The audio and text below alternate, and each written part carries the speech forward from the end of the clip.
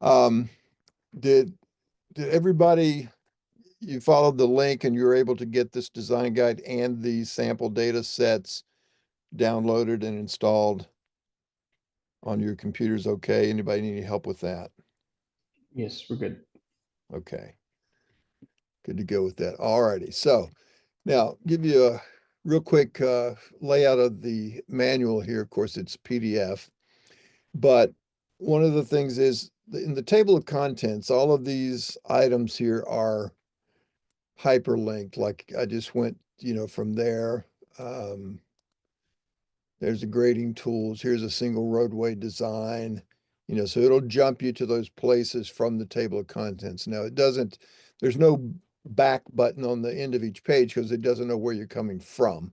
But anyway, that's what it is. But the also the way to sort of look at this, you can see the organization here, but you'll see some things are in red text and they'll say an exercise. And those are the sample little exercises that will step you through certain things um, that can use to help build this up. And the first sets of these in this little exercise dealing with points, and then there's break lines and surface tools, and then putting this all together to put in a little sample workflow of taking basically a bunch of points, creating a surface, creating a secondary surface, computing volumes, and then designing a pad, merging surfaces, putting a little road. In fact, if it comes into the end of that process, is basically there's those points represent like maybe a stockpile, and then we're going to design a borrow pit out of that stockpile and then merge that into that, how to, generate that in a little roadway, um, complete with the existing ground, the design, the vertical design, the horizontal design. Then we create a road, drop it in here, and that's our access road. And you can see it's sort of brown, but you can see the contours, how this road comes up into the borrow pit area. And, it's been sized for a certain volume.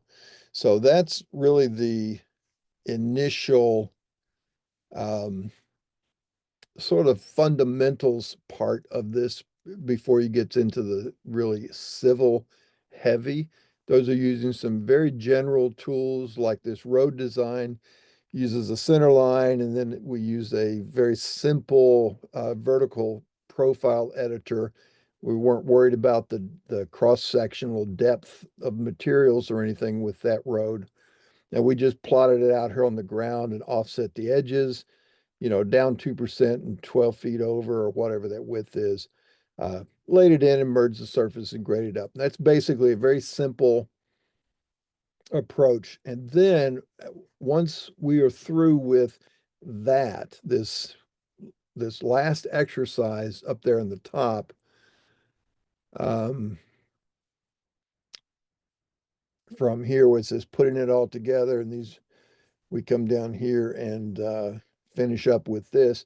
Then the next section are these things that are specifically civil module exercises.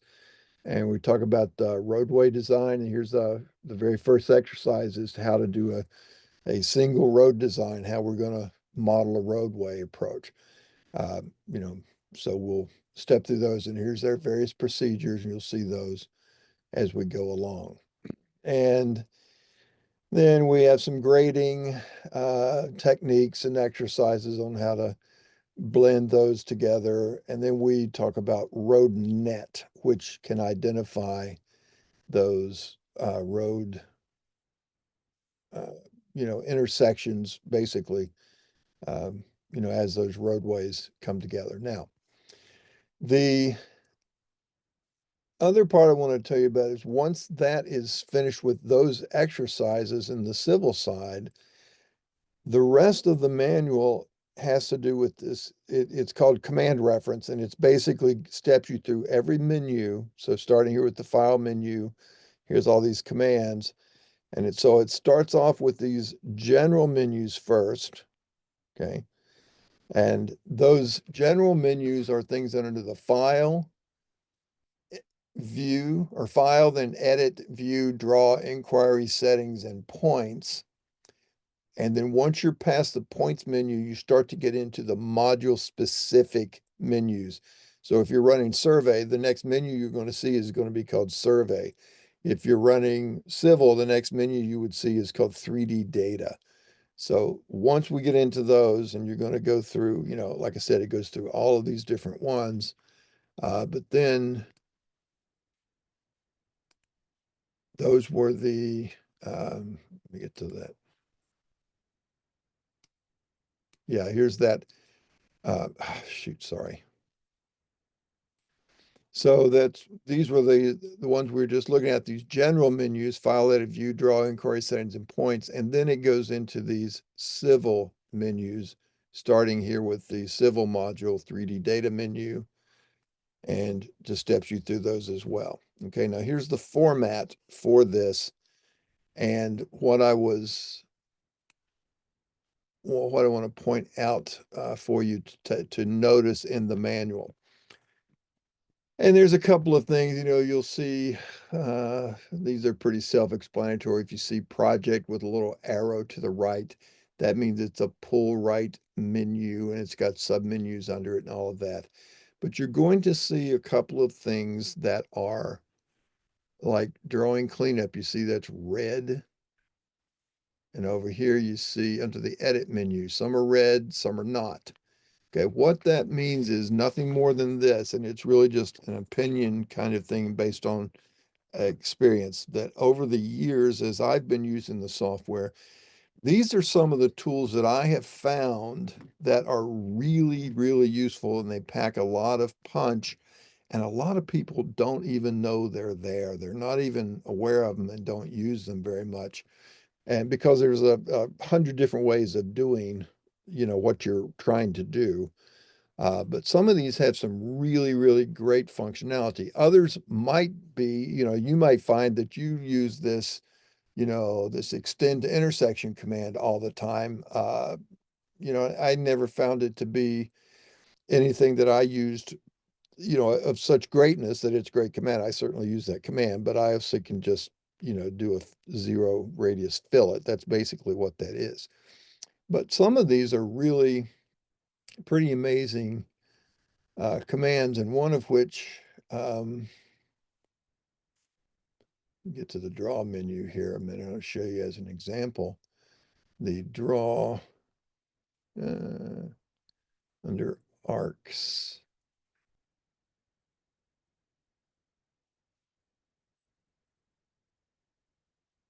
Oh, here it is. All right, I did turn this at least where it says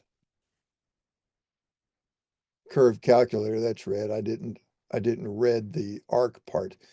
But this is an example of a command that on the draw menu, which you see over here on the right on the textbook, if you come down here, you see arc as a pull right. So you would choose that, and then see it has a number of different tools to assist in drawing using typical um, engineering type ways of creating arcs like PCs and PTs. But there's also at the very bottom of that menu, there's a thing called curve calculator, and it pops up this little dialog box where you can put in, various values that and then it will calculate the remainder of the fields that it needs. And you can select things that are already drawn, or you can choose 3 given points out of the drawing, or you can, once you've calculated the curve, then you could choose the plot button. It will become active and it will actually draw it onto the screen. So there's a lot of things out here that are in these commands that we're just not necessarily, familiar with, because we'd have to dig so deep into the menus. So when you're going over this and maybe keeping this guide handy for reference, pay attention to those types of things, the reds, and as you can see, and you can use that just as basically a means of some of the things that I might say there might be some extra value here. So, you know, you can, take that for what it's worth. All right. So now, a couple of things here. Back at the start here. Now I'm on the first pages after the contents. A little bit about me. This number here actually it says 30 years experience. That's actually over 40 now. So I guess I should probably think about updating some of this. But the key thing to remember here is this last statement right here. You've always got access to me as a resource, to MSoft, which is, the company that I'm doing this training for. I actually am an independent consultant. I have my own practice.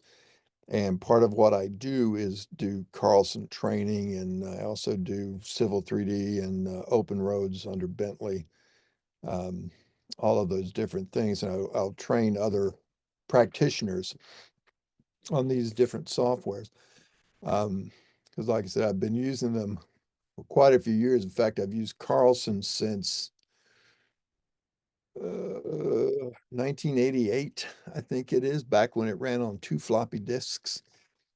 So, I've got a lot of mileage on this particular journey here. So, but the key is you've always got access here. And, just by the fact that you are taking the class now and you're now an MSoft client, send me an email if you get stuck on something, if you need, how do I do this? Even if it's not something that or even if it's something that we did not go over in class, or if it's something that, you know, you're just wondering about.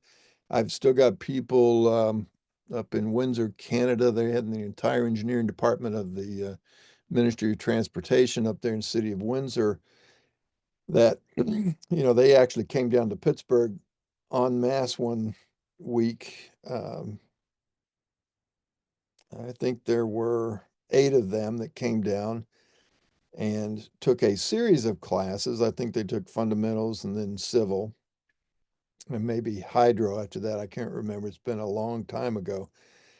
Um, and I still get emails from them from time to time now, and they'll be, maybe new people are on board and they want to, how do I do this?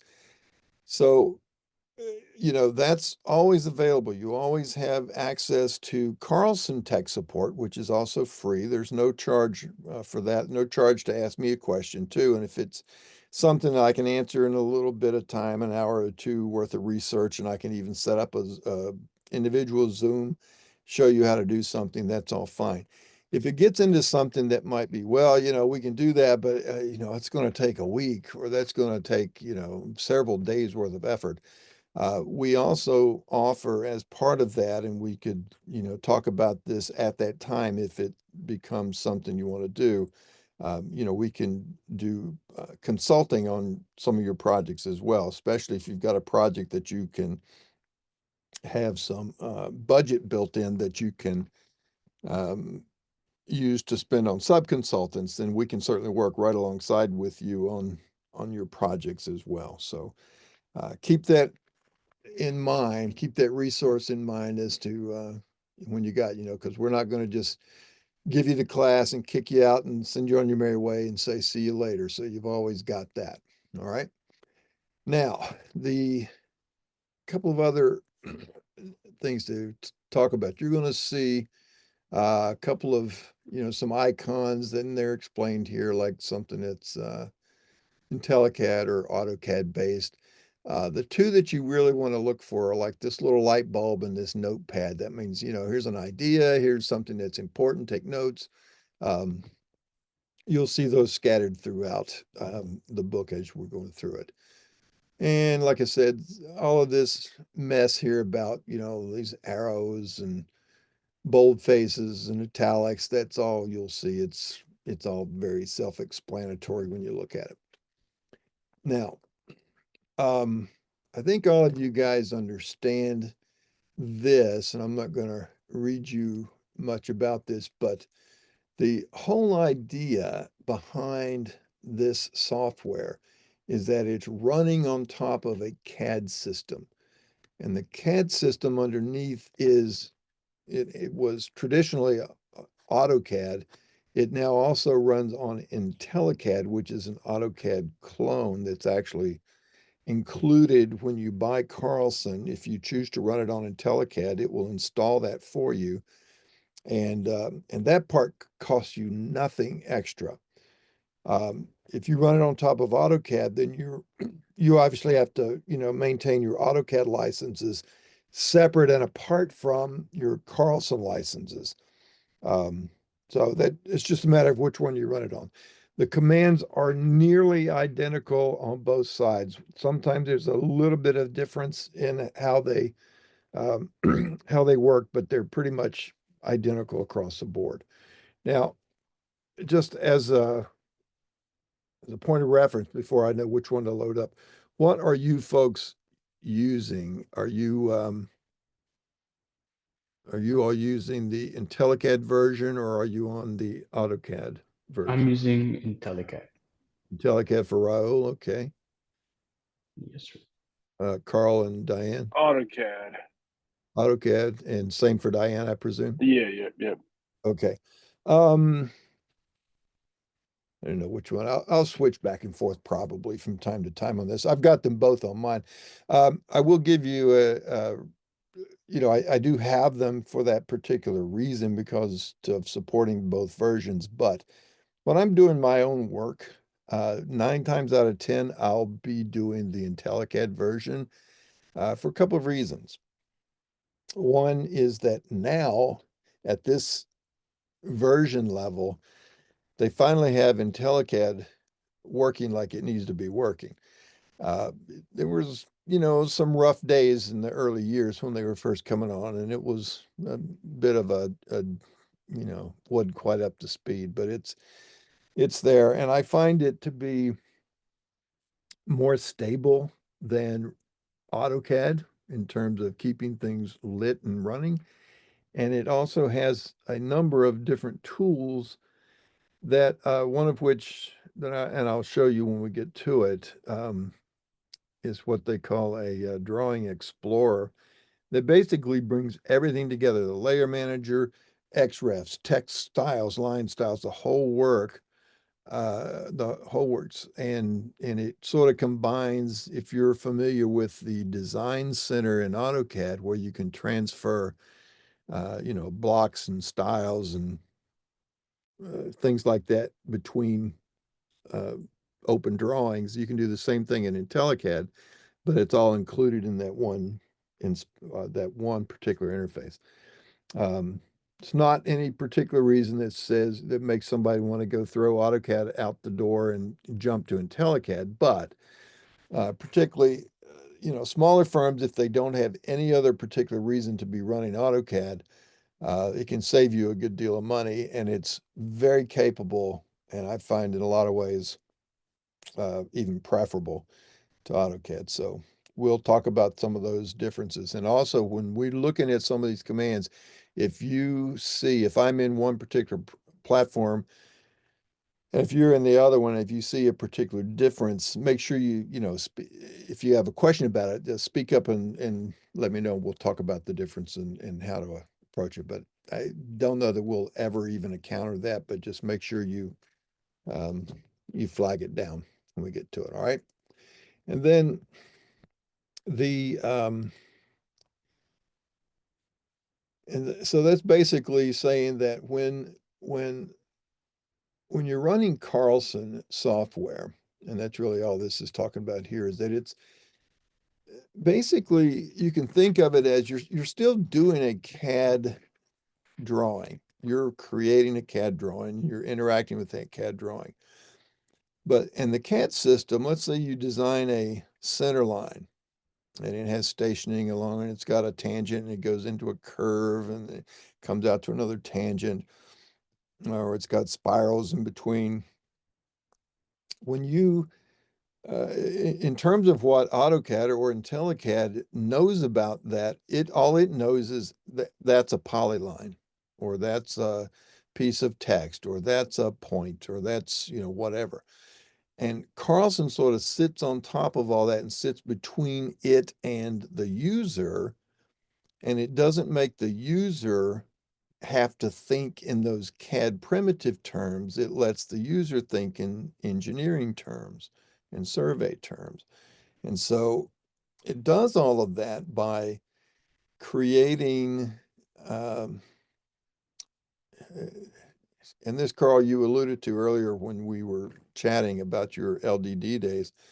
Um, it creates an alignment, it creates a profile, it creates a tin surface, and it stores all of that stuff in external files, and they are, kept in association with this particular drawing file. Whereas things like Civil 3D and all of the MicroStation products, the Open Roads and all of that, they actually store those things directly in the CAD file. So let's say you get a Civil 3D file and you hand it to somebody who's only got AutoCAD, doesn't have Civil 3D. Well, they can't use it, because there are things in there. I mean, they can use it, they can see it, but they can't take advantage of it. Um, you have to use object enablers, and it uses these proprietary type entities, whereas Carlson leaves everything as it's just a standard CAD entity. The center line is really just a polyline in terms of the CAD world. But it does all of this stuff through, and it sort of sits in between. And instead of, if you're wanting to draw a polyline that represents an alignment of a roadway or, say, a sanitary sewer alignment, anything like that, um, instead of, telling you that you got to go and draw a polyline and go from this coordinate value to that coordinate value, and you're able to put in, say, we'll start here at this point and go at this bearing in this distance and go out there and then turn a deflected angle or a angle right or whatever it happens to be. So you are going to give a bunch of information to a Carlson dialog box that sort of gets in between you and the CAD system. It's going to take all of that information that it gathers from you on an engineering basis, and then it hands it to AutoCAD sort of behind the curtain and says, here, now go do this the way you know how to do it.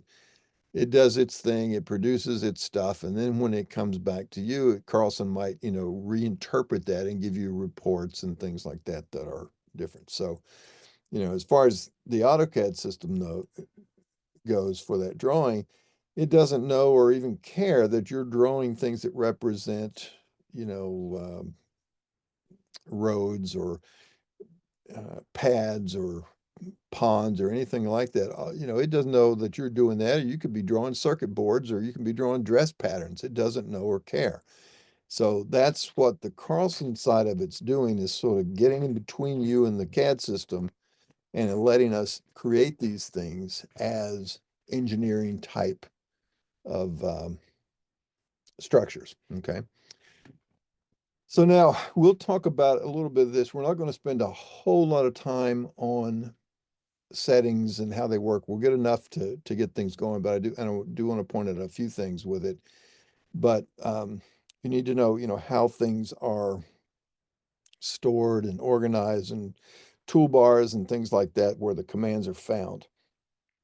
And it's a little bit here talking about, these general modules and where they are stored and all that. But Carlson is going to store a lot of this data that we're working with in one of three places, or at least that's where it can go anywhere, but it's going to set up a default behavior to go in one of three places.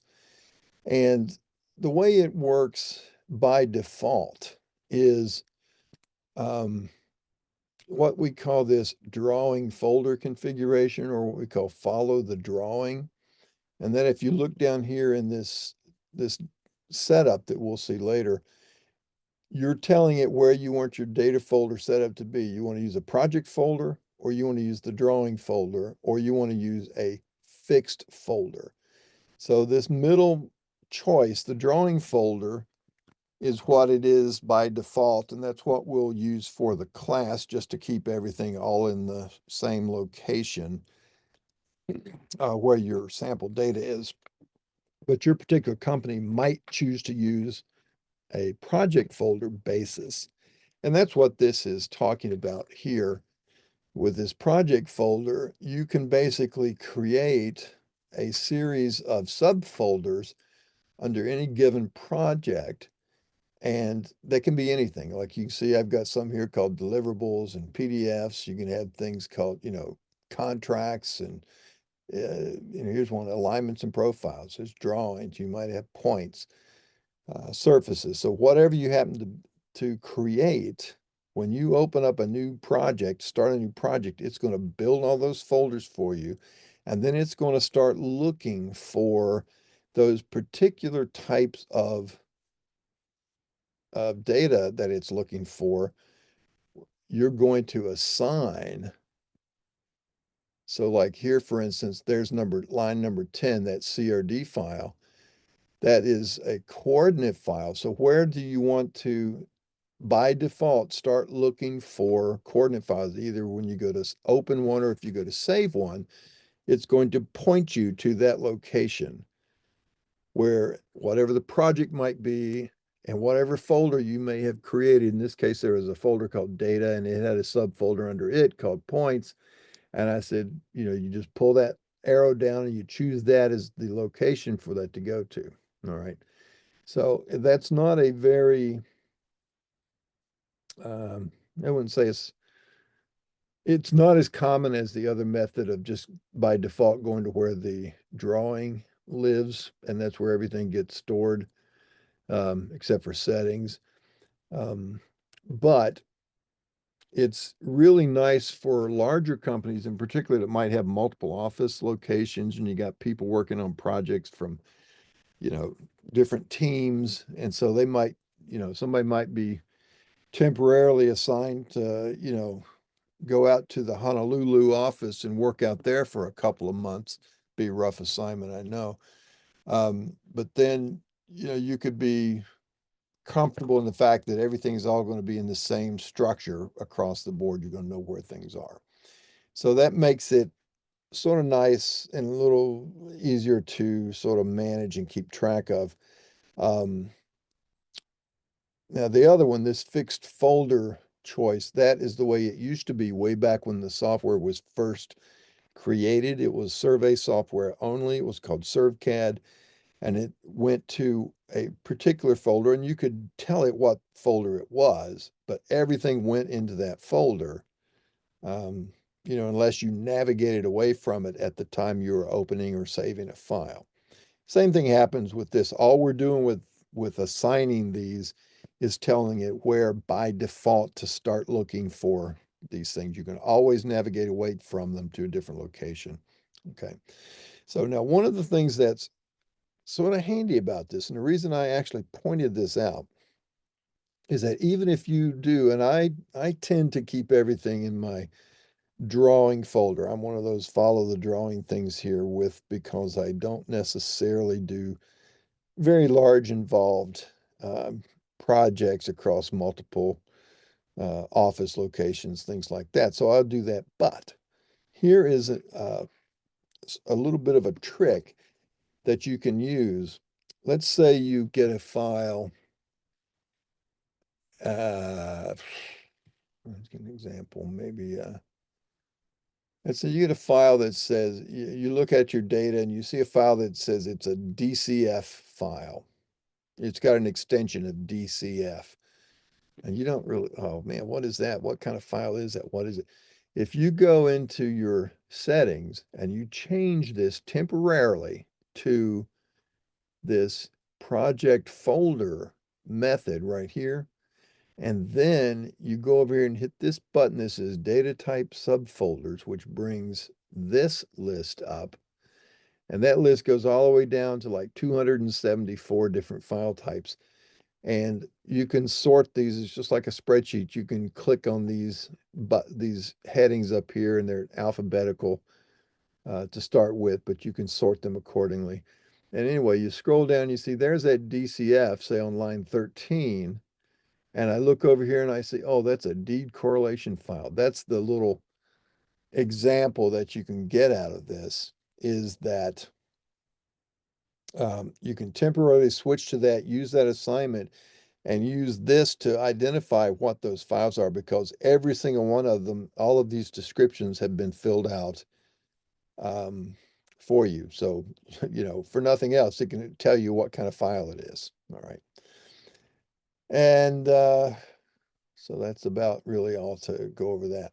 Now, the general and modular menus, the general menus again are file, edit, view, draw, inquiry, settings, and points. Every Carlson model or module has those menus and all those commands, and they're all identical across the board. Whether you're running survey, civil, hydro, point cloud, GPS, or I'm sorry, GIS, construction, trenching, any of those things, any of those various modules, they all have those first 7 menus, and they're all the same. And that tells you what these are. Okay. Once you get past that, the draw, inquiry, settings, points, you get into the modular menus, and that's where you start with the particular various software modules, and that's where they start. And they have a series of additional menus beyond points. If you look over here on the other page here, under if you're running survey, the next menu you'll see is called survey, and then you got a COGO. Now notice there's a surface menu here and an annotate menu here. But if I'm running civil, the next menu I would see would be 3D data. I don't have a survey menu here. I've only got that. But I have a surface menu and I have an annotate menu. And some of these, I think the annotate menu might be identical in both modules, but the surface menu in civil is not exactly the same as the surface menu in survey. The civil has a few more tools in it. Um, Notice civil has a profiles menu, and the survey module, the profile commands are contained in the surface menu itself as a section of that menu. So they're not always identical. The file through points, those are all identical. Once you get the modulars, they're different. And even though they're the same menu, but you might see under surface and civil, you might see triangulate and contour. Under survey, you'll also see triangulate and contour. So if you see those same commands by the same name, then those are the same commands. They are equivalent. It doesn't matter which one you run them from. However, in civil, you'll see something like an edit design pad template that doesn't exist in survey. You have a design pad template in survey, but you don't have the editing tools for it. Okay, so there's some differences there once you're in the modulars, but that's how you can tell which ones you're in. Hydro starts, again, it has a surface menu, but it's even more abbreviated than survey because it's really only used to create surfaces to track runoff. And it too has a triangulate and contour command, and that is the same as it is in survey and civil, etc. But it doesn't have all the same structure. So that's basically that setup. And then the settings that we want to talk about. We're going to go over here in just a minute here and talk about, what things are going to happen is there's a settings on the settings menu, of course, under configure, all of these different settings here. And this is sort of the master level where you can load and save a bunch of different settings that you might have available. And you'll see those load save buttons also on the bottom of a lot of different dialogues. And you can save all of those settings, so as you drill down into, like I said, this is the top level. This is the global everything. And I think when you save those, it's like 65,000 different settings, something like that, that it saves. But if you're in the command that says station the center line, um, then, it's going to save things like, how tall of text and what style of text, what layer does it go on when you draw the layer, when you draw the stations, um, whether to draw a circle at the PC and radial lines for curves and all of those different kinds of settings that you fill out in the dialog box at that command level, that can also be saved and loaded independently. Okay, so um, use that to your advantage, particularly if you're producing drawings for various clients. You might have, various requirements that you might want to do with it. And we'll look at those here in just a few minutes.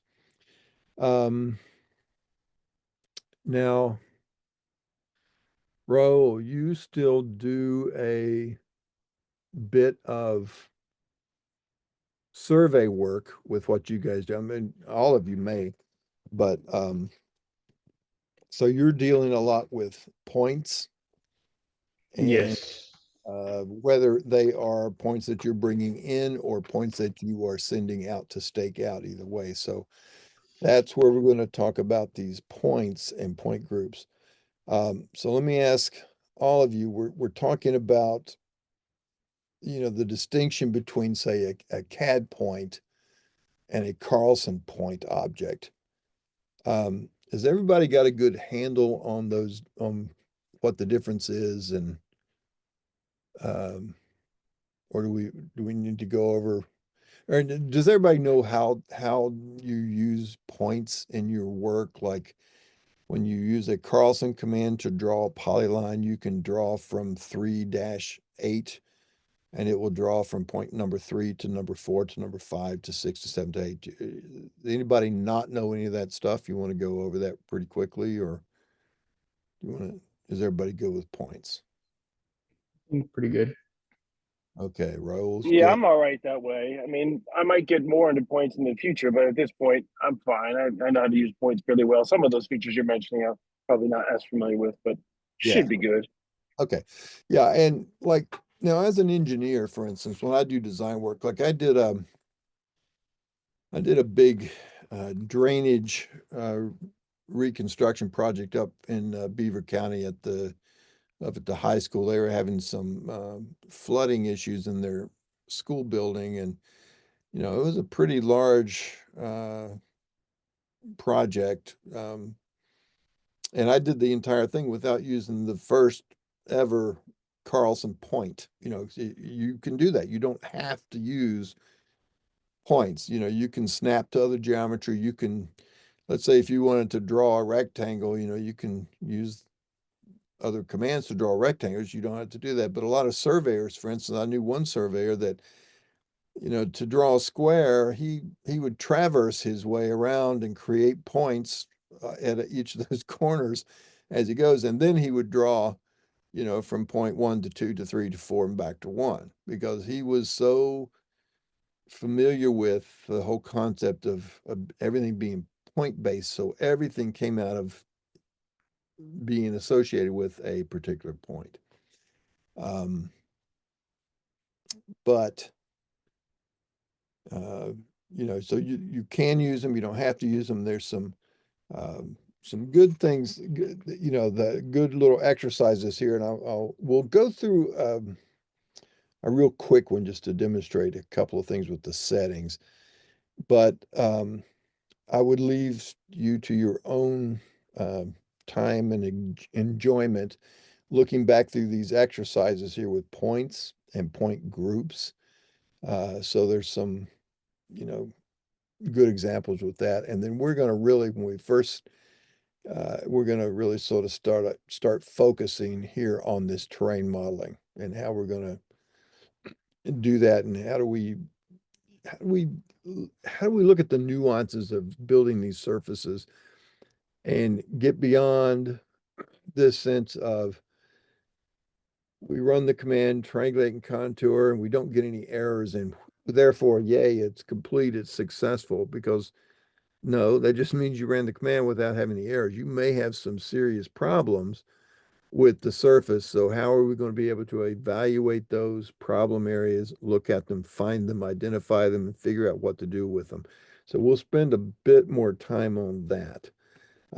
but with the points, which we're going to use just briefly. But anyway, like I said, we're not going to go through these specific exercises other than just to show you how they're going to apply with our settings. Okay. So with that, let's go ahead and start up. And I'll start with the IntelliCAD side here. Go ahead and get things loaded, and we're going to start up just with a blank drawing of your choice. And the very first thing that's going to start, I have mine set to, when I do a new drawing here, I'm going to come up with this. Once it gets here, I'm going to choose a new drawing. I'll start with a template. And, I might scroll down here and find the National CAD Standard Survey Civil. You can, and that's just a drawing template, a prototype drawing, as they call it, to start things off with. Usually has some predefined layers and things like that. Now, it's going to ask me next then for a couple of things. Now, one thing I want to point out to you, particularly Raul, if you're using IntelliCAD, and if you ever get this in these versions, now look down here at the status bar, of my command line down here. It says, due to known limitations, it's unable to set the annotation scale for a drawing saved in the older drawing format. I'll explain that a little further here in a few minutes, but that's because this is a drawing template that's been brought forward, oh gosh, maybe from the 2000 version or maybe 2004 version. And that's a little message. It comes up, lets me know that it's going to have trouble setting the annotation scaling. It's very easy to miss that because we're focused on this dialog box in the middle of the screen and we're unable to see this down below. And what that's going to do, and I'll demonstrate the differences in that, is that it's going to make me manually change my annotation scaling instead of having Carlson change it. And it only really happens with the IntelliCAD side, I think. I'm not sure. I haven't actually noticed it on the AutoCAD side. But anyway, tuck that away. We'll come back to that when we get to it. So now we look at our startup drawing wizard, and it wants to know a new drawing name. Now, right now, you see my default drawing folder is starting in C / Carlson projects. But I'm going to hit my set button because I want to change to a different folder. I'm in that Carlson projects. And if I hit this browse button, for instance, it just kicks me out to the Windows navigation area, which is fine. You can use that if you want. I generally tend to use Carlson's dialogues because they can give you a lot more information. Plus, they keep a list of recent files, regardless of where they are.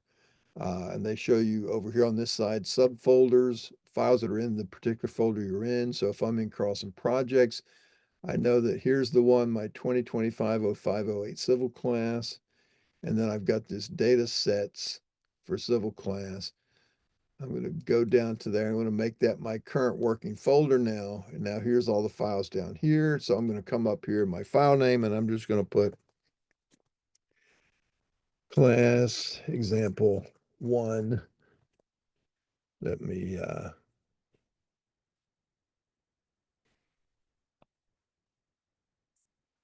put them in all uppercase so you guys can see them a little bit easier. So class example 1 will be the name of my new drawing. I'll hit open. And so now that's there.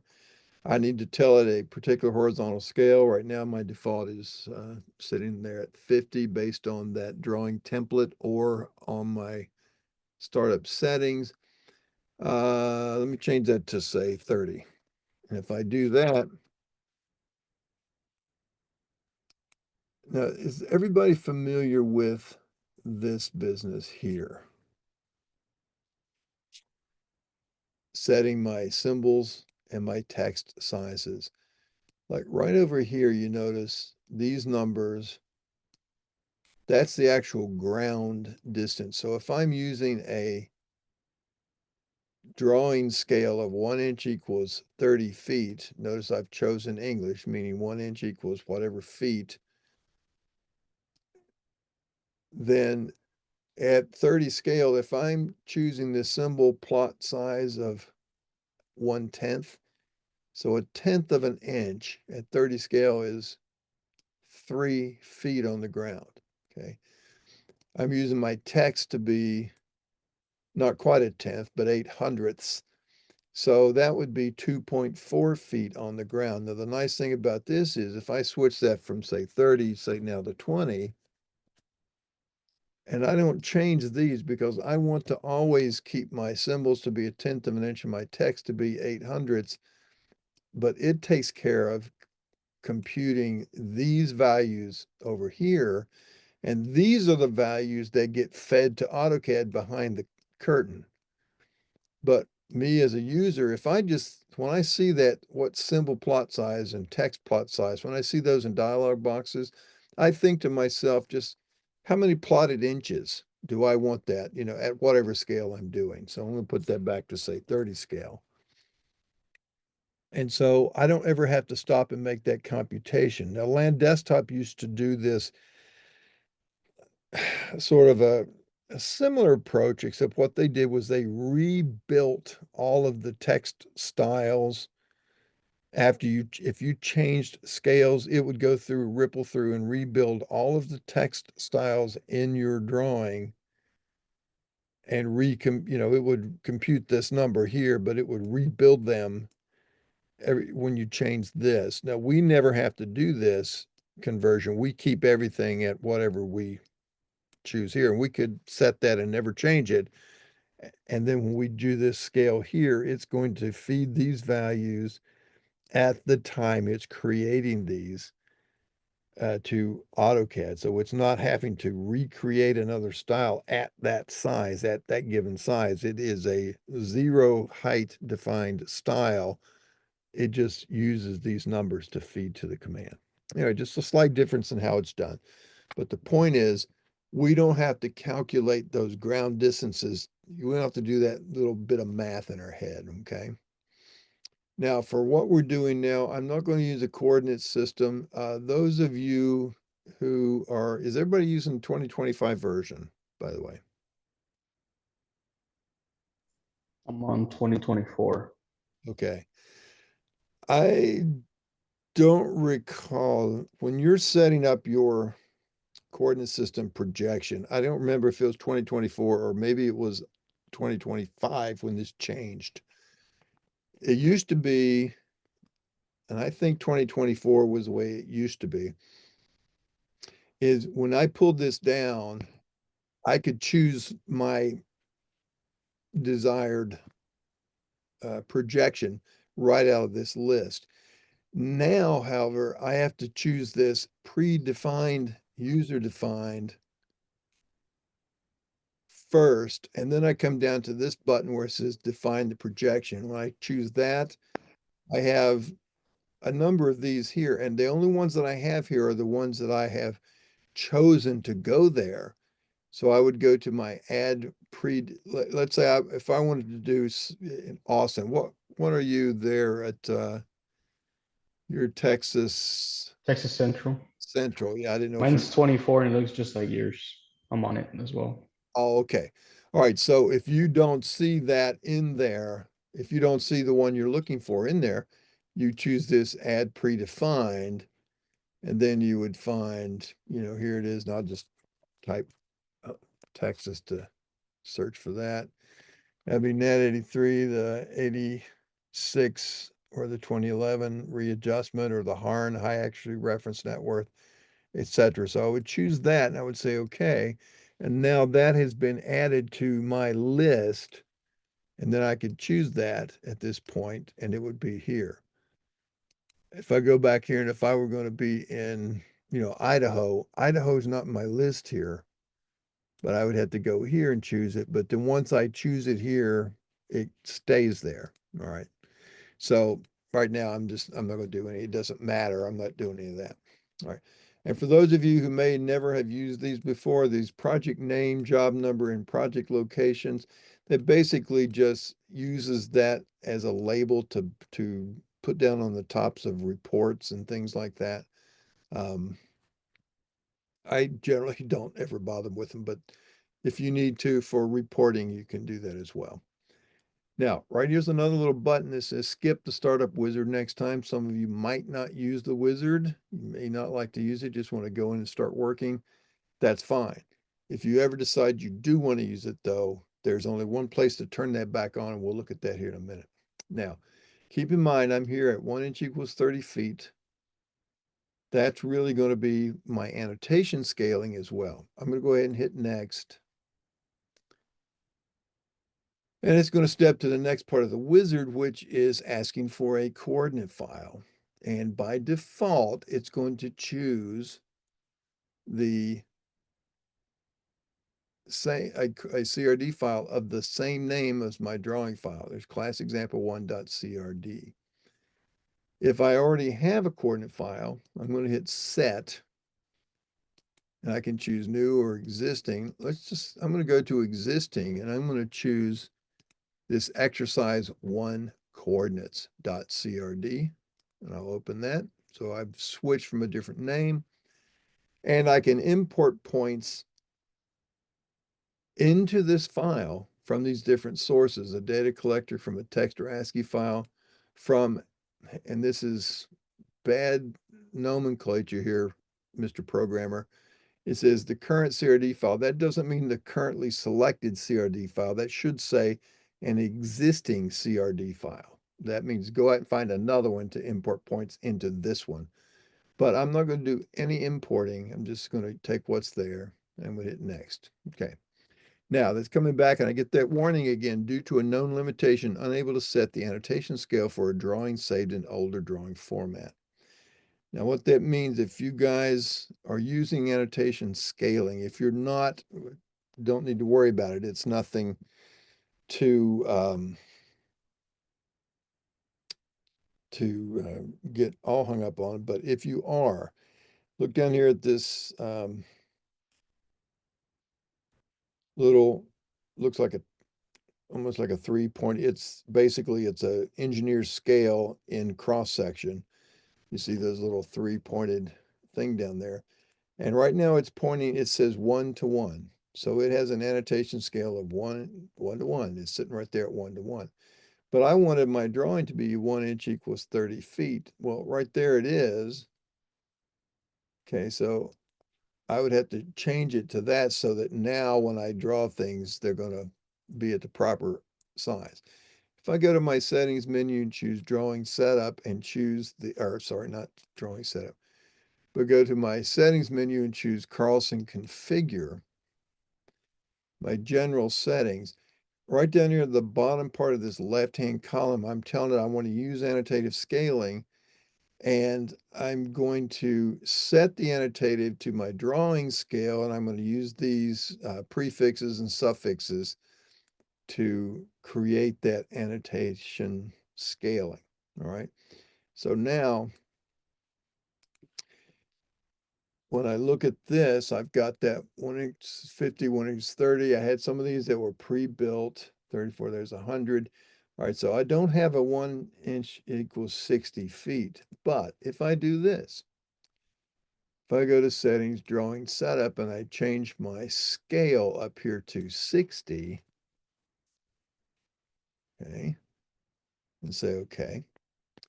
Now, again, you see this little message down here. It says, I can't do it because this file was saved in an older format. That's because I started with this template in an older format. Okay. So I would now have to come over here. Notice this stayed 1 inch equals 30. But if I double click it, now there's that 1 inch equals 60. So it's creating the scale as something to be used, but it's not automatically switching to that. If it comes from a newer file, then it would, be able to do that. In fact, if I do a save, and if I do a save as, and I'm going to make sure you see I'm at the upper level 2018. If I save that now, okay, so now I'm in that 2018 format. Now I've got a newer file. So now if I were to close that, I think this will work. There's my class example 1. If I open that up,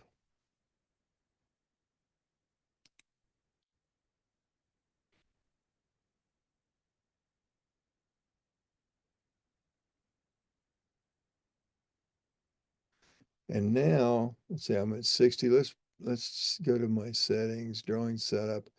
Let's change that to 40. Except I got to hit OK.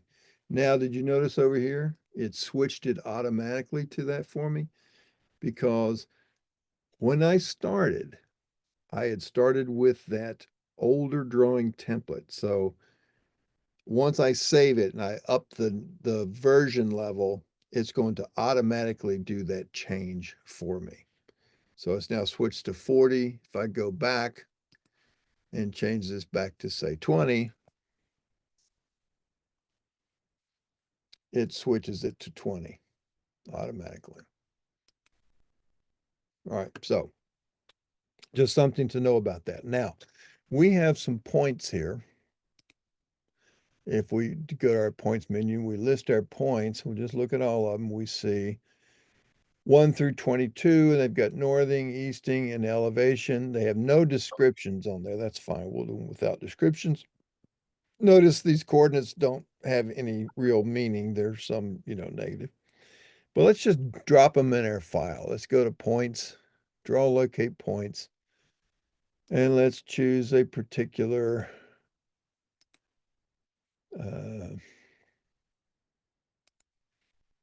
I'll just use these X's and I'll put them on a layer name called V node, and I'm going to draw all. So there they are. They've drawn. They have point number, it is elevation, no description. Now, if they were to have a description, I'm just going to call that description point.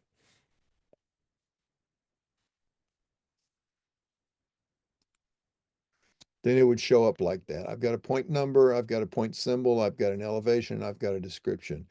I've got ugly looking text because it's got little square edges to my circles and squared off little segments. Now, the reason that is there is that's what I call ugly font.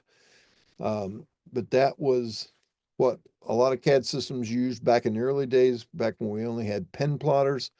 We didn't have inkjet technology back then, and that was the fastest way to make a pen draw something that looked like those without having to, slow it down.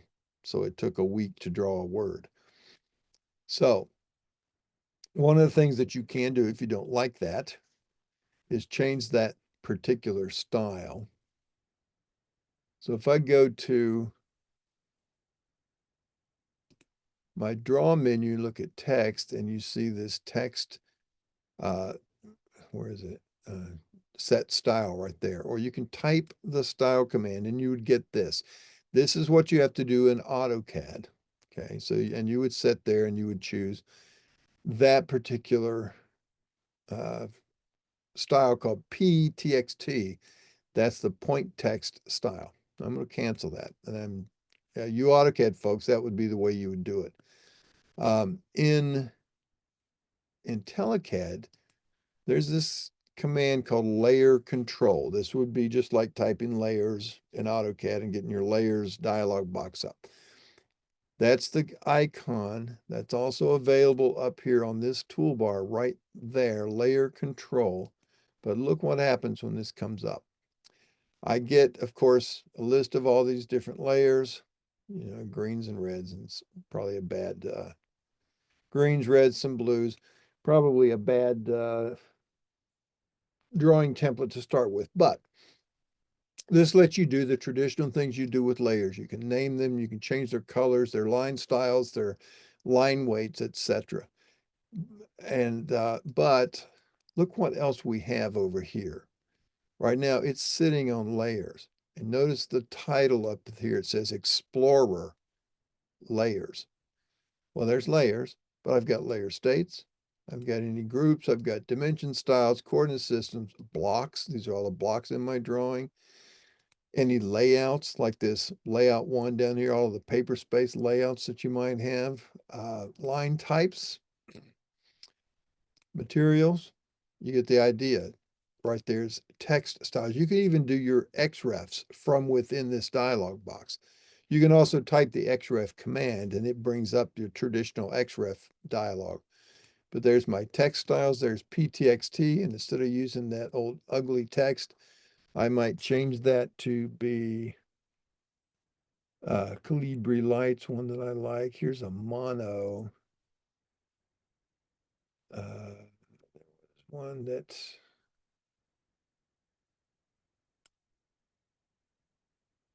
mono space 821, I think is a better looking one than that. And then standard, maybe you want to use Arial, something like that. Okay. So once that's done, now you notice my O is not squared off there, and I'm using an actual true type font, right?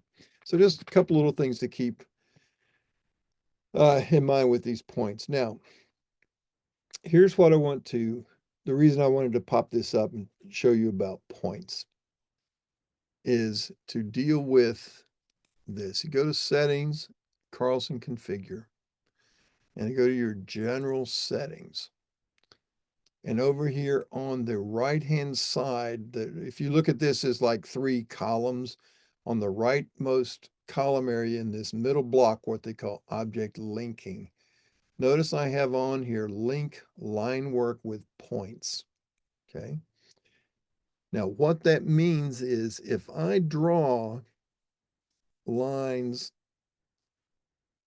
by means of a point's location, if that point should move, the line will move with it and the line work. So right now, let's see, let's just zoom in down here on part of this. And I'm going to choose, first of all, if I choose draw and come all the way down here toward the bottom, polyline, standard polyline. Okay. So if I start out here and here, and if I needed to draw from 19 to 20 to 21, what would I have to do at this point?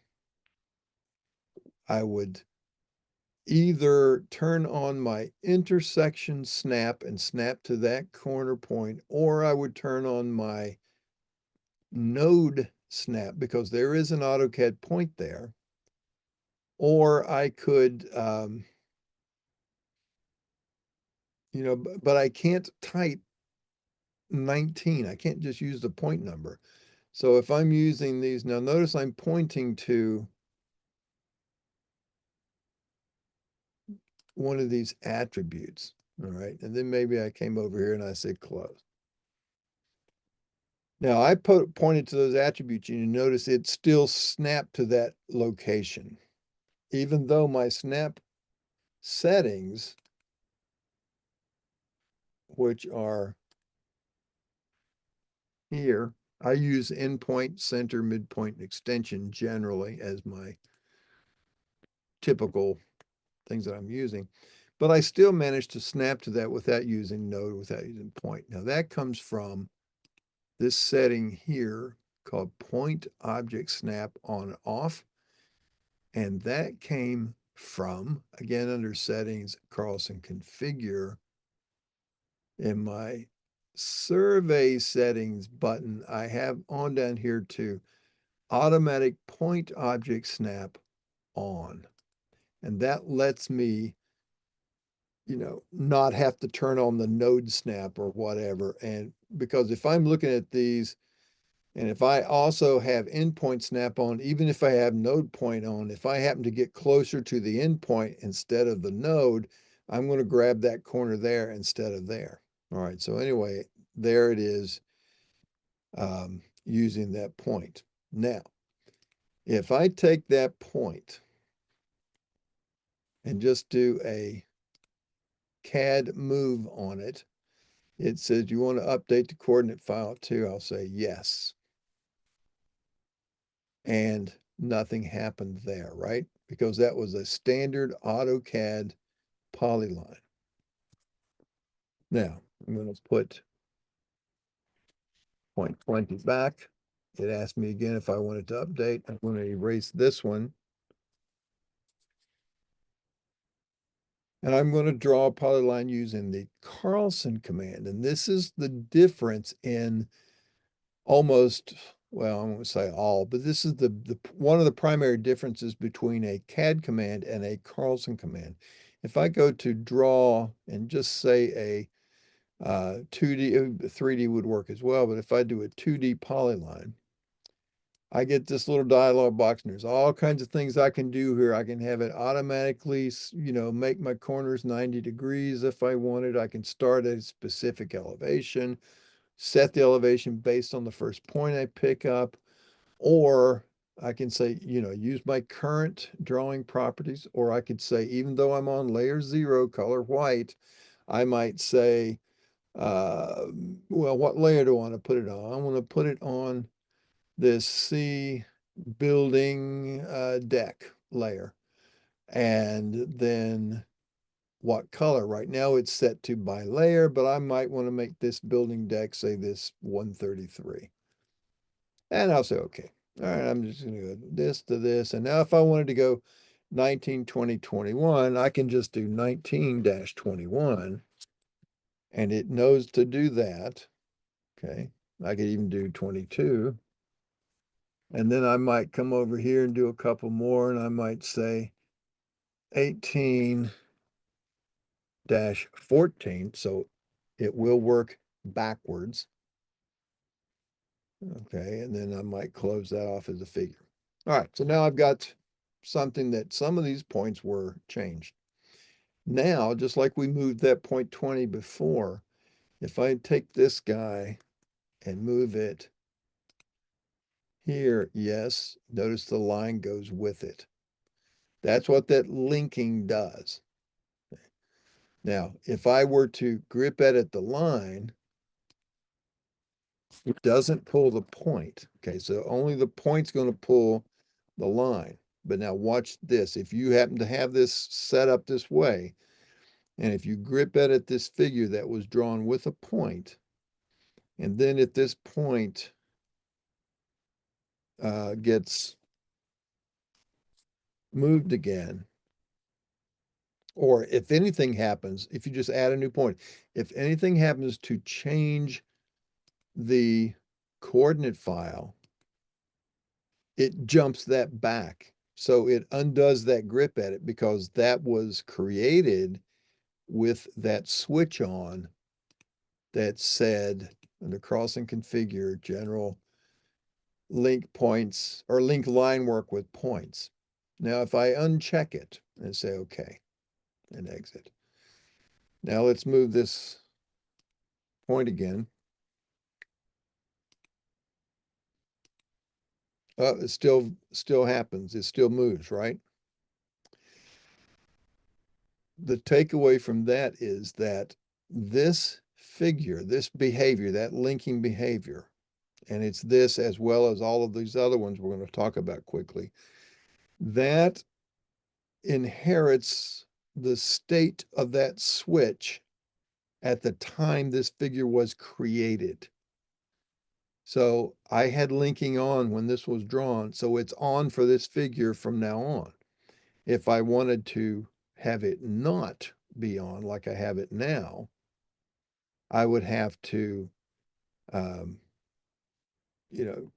over, the next one that I were to do, let's draw a 3D polyline this time, and we'll just use the current drawing.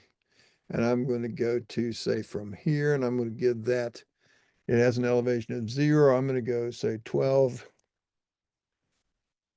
to 13, 1, -3. And come back here and close that. And these don't have to be closed. So now if I move this guy, notice it doesn't go with it.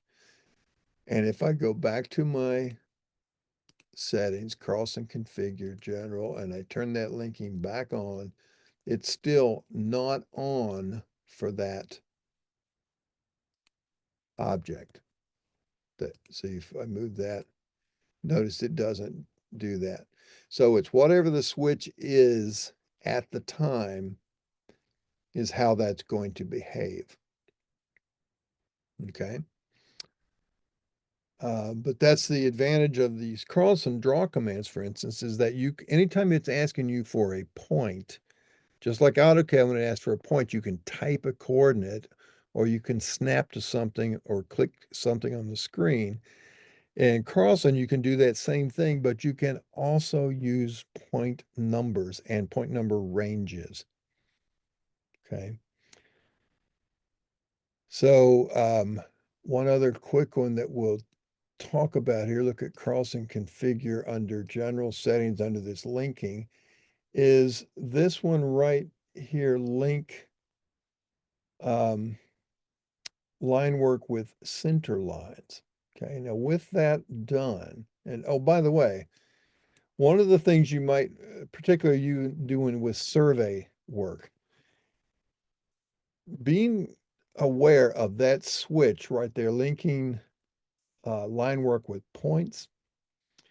This is something to be aware of as to know whether or not these are going to move. And this, I was explaining this to a survey company down in Charlotte, North Carolina, about 15 years ago, I think it is now.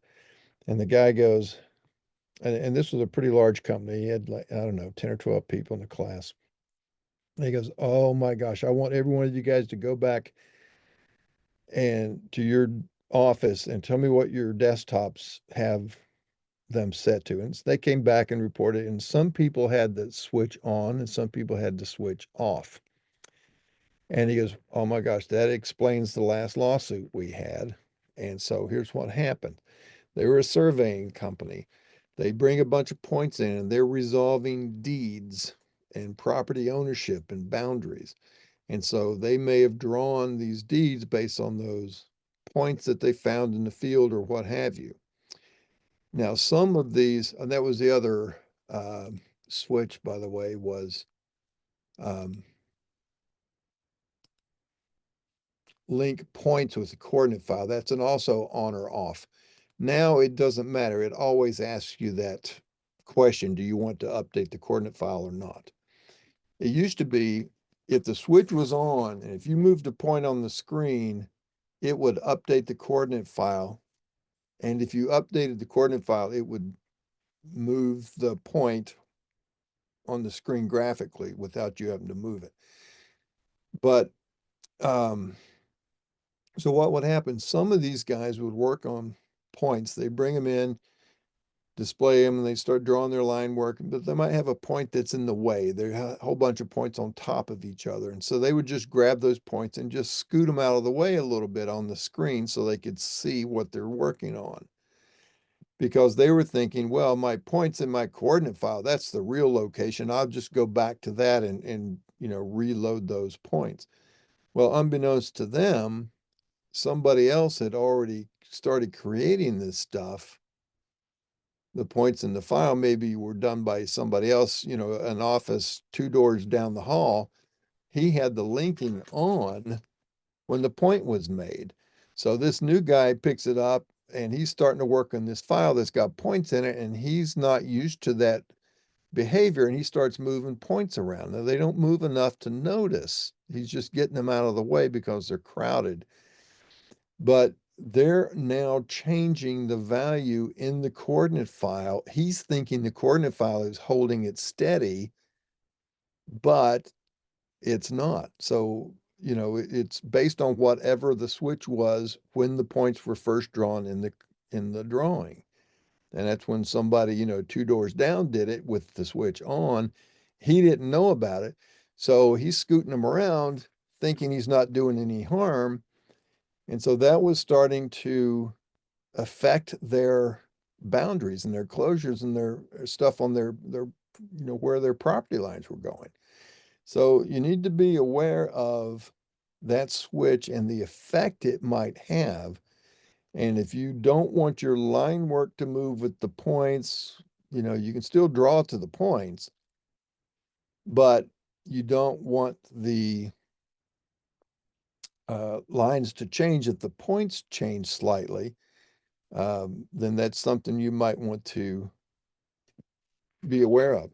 One other switch as well, settings Carlson configure, that goes right along with this, the general settings, is this link labels with line work, yes or no. And that comes into effect when you do say, I'm just going to do an auto annotate. I'm just going to take the defaults. I have no idea what they'll fit or not. I think they will.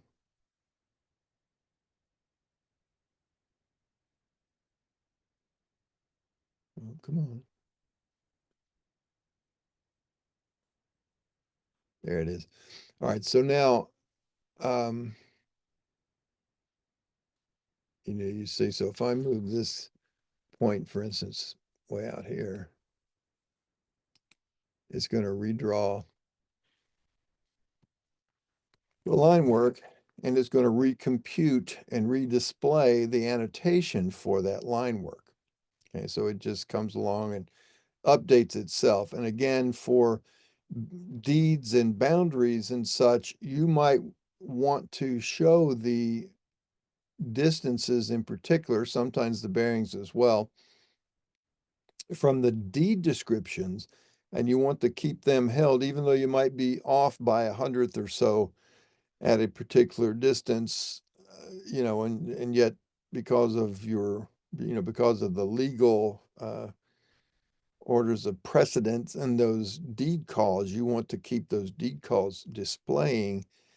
So maybe your line work tweaks a little bit, but you don't want those numbers to change. So you need to be aware of that switch as to whether or not you want that stuff to update and change.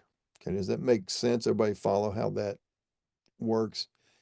And understand that this behavior is set at the time of creation, and it's not dynamic in the sense that you can't go and turn the switch off and now it behaves that way from this time forward. You have to, at that point, redraw or re-annotate so that it now takes on that behavior. Okay, so it's whatever the switch is set at the time of creation. Just be aware of that part of it. All right. And then the same thing for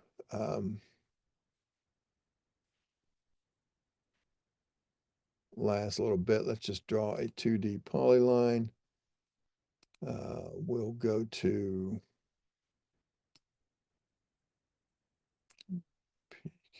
PQRCC road, center line, and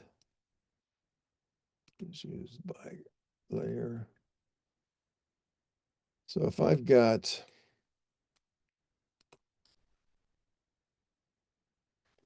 let me type my MS scale.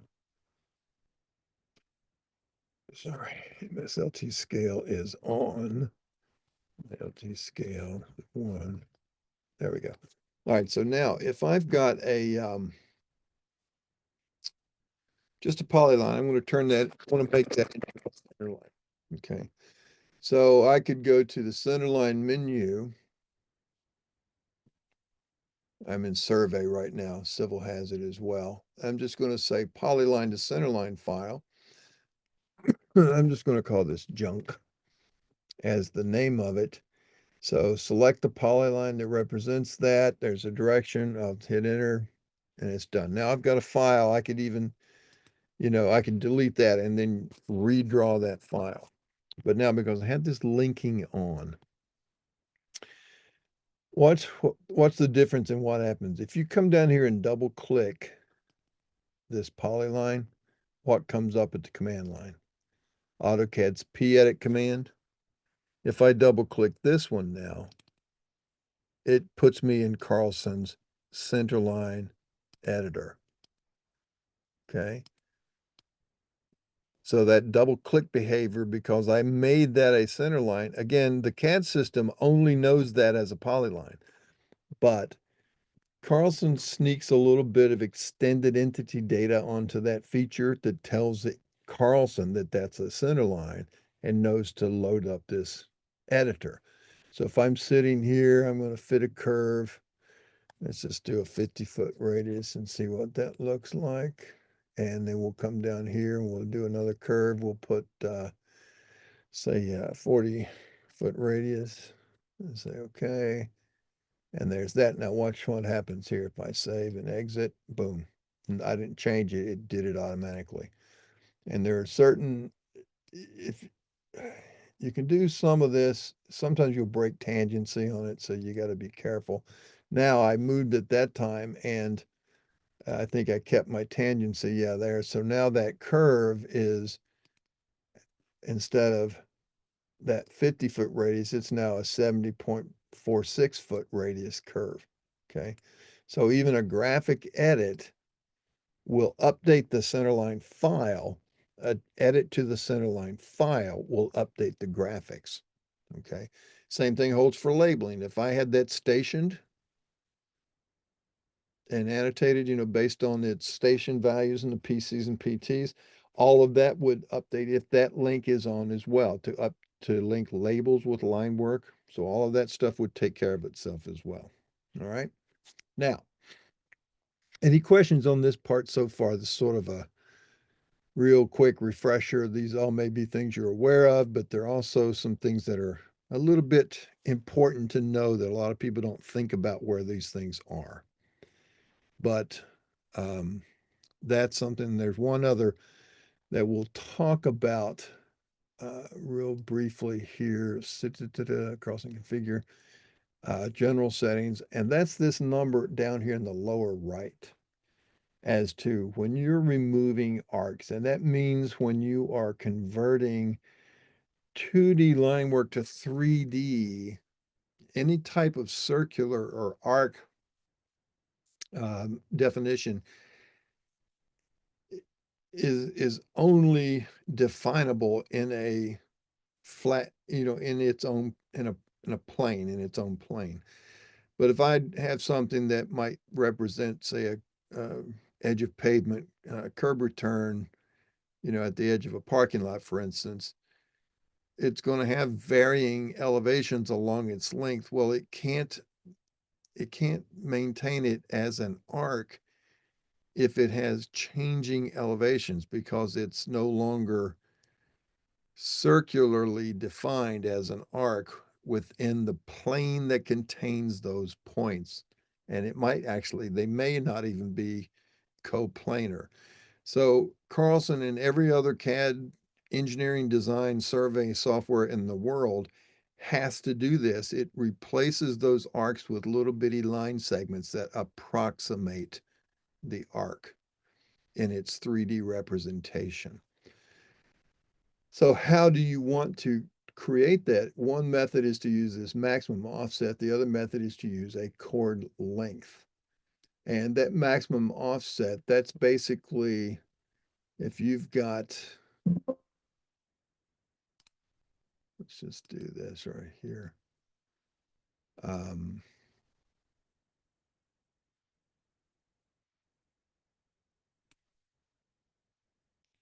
I'm going to get rid of the annotation here. And if I take this and let's convert that to an arc, we'll make it sort of obvious here as an arc. Now, if I were to convert that from 2D into being an arc, it is going to replace this with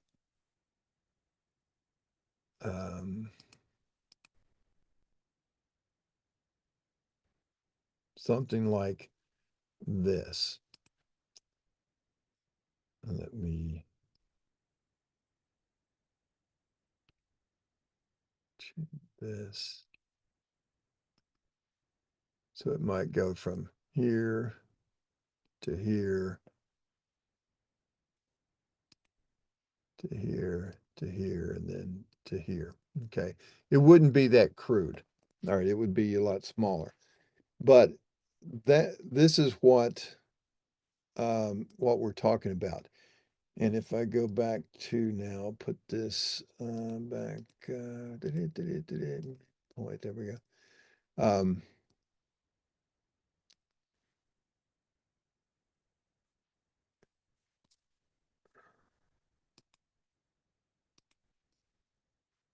This right here is that maximum offset distance, whereas this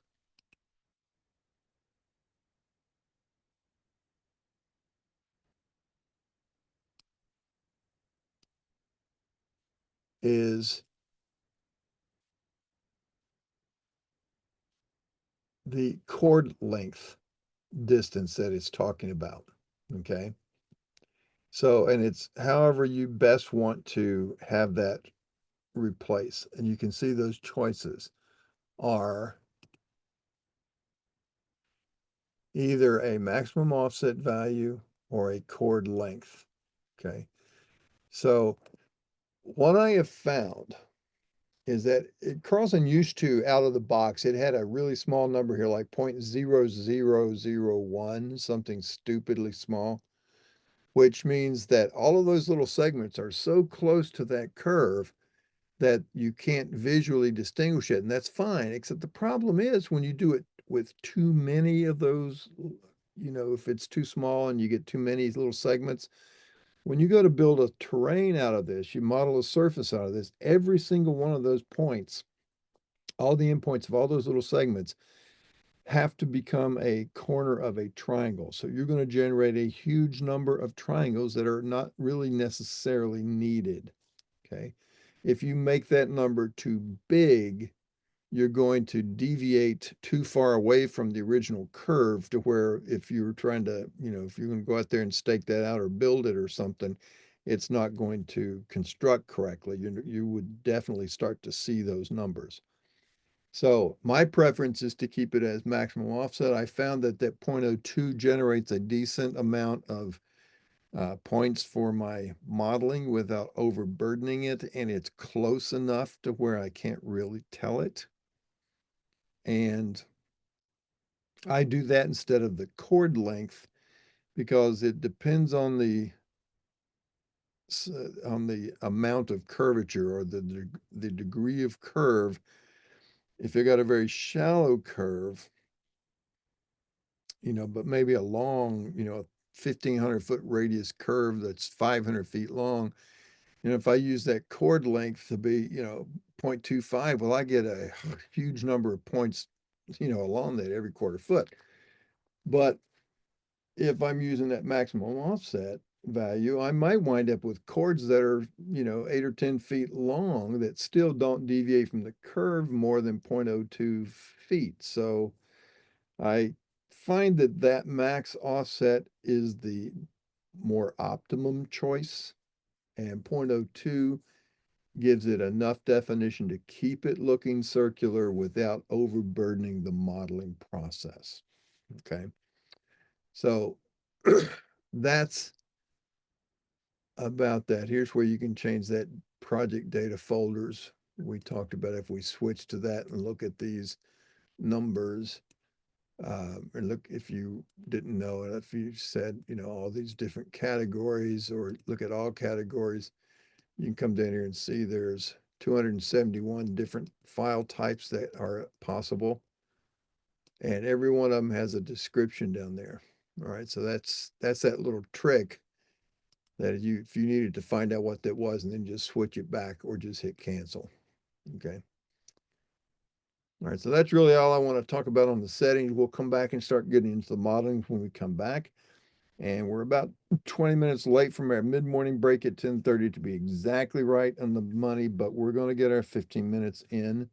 So let's take a break for our 15 minutes. We'll come back at 5 minutes after the hour. First of all, before we go, any questions to this point? Everything clear as mud? Yeah, we're pretty good at this point. All right, sir. Yeah, all good here too. Thanks, Ken. You bet. All right. So I'm going to pause our recording here.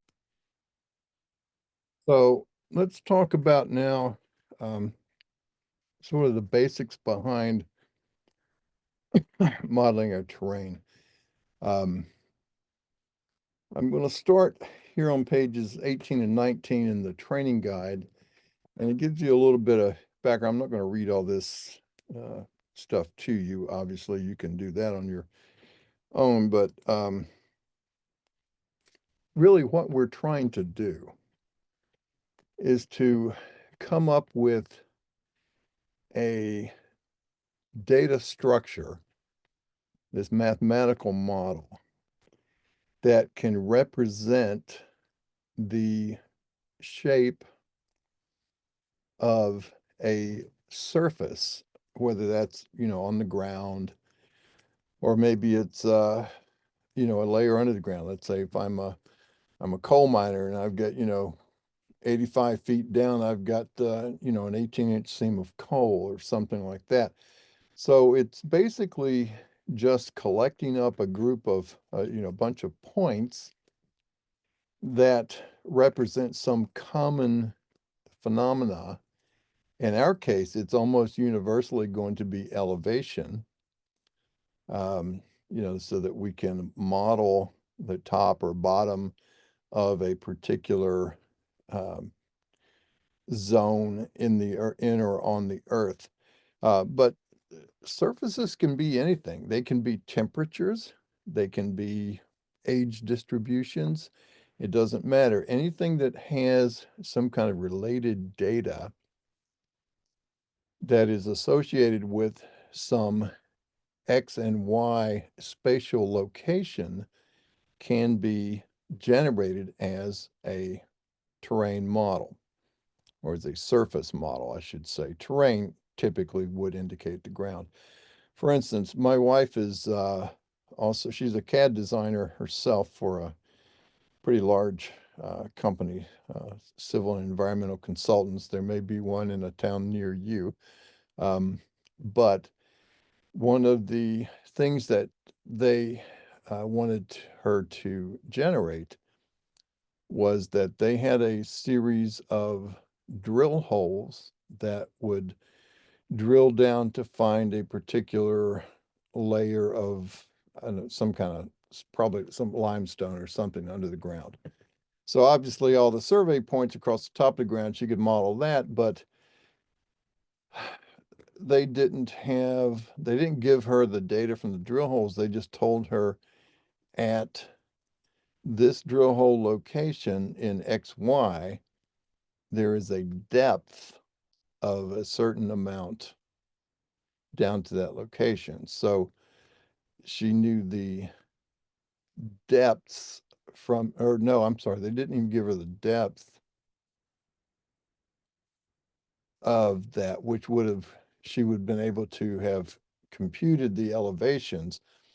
What they gave her was, in each drill hole location, they gave her the thickness of the material. And so they wanted to come up with the volume of that material. So what she wound up doing was plotting the individual thicknesses on each of those drill hole locations as if they were elevations, and she could create that as a surface.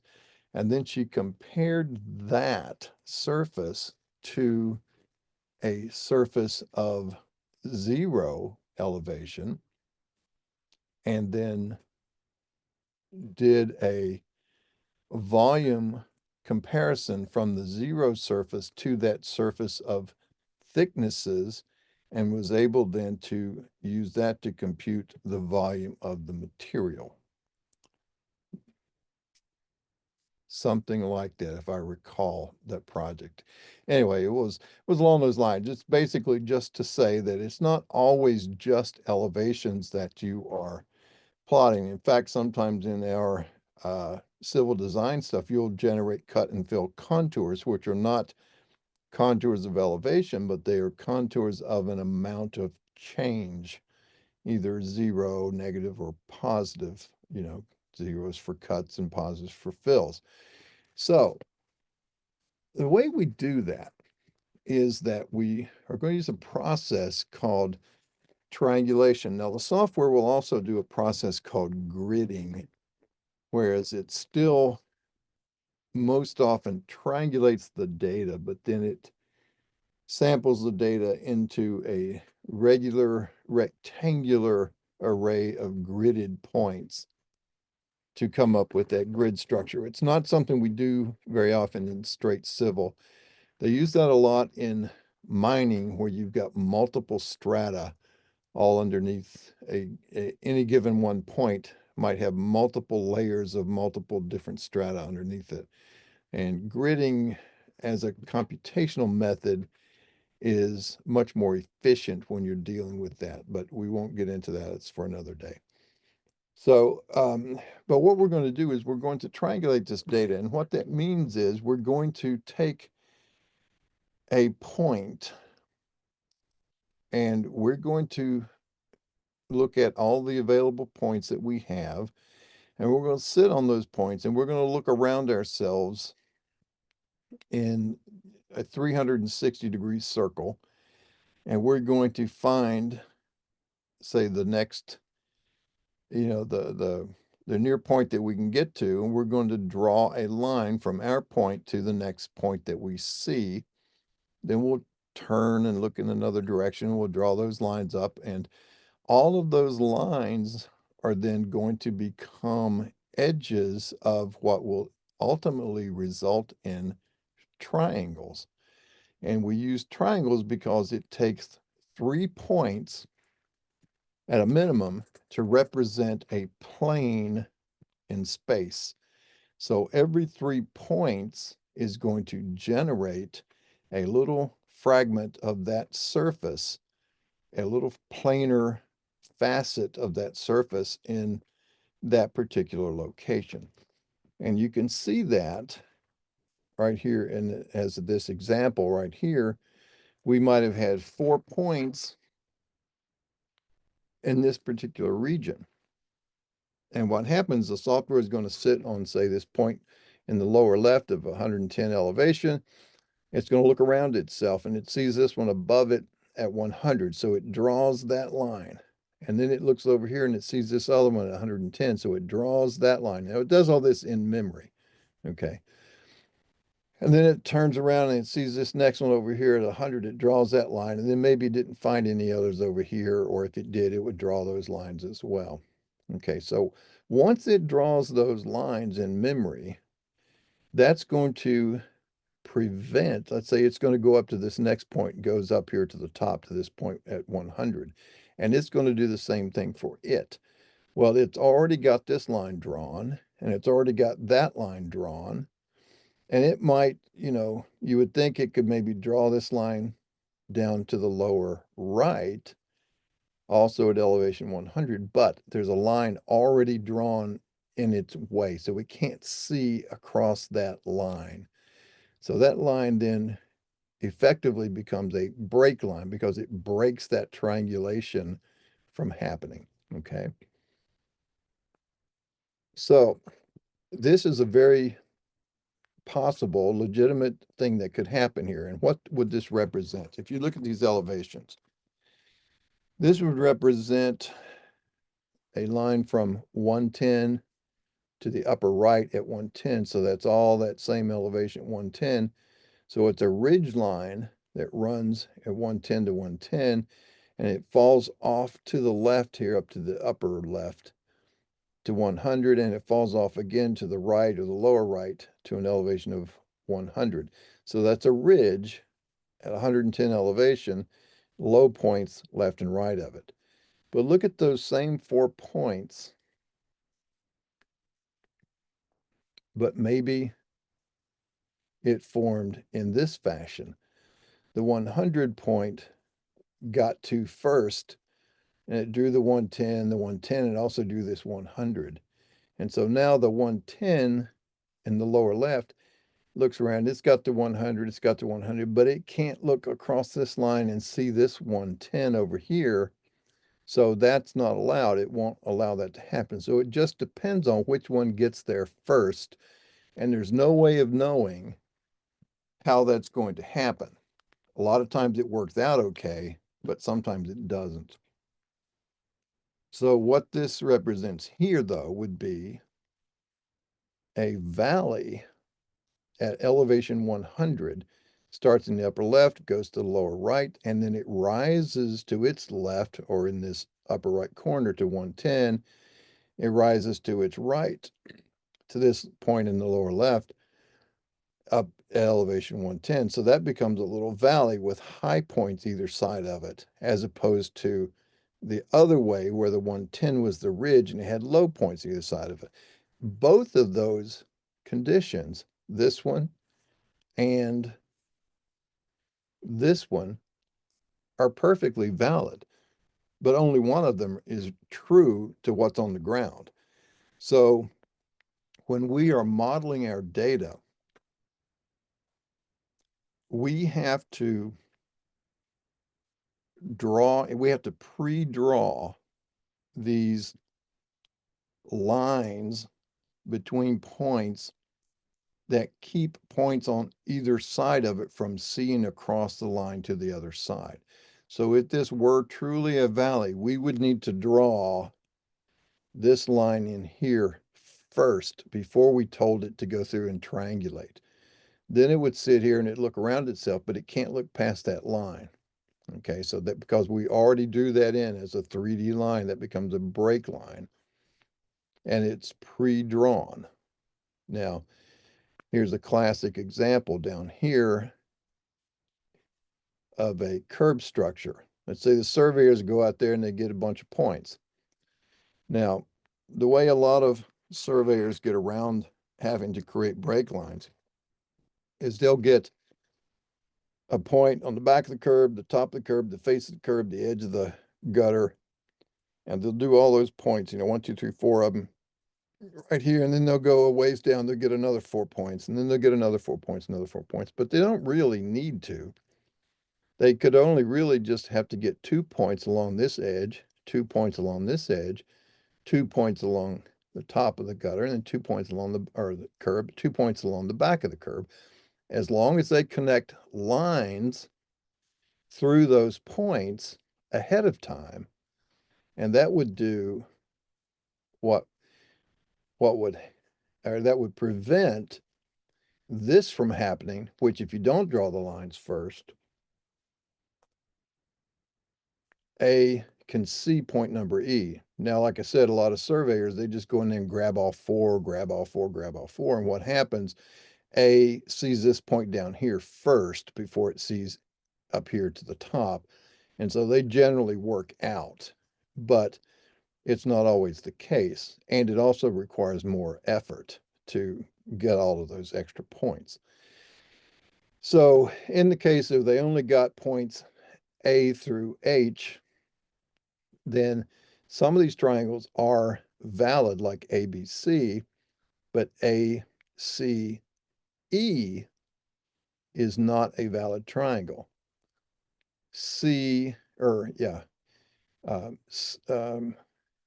or none of these other ones are valid. The only valid one you have is this one here.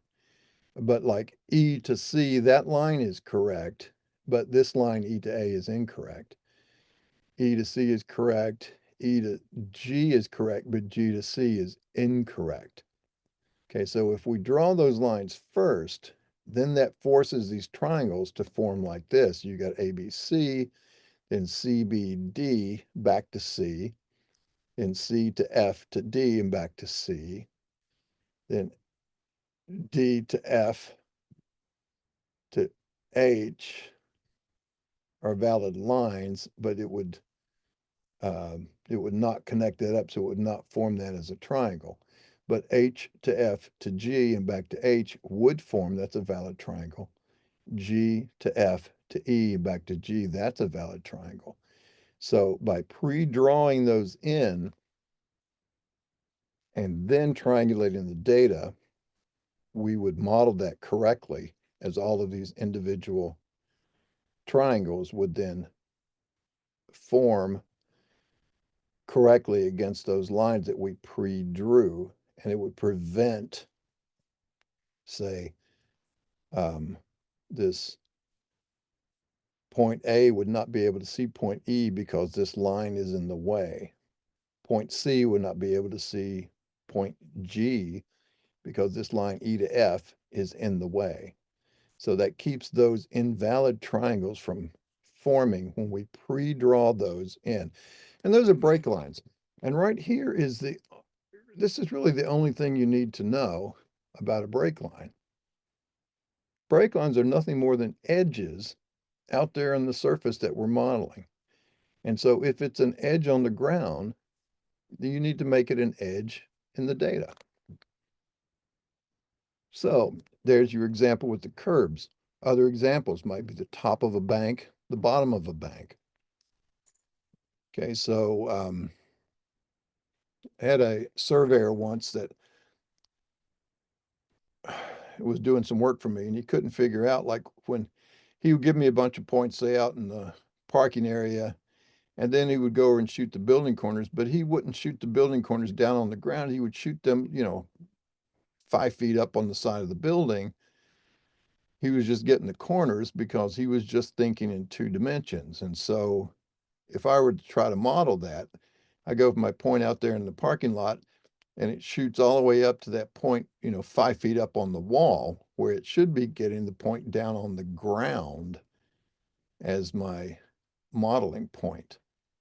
So, I had to educate him a little bit about why it is I couldn't use his points to generate what I was trying to generate, because my surfaces weren't correct up against the edge of the building. So just keep all that in mind. If it is an edge on the ground, pre-draw it. Okay, and there's lots of ways we can do that. We can load our points in and connect the dots. It might take us several hours, or we can use a process in survey called field to finish, where we can actually let the codes for the points create those lines for us. All right, so that's a really much more efficient way of getting that stuff done. But regardless, we have to get it done that way, and so we do it correctly. Now, there's another example. Let me see if I can find you a example of it here. All right, here's an example. Let's say I'm going to turn this, I get this file from, some sub-consultant, either a surveyor or maybe an aerial mapping firm. And all they give me are the contours. I cannot tell you how many engineers that I've seen do this. They'll take that contour data and they'll triangulate that data. They'll turn that into a surface by reading the contours. Well, that's all well and good as far as it goes, but what happens right in here, for instance? As it walks along these contour lines and sits at every one of those little vertex locations, it looks all around itself and it connects lines up to other points it sees. When it goes over to this contour line next door to it, those are valid lines. Same thing down here. If I see down here, those are valid lines. But what about when I get up here and I look down here, I see that point, that's correct. But if I look over here and see that point, what does that say? That says it goes from this elevation, which is on that contour, let's call that elevation 100. It looks across over here and says that's elevation 100. Well, halfway in between, that makes it elevation 100. But really, if this is 98 and this is 100, right in here should be closer to 99 than 100. So it should go down and back up in elevation if it were going to do that. So what this person should have done was to connect all of these peaks up with a 3D line going through those peaks at those elevations. So when it gets here and it looks across, and it can't look across over here and form that triangle, but it can hit that line, and whatever that elevation might be in there, it can form a triangle there, and that would be perfectly valid.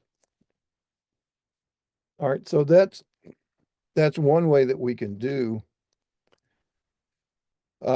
this type. And you see you've got another situation like over here in the corners where you got these little valleys. And what happens is if you don't put those in there, you're going to get these flat triangles, the same elevation from here across to here, when it's really lower in here or higher, whatever it is, that's a valley. It's running down the curb line or something there. So those are called flat triangles because they form across these contours. And there's a setting, there's a switch in our command that we can turn on that tells it to minimize flat triangles. And so it will go here, say right in here, for instance. And as it's forming these triangles, it will look across. And if it makes this triangle across here and back, it looks at that and says, no, that's a flat triangle. I'm going to not do that. I'm going to try to maybe do them all this way instead of allowing me to go across. Okay, it's not perfect. It's not 100%, but it gets you a lot closer modeling in terms of truth on what those are if the source of your data is only contours. Now, because of that massive problem, contours as your source of elevation data, just drawn contours that you're going to use to build a terrain, are probably the worst form of source data that you could possibly have. Because if you do not supplement that data with these break lines everywhere it needs to have a break line, you're going to get some of those flat triangles and you're not going to wind up with what this really represents. And you can see what happens along here. If you get a bunch of flats in these little peak areas, if I were to take a profile down that line out of my surface, instead of going nice at a nice slanted line on my profile, I'm going to get stair steps. I'm going to go flat, then drop, then flat, then drop, then flat, then drop. And so that's going to give me errors in that surface. Okay. Now, here's something else at the 35,000 foot elevation to consider is if I were doing this modeling, if I'm going to model this terrain, and then I had another, say, a little excavated area over here, and I'm going to model that terrain, all I had were contours. And if what I was interested in getting might be the volume of material between the two surfaces, I might be tempted to do it without worrying about putting those break lines in there because on average, everywhere when I've got a little stair step profile where I go flat, drop, instead of going down at a nice continuous grade down, everywhere I am too high, I'm going to be, on average, balanced out by another spot where it's too low. So the volume comparisons will tend to be fairly close. However, if I were going to use that terrain to model my hydrology, for instance, and figure out where I'm going to put my curb inlets and how much water is coming to it, I want that to be a nice smooth valley running down that curb break instead of coming down the stair step, because that's going to affect things like times of concentration and velocity of flows and things like that. So it's not going to be very accurate. It certainly wouldn't be a very accurate way to build that road because my machines are going to go out there and try to build a flat drop, and I don't want that to happen. I want it to be a nice smooth decrease. Okay. So we're going to now take a look at that and some of the things we can do to fix that problem. So let's go back to Carlson, and I'm going to close that file, and I'm going to now open a file that's included in my data set. So I'm going to open, and I'm going to look at my data sets for civil class, and I'm going to scroll down here to the bottom, and I'm going to find this sample from T3 Global. I'm going to open that. Now, Carl, you and Diane, this T3 Global is a neighbor of yours. They're right up there at Bridgeville, right at the exit there off of 79. They're up in Abele, I think it's called, park that sits up on the hill once you get off of 79 at the exit. Yeah, I know that. Yeah. And so, and they're an aerial mapping company, a photogrammetry firm. And of course, they do more than just photogrammetry. They do drone work and all kinds of stuff. And that's actually the company, it's the outgrowth of the company that I moved to Pittsburgh to work with back in 1993. In those days, it was called Aerial Data Reduction Associates. And they were up in the Blawnox area, Fox Chapel area near, just northeast of the city. And they were bought and sold several times. Anyway, the core group of that company spun this off, and they've been down there for, I don't know, 15 years or more now. And that's what they do. So they've provided this data and let us use it for class teaching purposes, and it's all nice and handy. But we've got a number of things that we can illustrate this terrain modeling process with. So everybody have the file up and opened? Everybody has that Yes. correctly? I'm good. Okay, so what we have is a number of different things that you can look at. You can see some obvious contours.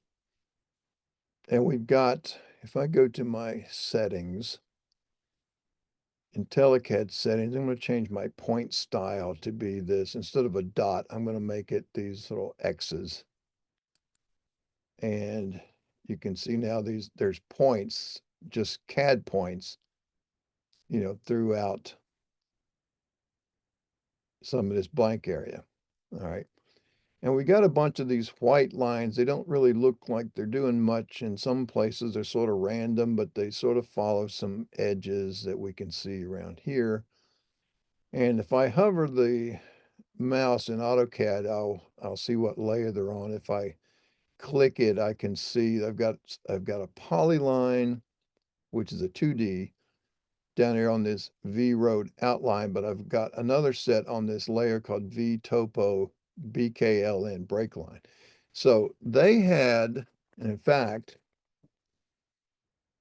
when they compiled this data photogrammetrically, the only thing they created were those break lines, those white break lines that you see, and all of these little points that if I select a point there, I see it's on V topo DTMP, which stands for, what is the DTMP? Well, it's a point. I forget what they mean that layer name to mean, but anyway, it doesn't matter. It's the MP is a mass point, is what they call them, break lines and mass points. So that's all that they create when they look through their instruments, and they're going to create all of these white lines and all those pink points, and then these contour lines are going to come out of their computer the same way we would do it. They're going to run a command that says generate these contours based on all of these points and all of these pre-drawn break lines. So the break lines are there, and you can see how they run down the face of those little nosed contours. Same thing here, or coming down the ridge points of those. And so, and you can see a bunch of them over here, like here's a retaining wall that's there. So here's what we're going to do is we see a couple of those layers. And by the way, if you're not familiar with this command, it's a real handy way to evaluate some data that you might be getting in from somebody else. If you go to the inquiry menu and choose Drawing Inspector on and off, if you choose that command, nothing seems to happen except down at the bottom it says Inspector is on. Right-click to activate the pop-up menu. And if you right-click, you can see all these different things that you can turn on and off. And if you just, right now it's going to display the angle and distance, or it might display the layer name. So if I choose that layer name, it's now chosen. If I right-click again, I see they're both there. I can turn this one off, or I can right-click and choose Options Dialog, and I can turn on the different things I might want to see. I might want to see the layer name and let's say the elevation. Enable the tag display so it pops up at your cursor, and we say, okay, now when you simply hover the mouse, you get a continuous readout of what the mouse is pointing to. So I'm on that V-topo break line. You see how the elevation keeps changing as I go, and I get near that contour, it's 1300. And then I get up near this one and it's at 1301. So you can see I can take a look at a lot of this information with that particular tool. So it's just something that can help you. I'm going to right click and then turn off the drawing inspector. So now it's back off and it's no longer in the way. And it will run. You can leave it on all the time if you want to, and it will run, but it can get in your way. So take a look at it. Now, what we're going to do is we're going to turn off the break line layer and the points layer and build a surface from these contours so you can see those flats and what they do to us if we don't have the break lines in there. So I'm going to go to the View menu and I'm going to say Freeze Layer by Pick. And I'm going to go up here in this corner where that little square looking white line is. I'm going to turn that one off. And I'm going to zoom down here and pick on one of these pink points and turn those off. All right, so now I've got my contours on. And I can also take a look at this in 3D. I'm going to just hold the Shift key and use the wheel on my mouse. I'm going to press and hold the wheel and the Shift key, and then I'm going to move it around and I see, okay, well that's my surface representation up there. It looks, you know, pretty good as to what I would expect it to look like. Now I'm going to come back over here and hit the top button to go back. And so that would be my elevation. Now, one of the settings that I have in my settings, Carlson configure general settings, is I have right down here in the left, about 6 down, it says ignore zero elevations. That means if I go to select this data to build my terrain, it's going to ignore the things that are down at 0, which in this case, you know, all of these things down here are drawn at 0. Okay. Now, what do you think would happen if I had something that was at 0, but it was not quite at 0? Maybe it was at, you know, 0.1, or it was at -10 or something like that. If it's not 0, it gets included in the surface and it makes a bad spot in the surface. And sometimes you can catch them if you're, you know, we're at 1,300-foot elevation here, but if we're down, you know, near the seacoast, we're going to be not necessarily able to catch that kind of stuff. But here's an example. Let me find something here. If this, I want something small. Let's just take this island right here. Let's say if I take that island, let me select it. There we go. It's selected. Notice it has an elevation here of 0. Let's make it -1. Okay. Now I can't see that that's at -1.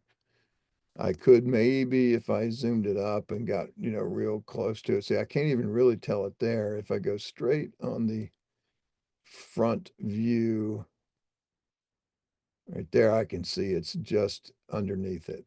All right. So I'll go back to my top.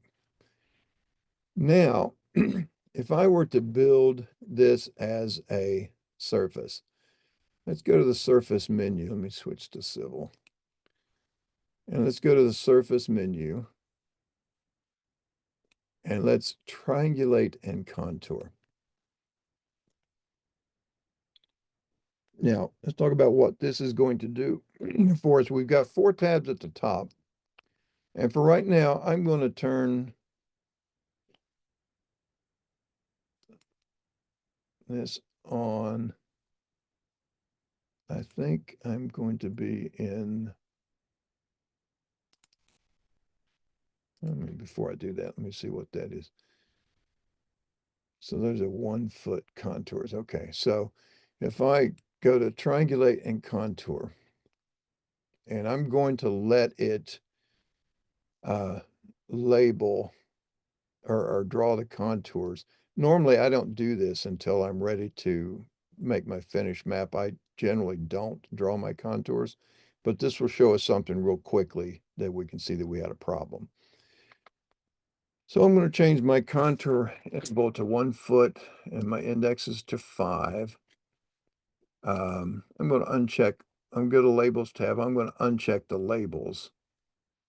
I'm going to selection, make sure I don't have any of these checked because I want to use all the data I can grab. Otherwise, this is a way to filter out some of the things that you're looking at. But I'm going to go to this triangulate and contour. I'm not going to save the file. I just want to have it go through here and read the data and draw the contours. Normally, I would always write this file. I would create a 10 file. But right now, just to illustrate, we're going to leave that off. We're going to say ignore 0. That's checked because it was that way in our settings. And our shrink wrap perimeter reduction, we're going to leave that as none. We'll talk about that in a minute. And then erase previous contour entities. I'll leave that for now as all contour entities so you can see what's going to happen there. I'll uncheck everything else. Okay, so ignore zeros, none, and all contour entities. On the contour tab, I'm going to draw the contours, contour by interval, draw the index contours. I don't care what layers you're on. It'll be whatever the default is. For me, it's fine. My interval is 1, which makes this one 5. And I'll say no smoothing. And I'm going to say triangulate, or back to my triangulate tab, and I'm just going to say okay. Now, reading the prompts, it says select entities, but read the line above. What do you need to select? You're going to select the points and break lines to triangulate. Well, in this case, we think we're getting just the contours, right? So I'm going to just grab everything, hit enter, and it comes back and said elevation range -1 to 1339 at interval 1 will create 13. Do you want to continue? And if I say yes, let's see how long that's going to take. Hopefully it's not going to be too long. There it is. It had some, and we had some issues here where we can zoom in there. We got it. So here is what happened. I'm going to just exit that. And you see these contours. So here's this contour line. It goes through here, but then look inside it. That's a foot down from there to there to there to there to there, and it goes all the way down there to that -1 elevation. Okay, so that immediately told me there was a problem with that. All right, so what we would do normally to avoid something like that happening, and here's another thing, you can look over here on the road and you see those flats. See how it followed the contours here, but it shot across here instead of coming up here and around, because it found that point before it found these other points. So that's going to be a problem in that as well. I've got a bunch of contours out in here and down in here that are probably not any good because there's no real data out there. And that's because of the way the triangles got formed. Now, let's erase those contours. So I'm going to go to Edit, Erase by Layer. I'm going to make sure all is on. I'm going to select the layers from the screen. I'm just going to pick one of the red ones and one of the white ones. And so that fills out those layers that it found. I'm going to say OK. And they're now gone. I've cleared up that problem, but I know this is my problem down here with that -1. Now here's another something you might want to take a look at when you are getting files in from somebody else, is go to your file menu and choose Drawing Cleanup. And you can look at a lot of these different things it can do. It can remove duplicates, it can remove text and blank text and little teeny lines if you want and stuff like that. If you hit the defaults, these are the things that they suggest that you do. I'll clear that. And really the only one I'm going to look at right now is this set elevations outside range to 0. It's the very last one on the list above. So I'm going to turn that on. And then I could give it a range, and it keeps in here a range from the last time you ran it or whatever. But I'm going to, before I hit OK, I need to type in a number here. Now I know I'm around elevation 1300, so I'm going to scan my drawing. I hit that button, and it goes through and it looks at it, and it finds that one that's at -1. Okay. And up here is my highest at 1347.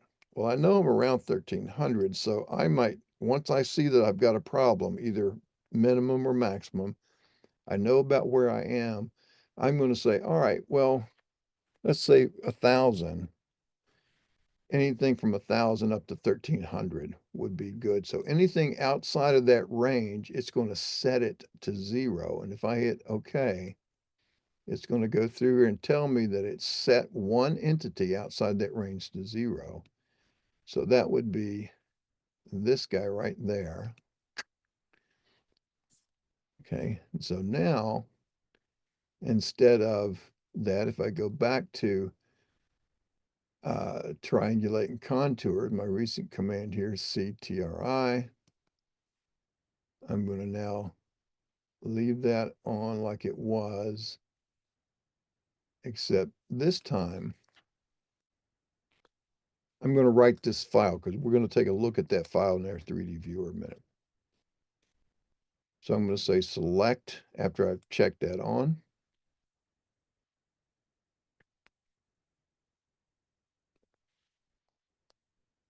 And as soon as my dialog box decides to come back,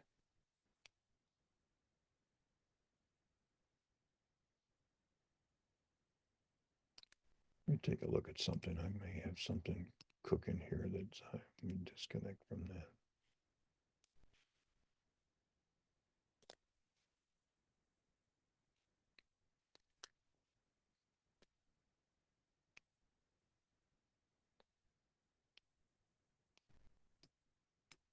I've got something that's causing these dialogues to take forever when it's looking for files. It'll come eventually.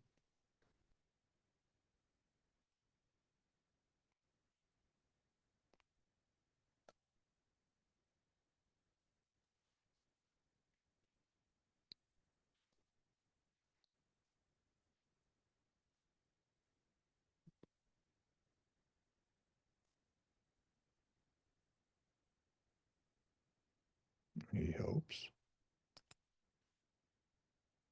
There we go. All right, so I'm in my data sets for civil class, and I'm going to come up here in my file name, and I'm going to call that EG-CTRS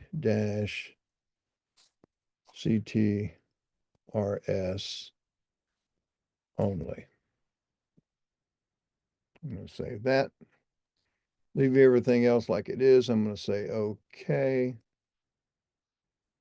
Select entities, reading the line above, select the points and triangles to, or points and break lines to triangulate. I'll grab everything.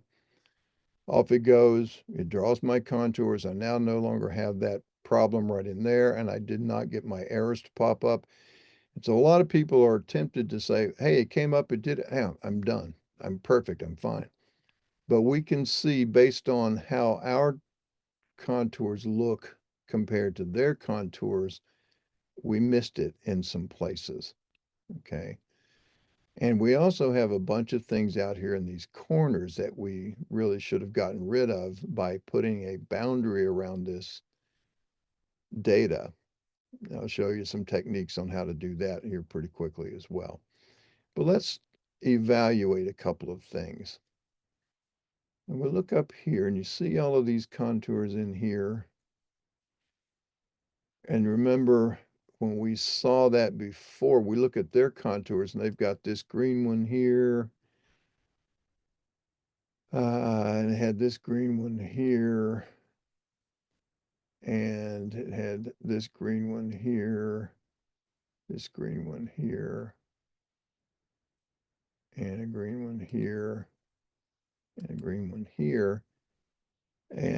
But it comes over to here and they don't have anything in here. This is all what our computer came up with because the only data it had were those green contours, which if I isolate,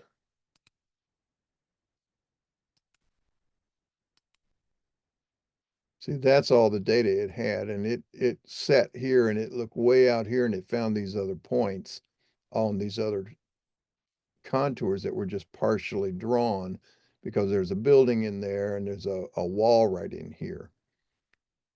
Okay, so ours wound up causing some problems. But let's take a look at this.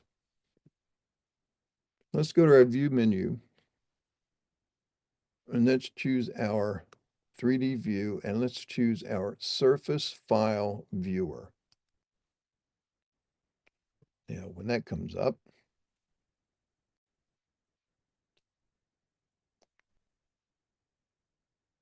yeah, I'm gonna just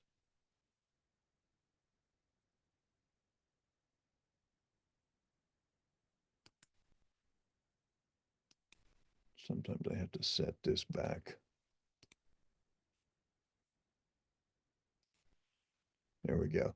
So there's my file, EG from contours only. So I'm going to load that up into my surface viewer. And there I can see, if I go to my settings tab, I'm going to set this to 1 foot contours.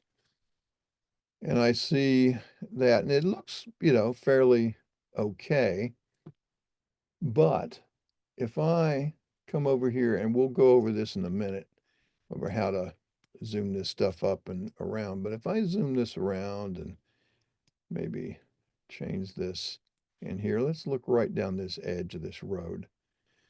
And you see that, which should be a nice smooth line down that road.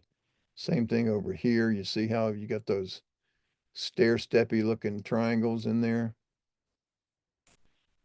In fact, if you want to see the triangles, you can look at them like that. But so, that's going to be probably an error. And let's look over here at what should be this wall.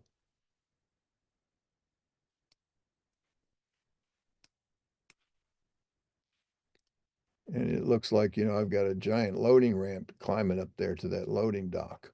All right, so I've got some issues here and I can see, I remember looking at my original that I had, like there's a road here and there's all these nice curb edges, but I can't really discern any curbs in here, right? It's all very kind of muddy looking. So what you would need to do is once you know that these are curbs, you need those as 3D lines in there. Now, that's what all those brake lines were. Then we'll go back and we'll model it using the brake lines and show you how they're good. But here's another way to evaluate some of your surface information besides that 3D viewer, and we'll come back to that in here in a second. But one of the things you can do on the profiles menu is this very first one called a quick profile. And you can either look at screen entities where it will intercept things drawn on the screen, or you can choose a 3D polyline, or you can choose a surface file. Well, let's use a surface file. And let's take a look at the surface that we want to use. Now, these file names stay from the last time you ran it. So we're going to look at the first surface once that comes to us.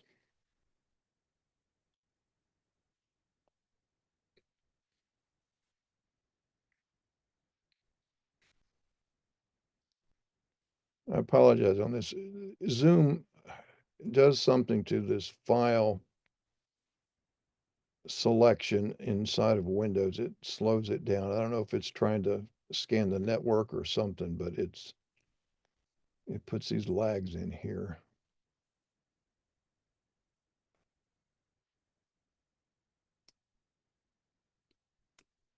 That's why I keep coming back to this and turning this on and off to get off the network.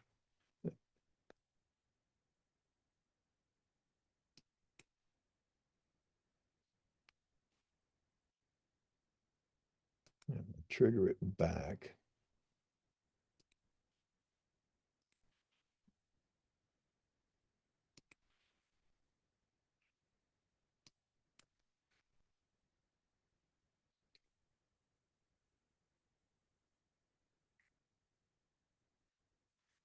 Well, anyway, in your first selection there, choose the surface file that you just made, and then choose the second button and just hit cancel when it comes up so it clears that file name out of that.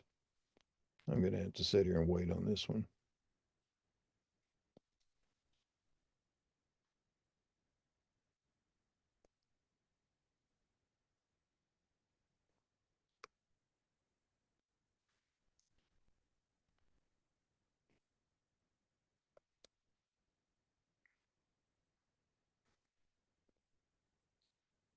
Oh, come on, there we go, finally. There's that one. I hit my second, and that should be canceled. And so now I've got that one surface. I'll say OK, and it said now pick a starting point or choose a centerline file or P for polyline. I'm just going to pick a point, say right in here, and I'm going to draw down to in here. And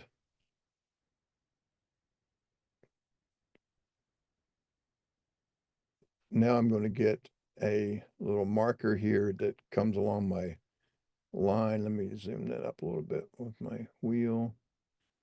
And then as I travel in here, you can see it's coming down that line. It's okay in there until I get in here and I start hitting those flat triangle edges. And you can see the stair steps showing up. I'm going to slide this a little bit out. I hit the adjust alignment button over here. And I'm going to pick over here and maybe pull this more into those. Yeah, there you can see now in this surface, you see those flats, those little stair step areas. Maybe if I can get it a little. There you go. You see how rough that looks when that really should be a nice, continuously straight line. And if I come over here, I'm going to adjust that alignment again. I'll just pick this up and move this. And you see how it's real time showing me what that is. So if I put this line here and then I come back and adjust the alignment, I get near the end point. I'll drag it around there. So right now, you see, as I move this here, coming from down here up to here, there's this little ramp, and that's really, there's a wall right here. So that ground should come flat and then come up that wall face. And we'll look at that in a minute on the right way we do it. So that's just another way of evaluating some of your surface work, some of your data work. All right, so let's do now a different approach. Even if the only thing we have are contours. So let's go back to surface and triangulate and contour again. And this time, let's hit select on their triangulation file.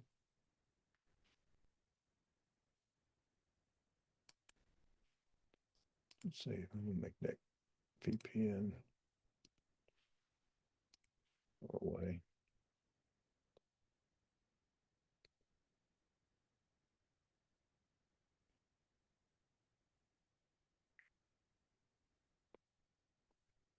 And what we'll do is over the lunch break, what I'm gonna do is I'll get out of, I'll quit the Zoom session and restart Windows, and then I'll bring it back up. So when we break for lunch, go ahead and exit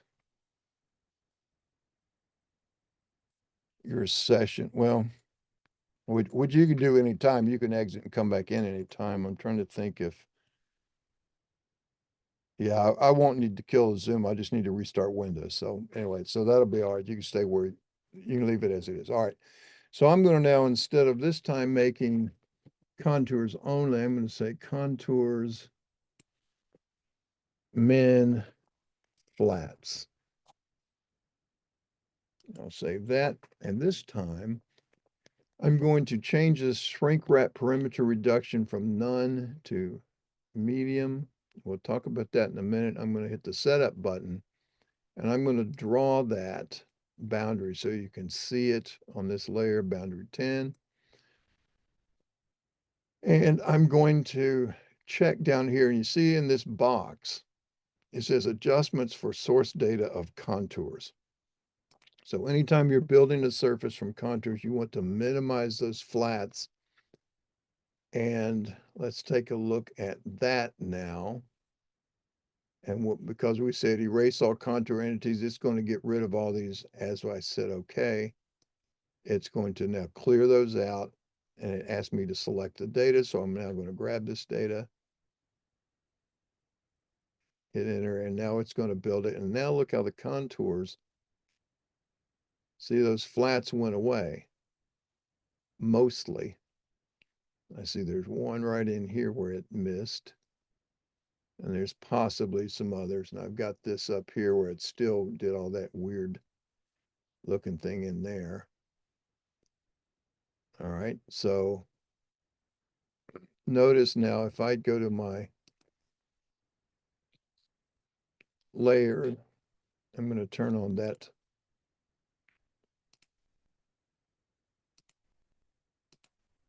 boundary so you can see it a little better. I'm going to turn on my line weights. All right, so there now is what was used as a boundary to clip out the surface. Notice it didn't go all the way up in here, but left part of it. And that was because of that command we chose where it said, gave it a minimum reduction. We'll talk about that here in just a minute. Well, let's now take a look at our um, quick profile again. And we'll use surfaces. We'll keep that first one we did, and we'll choose the second one, and we'll compare the two surfaces one to the other.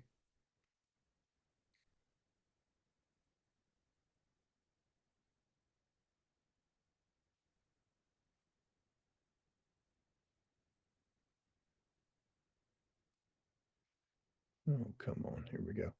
All right, so now we're going to use for my second surface, this contour min flats. I'll say okay, and I'm going to come in here and I'm going to draw this, say, from right in here. And let's just come down here. Now you can see the difference. Let me get this situated there. So now you can see the difference in the two surfaces. The red line is my one that I did with minimized flats, and the white line are the one that showed you where all those flats were generated. Okay. So let me exit that now. And then, of course, you could view that 3D surface file. The view menu, 3D viewer, surface file. As soon as it comes up.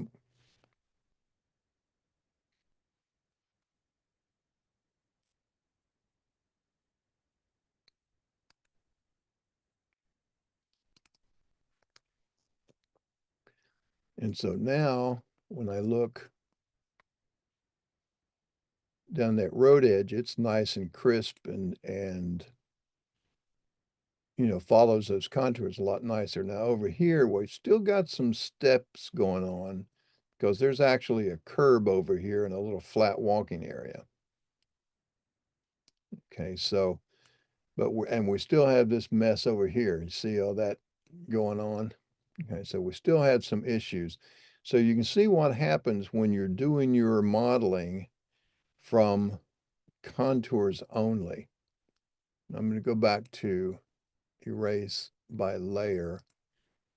Those layers are still there. I'm going to hit OK. So now they're gone. Now, this red line that got generated when we said triangulate and contour, I'll show you the command won't do it, but it's right here where we said shrink wrap the perimeter reduction, and we told it to do a medium reduction. Now, what that happens, if you guys are, like a lot of people will do this, and then they'll edit that surface and they'll erase those contours, but, or I mean, erase the triangles when they edit the surface, these that are in this area that aren't valid. And you could do that, but it's easier if you go ahead and have a boundary first. And all it needs to be is a closed polyline. And right there, that is a closed polyline. And if I wanted to scoot this up in here, well, I could just convert that to an arc and maybe bring it up like so. All right, and then maybe in here, I might want to pull this back up in here, maybe get rid of that parts of it. And you can do that a number of ways. You can bring this up these individually, or you could use a command that's way down here, polyline utilities, remove polyline vertex, which you see that little command icon tells me it's on a toolbar, which is going to be easier to reach, which is up here on my polyline toolbar. There it is. Remove polyline vertex. So I'm going to choose this, and I'm just going to get rid of these until I get up there. And that's probably good. And maybe come over here and get rid of that one. And all of these little, the little ones that are in and out too far. And, maybe you want to get rid of that one. Maybe let's pull these down a little bit like that and get rid of, say, these in here.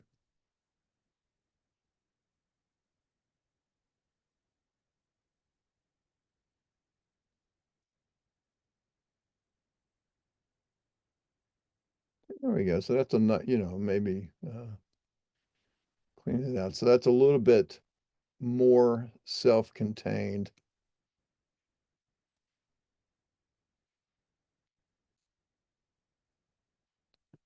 And we could use that now that it's already drawn. Now, now one thing you could do is if you just wanted to draw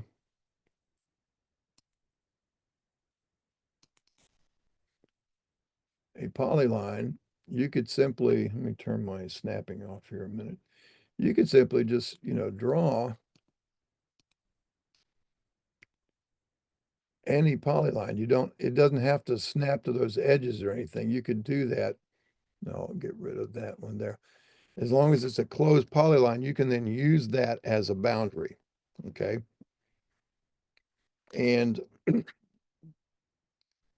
but what this is, there's a command, we used to have to do this separately. We used to have to do a command called draw shrink wrap entities. We'd select our data, it would create it, and then once it was created, we would use that. But the surface menu now, or the triangulate and contour command now has that built in right here, shrink wrap perimeter reduction. If you say none, it doesn't do any of it. If you say high, it reduces it a lot. If you say medium, it's less reduction. Now, what this reduction refers to is this. When you select your data. It builds that surface first, and it builds all these triangles in here. And then it starts going around the edges and it starts reducing those perimeter triangles. And if you say none, it doesn't reduce any of those triangles. They're all out there. If you say high, it will reduce, and sometimes you'll get it where it cuts in too far, so you have to sort of look at it and see, make sure it's going to be what you want. Okay. So, and we used to do that, with this command on the draw menu where we would say draw shrink wrap entities, and there's your layer and there's your reduction amount, that sort of stuff. Okay, so you would do that accordingly. So, but now it's built into the command. But now since we've actually drawn it, we could do the same command again. We go back to surface, triangulate and contour. I'll just leave that file name alone. And I'm going to now say, instead of letting this happen again, since it's already created, I'm going to check to use the inclusion, exclusion areas.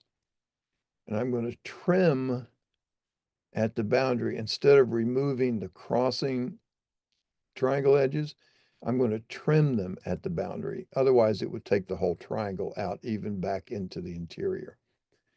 So now, once you have the switch on and I say, okay, read your prompts again. It's okay to overwrite the file, yes. Now it says select entities, but again, read the line above it. It says select, uh-oh. I see what I have, I see what I did. Let me undo that. I want to keep that. So let's go back to surface, triangulate and contour. And this time I'm going to uncheck this all contour entities. I'm going to turn that off. It considered that a contour entity because it was generated from the last time I ran it.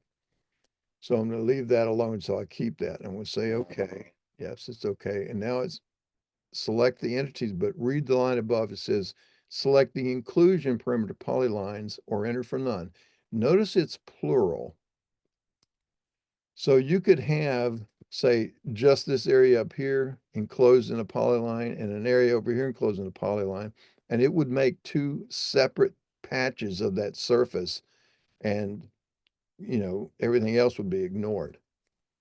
So, but I only have the one inclusion. I'll say okay, and now continue to read the line above. Select any exclusion perimeter polylines. Well, let's go over here and grab our buildings. We know they don't have contours underneath the footprint of the building. This canopy, now they trimmed their contour under the canopy. Let's go ahead and do that as well. Here's another building here. There's one over here. And the canopy there. The building down here. And there's ruins, but that's just a flat area, so they still have contours there. So that should be okay. Although I think I do have it selected. I'm going to type R to remove that selection, so I'll leave that one alone. All right, so now I'm finished selecting my exteriors or my exclusions. So I hit enter to finish that selection, and it still says select entities, but this time select the points and break lines to triangulate. So now I'm going to grab this stuff. And now you can see my contours did not go into the buildings because they were excluded. I didn't get them out here because it trimmed them at that boundary. But you can see I still have these problem areas in here. Okay. So what we'll do is we'll break for lunch. I'm going to, actually, I'll leave the Zoom running, but I'm going to restart Windows over lunch so I can get that file lag to go away. And you're welcome to disconnect and reconnect when we come back, but we'll come back at a quarter after the hour. So get your full hour. And then we'll take a look at using those break lines and points and seeing how much more accurate that's going to give us as our modeling technique, okay? So with that, I'll ask, are there any questions at this point? Oh, Diane, you said you can't locate a boundary. You probably did the same thing I did when you hit OK, it erased it. And that was the switch that was right here when I did triangulate and contour. I changed this from all contour entities. I put it back to off so that it would leave that boundary that I had previously drawn. That may be what caused yours to happen. I also see you had a how are you doing that question, which I missed seeing. So I presume that was about that same thing. Or was it about getting rid of those vertices along the polyline boundary?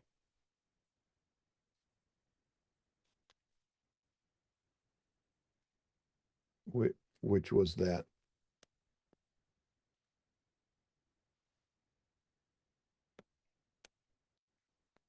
You had a question that said, how are you doing that? When you separate the surface from the plane. Oh, you mean when I spun it up in 3D? Okay, we'll go over that right after lunch. I want to show you all those techniques once you're in the 3D viewer, how you can do all that, okay? I sort of jumped into it pretty quick, but it's a real easy way of doing it once you know the trick.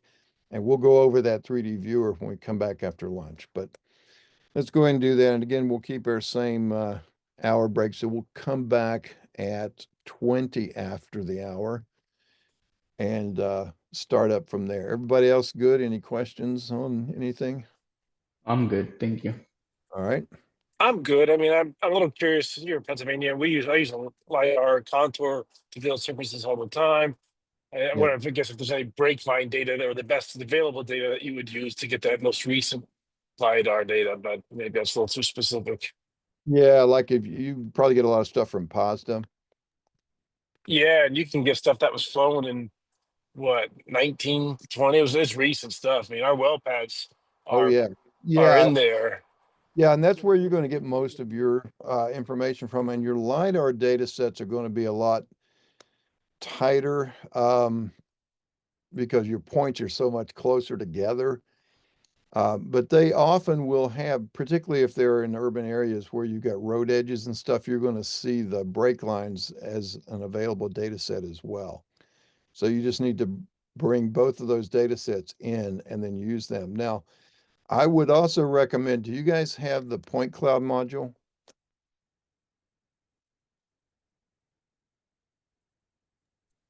I don't believe we have that. No. Okay. Point clouds are going to be a lot more efficient than if you're using the full LiDAR data set. But a lot of times what we'll do is we're just out building well pads. We sometimes just build them from the contours that were generated from LiDAR. Um, but if you haven't decimated that data set, you're going to get, millions of points. And so the point clouds module will allow you to uh, sort of model that stuff separately from that LiDAR data set. And it's a lot more efficient than trying to bring all those points into the drawing. But in any case, that it still does the same thing. Yeah, I mean, this isn't curb and gutter stuff, so I figured it wasn't as tight critical that way. That is correct. And that's what you have to evaluate is, what are you doing this for? Like I said, if you're just looking at a countywide hydrology study on, overall, um, you're out in the middle of the woods and you don't have anything else to look at, then, you're probably in good shape to just go with those generated contours and that will get you good enough. So, but when you're trying to model this stuff for other purposes, like you said, it's not curb and gutter stuff, but if it is, then you need the curbs and gutters. So, and that's part of, what we'll we'll look at here in a minute. All right, when we come back from lunch. All right, All right. so, Sounds good. Thanks. all right, I'll see you guys back at 20 after.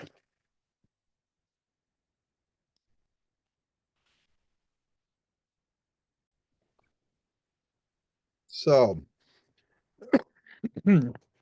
we left before the break talking about a couple of things that we've looked at, the shrink wrap function, and that's built into the triangulate and contour command. Now, I'm going to switch and use the AutoCAD version just to give some equal time here.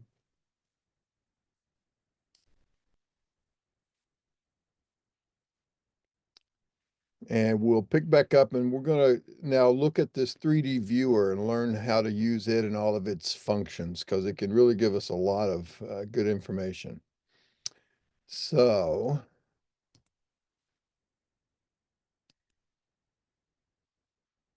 I will open.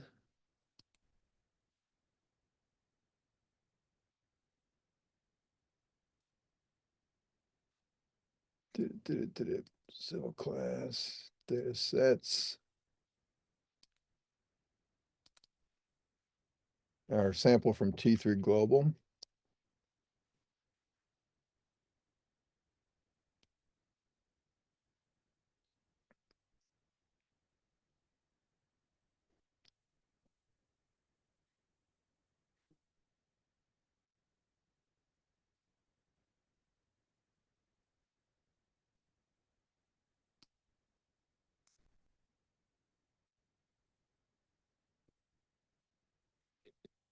Okay, so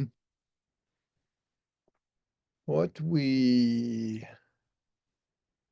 have or can look at, and we last built this surface based on those contours, but we set some flats. So our contours were pretty much looking good. We got some goofy looking things like this one, for instance. But we see here, this one has climbed up this curb face. These are triangular curbs, little wedge curbs.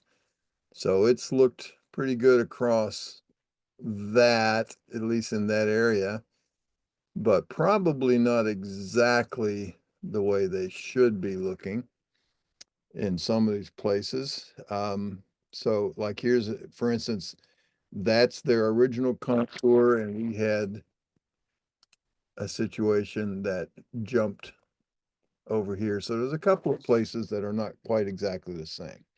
So let's get rid of these contours that we have drawn. So I'm going to erase, go to edit, erase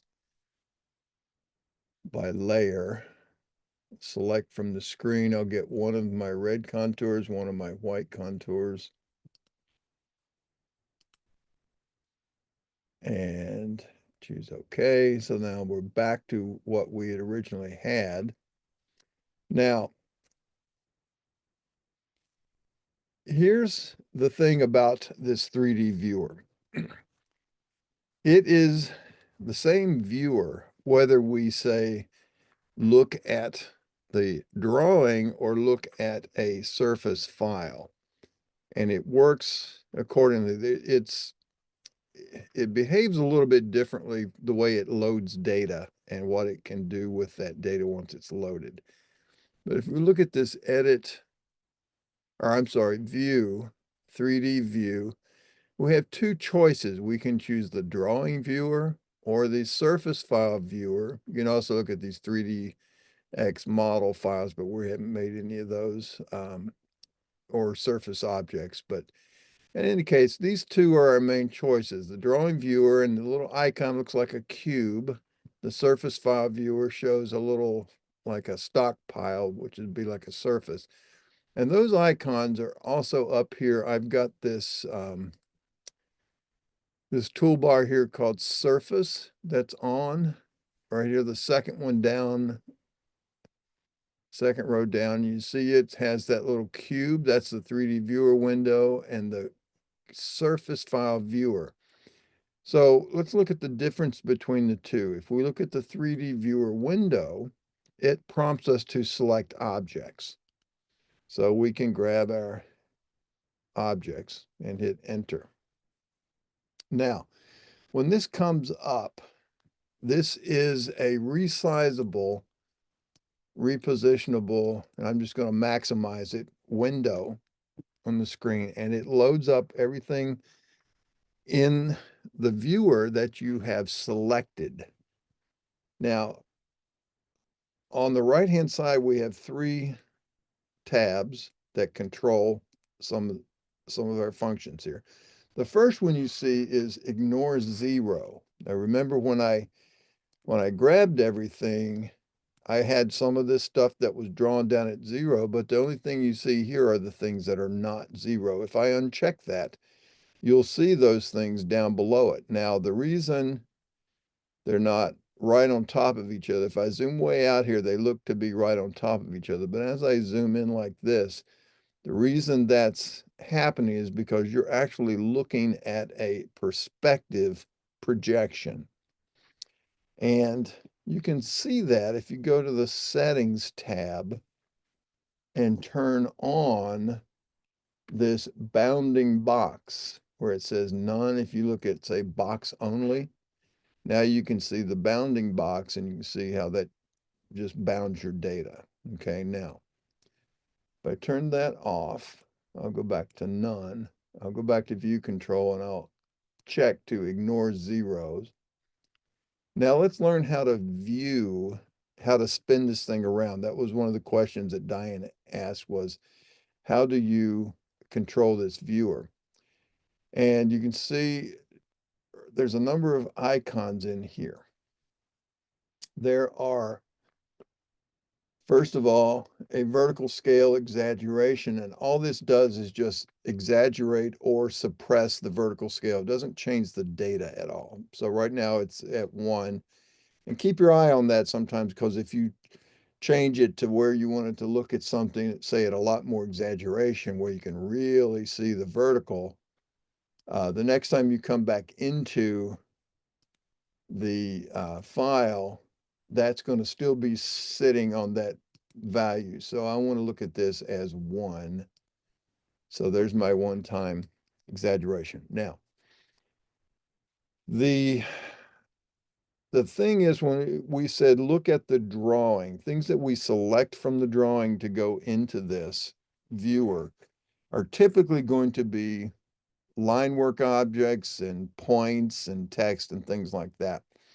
If you happen to select any 3D faces that are in the drawing, they're going to show up shaded.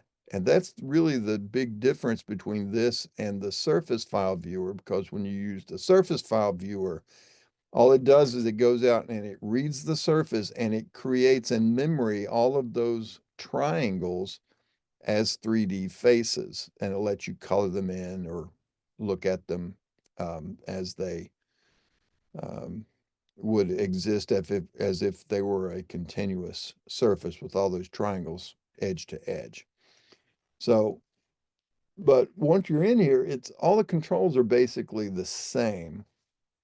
And again, I'll point out some of the differences.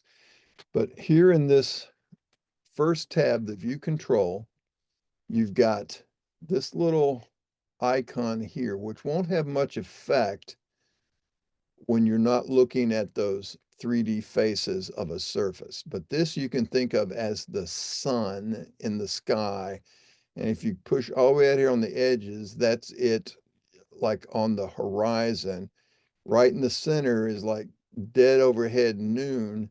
So you position it usually in the upper left, and that will cast shadows down and to the right. And you'll see that a little more effectively when we load up a surface file here in a minute. Okay. So these zoom in and out, you can control with the wheel on your mouse, just point and zoom in and out. That takes care of that. Then these icons down below here are going to be what we use to position our viewpoint. The one that looks like a hand is just pan mode, and that lets you move back and forth. But you don't need to use that. You can just press and hold the wheel on the mouse, and that's just like panning in the drawing file. Now, the one that we really want that's going to control, let's see, is this one that looks like the three-colored cube and a little rotating gray arrow at the bottom. Okay, that's the one that we use to control our view. Before we get into that, just a minute, we'll talk about the rest of these icons. There's a zoom in and out with a dynamic zoom mode and a zoom previous. But again, the wheel on the mouse really sort of obviates you using these two on the top, these two on this first row, and even the pan mode. You can do everything that you can do with those icons, you can just do with the mouse and the wheel.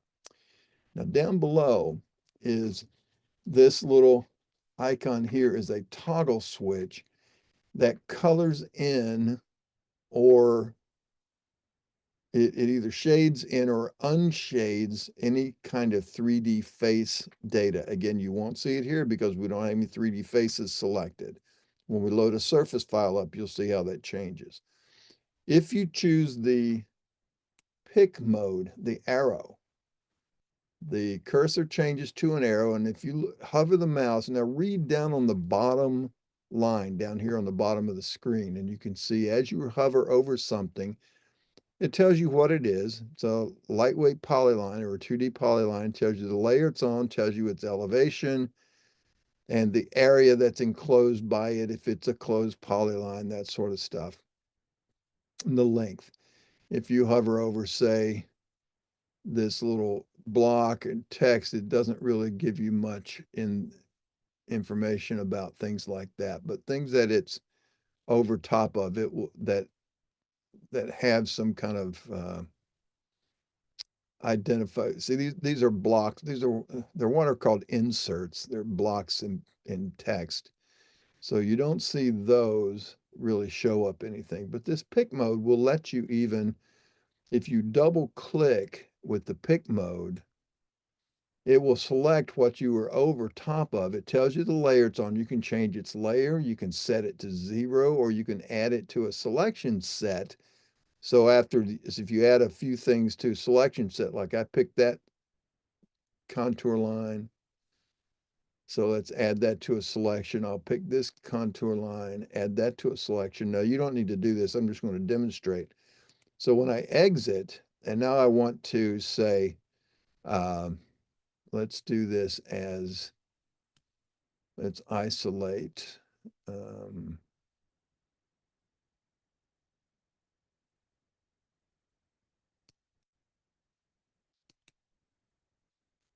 By object. Well, isolate these objects. It says select objects. Well, because I built a selection set, if I type P for previous, oh, it didn't work.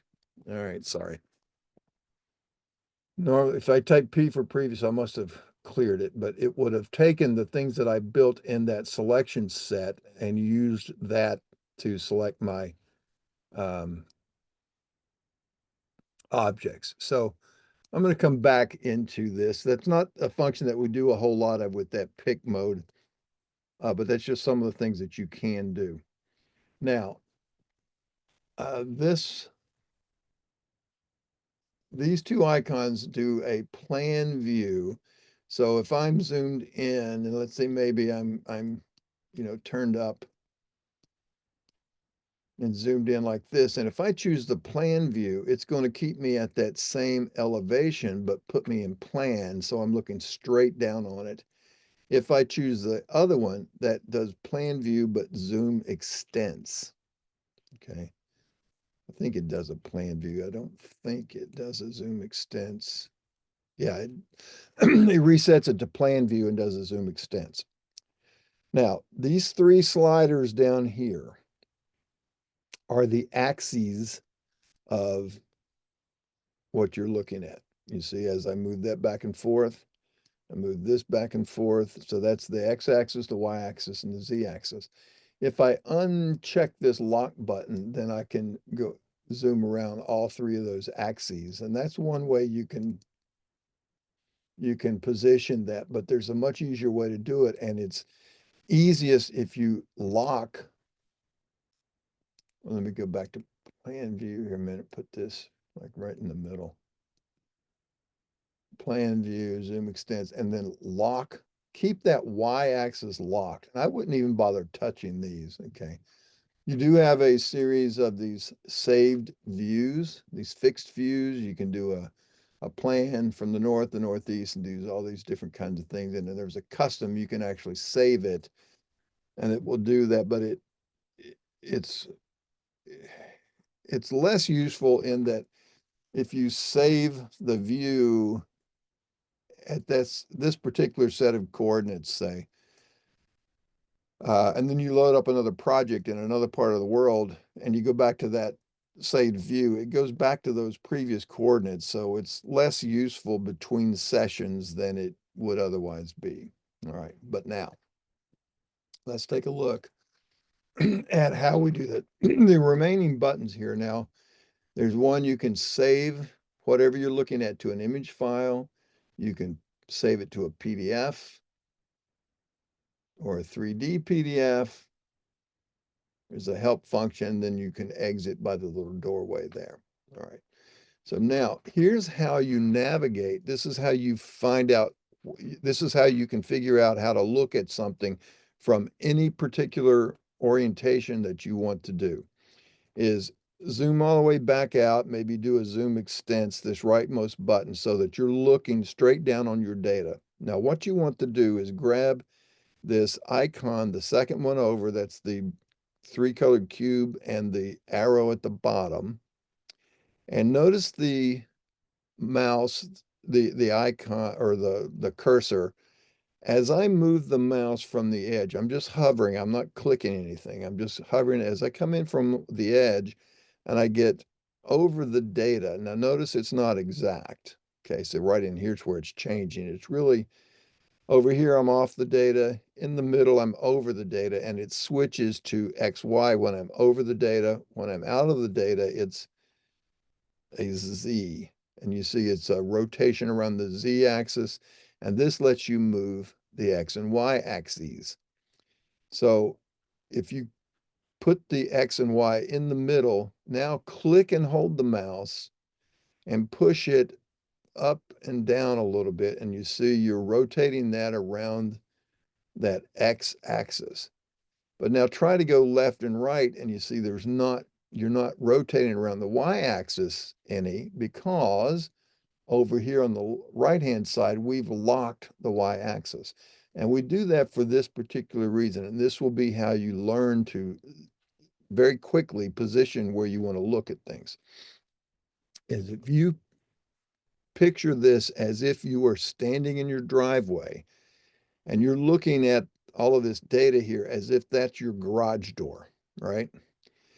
And what you want to do is you want to put this icon sort of in the middle of the data and then go down to the bottom of the screen right before it changes to Z, get it to where it's got X and Y.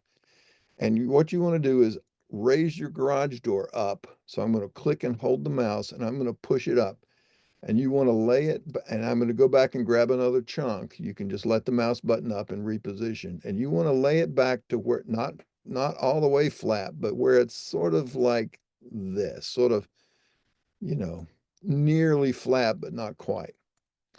Then let the mouse button up and put the cursor down at the bottom only and go left and right. And even if you go up and down, it's only going to go around the Z axis. Okay, so in fact, you could really do it at any one, but it's easier to visualize if you do this around the bottom. And you line yourself up with some feature you want to look at. Let's say I want to look at this little valley for this channel going into the pond. And then you just point the mouse at what you want to look at and use the wheel to zoom in and out. And then you can pan, and sort of adjust, and you'll get used to that very quickly. So if you need to reposition, just go back out to your plan view And let's say I wanted to look now at this roadway down this edge that we kept talking about that was a problem. But I want to look at it, say, from the front down this direction. So I'm going to stand in front of my garage door. I'm going to raise it up like this. Then I'm going to spin it around to where I'm looking at that edge. You see, I'm on the other opposite side of it now. And then I can just sort of fine tune it, point at it, and roll the wheel on the mouse back and forth to where I'm looking at it.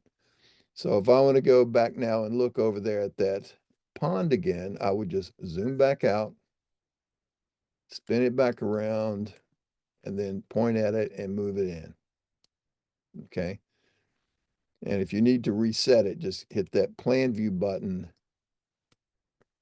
raise your garage door up, mostly flat, spin it, point it, and wheel in, press and hold the pan back and forth. That's all I was doing. And again, it becomes so second nature when you're used to doing it that you can, you'll just, I find that I use this viewer a whole lot more often than I do things, when if a lot more often than I spin it up out in the drawing window itself. Because once even if I've, done all this stuff and looked around and gotten a certain position, once I exit, I come back to my plan view like I was. So even though, you can do all that kind of stuff out here in this world by pressing or holding the shift key down and press and hold the wheel on the mouse and move it up and down. I find it a lot easier to, instead of having to sit here and reposition this thing back to the way you like it. If you have it rotated, leave it the way it is, then you're going to, I'll choose that cube and I'm going to grab all my data, come back into my view, and now, I'll use this to evaluate what I'm looking at. And there's another function that I can, another reason I like to use this is, let me come back to these. There's two layers that I froze early on, was the break lines and this mask point. So if I thaw those points, okay, so I've now thawed the points, but now you can see the points here because I turned them on with that point style. And if I put that back to the way we normally leave that, I go to settings, AutoCAD settings, point style, and I'm going to use that. Which one was it? I guess it was this first one here, was just the dots. Whereas if you look really, maybe I got the wrong one. Let me see.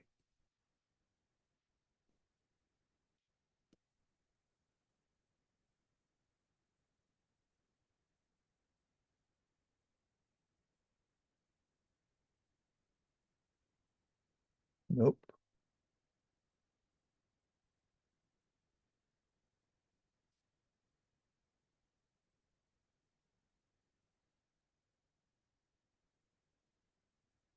There we go. I've got some points.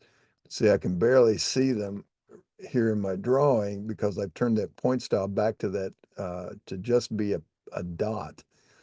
But in my viewer, it's going to recognize that. And so you see now my dots are quite visible. I can see that they are there. Okay. So I use this viewer quite often when I'm working on stuff, and I'll be in and out of this stuff, back and forth, checking things, making sure they look like what I want them to look like.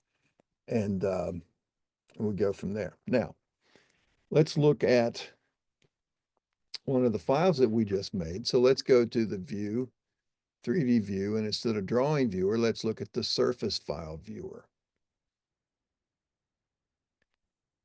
Well, I restarted Windows and I thought I was going to get rid of this.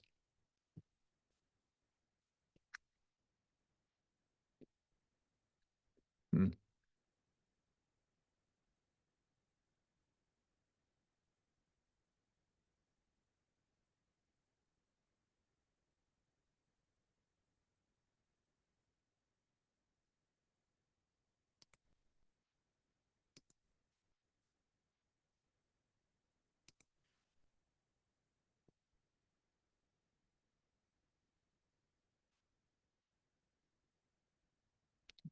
Wait for my file dialog to come back.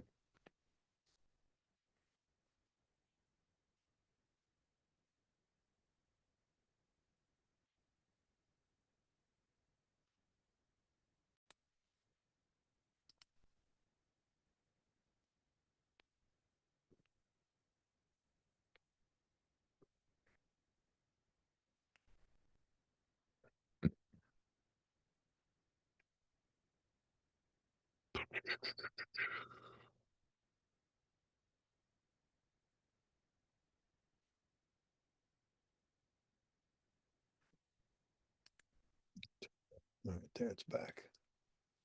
All right, so if I look at this EG contours minimum flats as a surface, now you see it's going to show up the same type of data, but all I did was load the actual surface.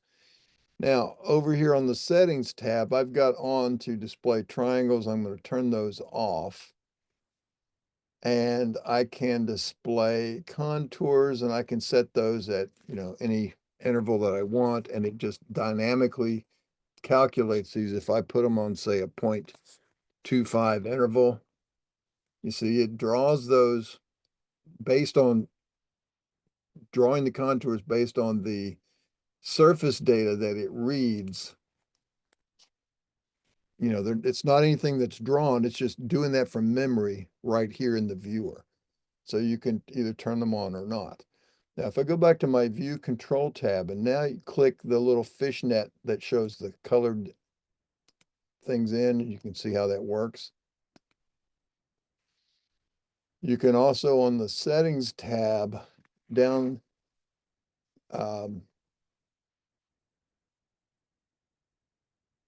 here at the very bottom, there's this thing called shading sides. Right now it says shade both. So if I were to look up underneath, it's still shaded. But if you say only shade the front, then when you do this, you can tell when you're upside down, you see. And you could do it obviously the back only, so it's not shaded there, but it is shaded there. So that's how you can control that visibility on and off, that sort of stuff. Now there's another couple of things you can do as well. Is once you have, particularly with surface information, or if these had been drawn 3D faces and I used the other viewer, the view command to the drawing viewer instead of the surface file viewer, you'd still see these as solid and you turn these on and off. Okay.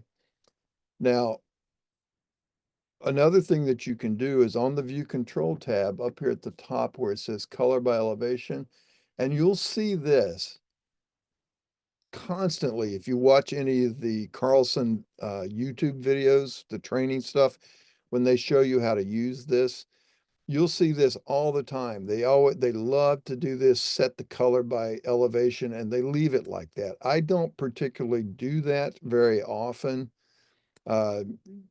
Just out of my preference, I like to see things the way they are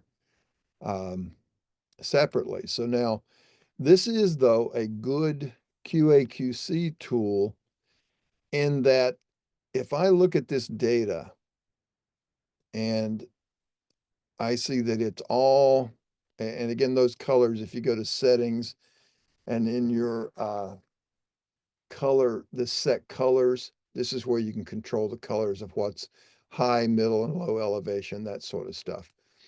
But so you want to, what you're expecting to see is a good mix between lows and highs and the middle ground. In this case, it's green, and you see the little spectrum on the left. So, so excuse me. So that shows you that it's pretty evenly distributed. Now, if this happened to be that, I had one little place here that was like 200 feet up in the air, it was top of a little mesa or something, and everything else was way down here, then I would expect to see everything else around here to be sort of blue and this one up here to just be red, um, accordingly. So you can turn that on and off. You can also turn on your bounding box again to where you can see, everything that's within the bounds of that data set. But again, part of this QA/QC bit is that with the color set as color by elevation, you're around an elevation of 1300. Look over here and look at your numbers. And if your numbers are ranging, somewhere I see I've got a, 1339, 1340, 1280 down here. So that looks like a pretty decent spread. But if I were to look over here and I'd see something down here that said, 1 or 2 or 5 or 10, and it went up to 1300, then I know I've got something that's not at the right elevation. It's sitting too low. That's just like we did with our file menu drawing cleanup, and we said set elements outside of a certain range to 0, and we did scan drawing. This is another way to sort of find that out visually if you've got a problem in your data set, okay, whether it's a surface or whether it's that drawn information. Now, I'm going to turn the colors back off. So I'm just sitting here at this particular color. Now it comes in with this green looking color because of the settings. Set color, I see that set surface color 1, 2, 3, 4. So that's where I can set that particular color. And the reason you see there's more than one surface is that over here on the model tab, it lets you add more than one surface. So I can add a surface either by the button, or I can open up this and right click this and choose add a surface. And when it does that, it's going to ask me to pick a file. And of course, it's going to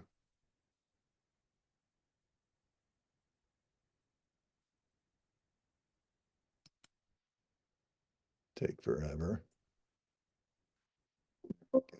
So let's look at this other surface that we had. And there you can see one's over top of the other. You can see one sticking out of the edges, and you can see the one sticking up through the other in places where they don't exactly match. And if you, turn your shading on and off, you can see those differences. Now, on the model tab, if you open up that surface item here, you've got these two surfaces. And you see if you check down here at the bottom where it says double click to toggle the visibility. So if I look at that one, if I double click that one, it's going to turn that one off. If I double click that one, it turns that one off, and I turn this one back on. So this is that first one. And then you can change them back and forth like that.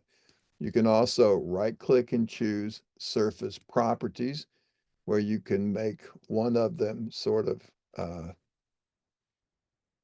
partially transparent.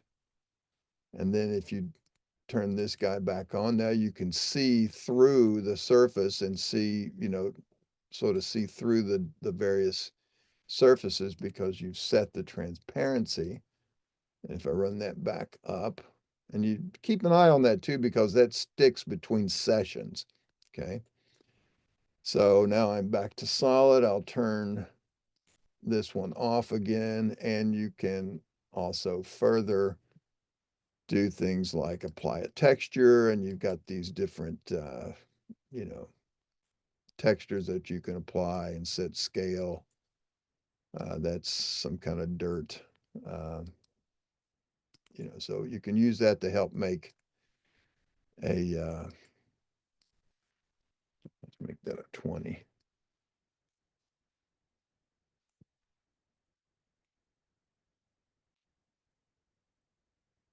All right, so you see you can use that to help make some kind of scene and then save that out as an image or whatever you might want to do with it. Okay, so there's all kinds of stuff that you can do with this viewer. Now, any of you who are used to editing surfaces by editing triangles and adding break lines and things like that after you've built the surface, again, it's not my recommended approach to fixing a problem in a surface is not to edit the triangles, but it's to edit the data that made the triangles, fix that, go back and rebuild the surface, and that will keep that from being a problem ever again. However, sometimes we have that as an option, and you can do it from out in the drawing menu under the surface menu. There is a choice to edit the surface, but you can also do it in this surface viewer, and that's using this little pick arrow, okay, which you see it says switch to 10 edit mode as opposed to rotation mode that we normally use when we come into this. If I choose the 10 edit mode, because I've gone in with the surface file viewer, then I can choose down here my 10 edit function. I can swap an edge, add a break line, remove a point, remove a triangle, or set a point's elevation. Okay. So if I want to say add a break line, I'm looking right in here. I'm going to want to maybe put a break line across there to keep those triangles from jumping up like that. Or maybe up in here would be a place I would do that as well. So I find it easiest when we do this is if you either turn off the fill or go to settings and display the edges so you can actually see the edges of the triangles. And Ken, maybe, real quick, I'm yes, sorry. no problem. If you go back to view controls, at the bottom it says fixed views. I don't have a 10 edit. Did you choose this? I just did. It's What version are you using? 25. Did you load up the surface file viewer or did you use Yeah. the drawing viewer? Oh, I don't know. Like, I think I did the block. do you see the solid, like if you click this, do you see this happen? I can see the 10, yes. Yep, I can see the 10. So you choose this edit and you don't have this 10 If I edit? choose the arrow, I do not have that 10 edit option. Hmm. How about you, Carl? Yeah, I got it. Hmm, You're not. Huh. Let me see. didn't it? If you, well, hang on just a second. Let me demonstrate what I'm talking about here with this edit. No, Just, you're fine. Sorry to interrupt. and then, and then I want to take a look at your screen here in a minute. So if I add a break line, for instance, from, I got to find out where these corners are. Let's say I go from, say, and I got to double click. You see a little thing lights up, and I'm going to double click over here. Oops, it wasn't able to do that one. Let's see if I double click there. Still not able. Let's see.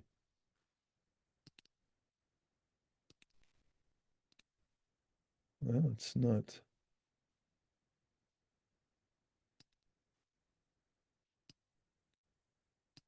Well, for whatever reason, let me see from here. Ah, well, that's a bad example. Let me try right in here. It might be easier. There's less of a mess going on. If I double click here and go to here, well, it's probably too far. All right, there we go. So now if I go from here to say here, no, I was crossing over one. So if I go from here to here, still too far.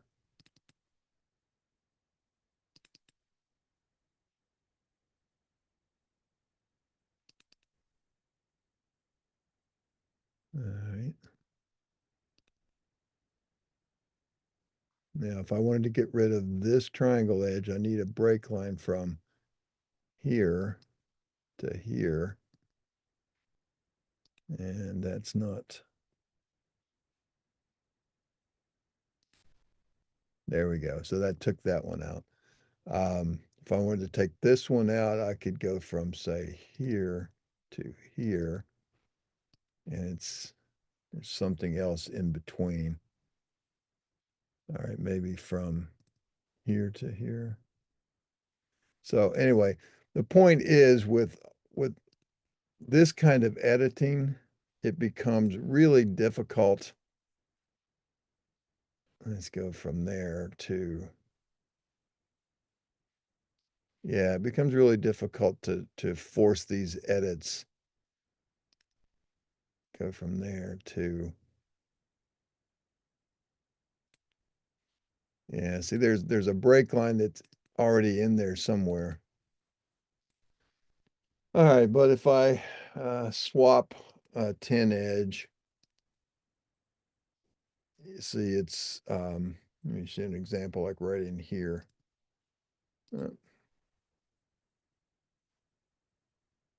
So you see how the contours changing shape as I swap these. And so a lot of people will do this kind of stuff just to try to make contours look nicer. Like here's one where this contour jumps in here. But, you know, there's really, I don't know that I've got any kind of a,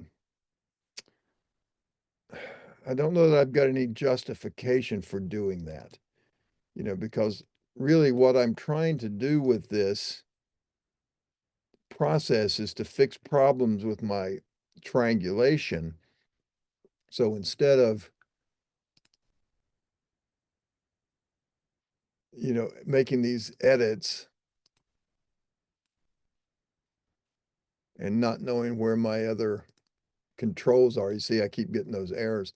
So without knowing that, you know, where these things are going to be a problem, to me, it's easier to again, go back and fix the data instead of trying to modify these things as they are, you know, by editing these triangles. So, but that's one of the things that you can do with when you go into this with the surface file viewer, except for Diane's, and I haven't forgotten you, we're going to come back into it here in just a minute. But you see how I've cleaned up that edge, and I could have done the same over here if I could have isolated out the proper break lines. You know, but the real solution to doing that the right way is to go back out and fix the data and then rebuild the surface.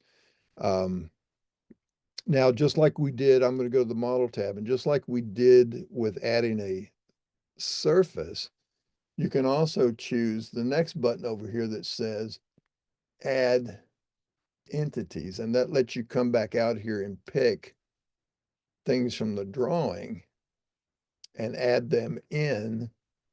So we now have, and you see these little points are showing up, and if I turn my view control, turn that off, well, you're still going to see the surface. If I go to the model and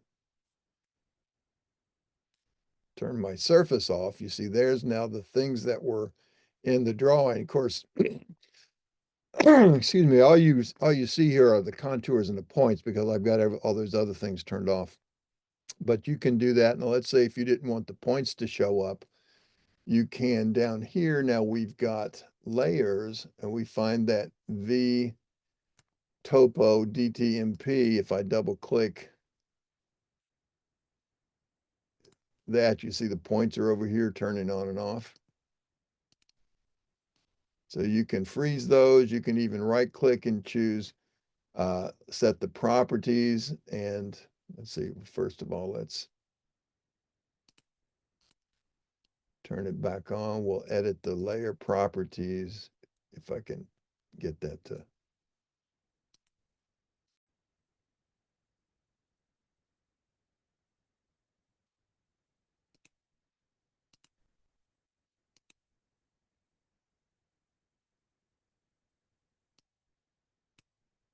Still, I want to turn that off. Now, I want that to stay off. Now, if I go back here and look at, say, these obscured contours, if I look at those, they are on this V topo major obscures. Again, you can turn those on and off. You can set their properties to be, red. And what you're doing, you're not changing the data. Only what you're looking at here inside the viewer is what you're changing. Okay. So that's just some of the controls that this viewer can help you to visualize what you're looking at. Now, Diane, I want to take a look at yours. And because I made changes to that surface, it asked me if I wanted to save them. I'm going to say no. So I'm going to go back out to here. So now what I'd like to do, I'm going to stop my share and I'm going to have you share your screen. So if you go to the share button at the bottom of your controls, if you've not done this before, if you have, then just go ahead and share your screen.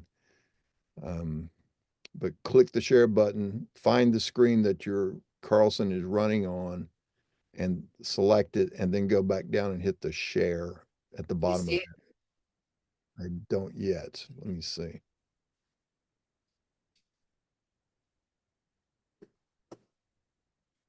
Oh, yes, there it is. Sorry. It was behind my screen. Okay, now from here, let me request remote control. You have to approve it. Oh, And yeah. all right, so now show me what you did when you went into this. I was going to view. Yeah. And I did find it when I jumped out of the drawing viewer and went into surface file viewer. Yeah. Did it show up then? Yes, it did. Oh, yeah. Okay. So what happened then when you were in before, you were not in the surface file viewer, you were in the drawing viewer. And you should have, yeah. So now you've got that and you can,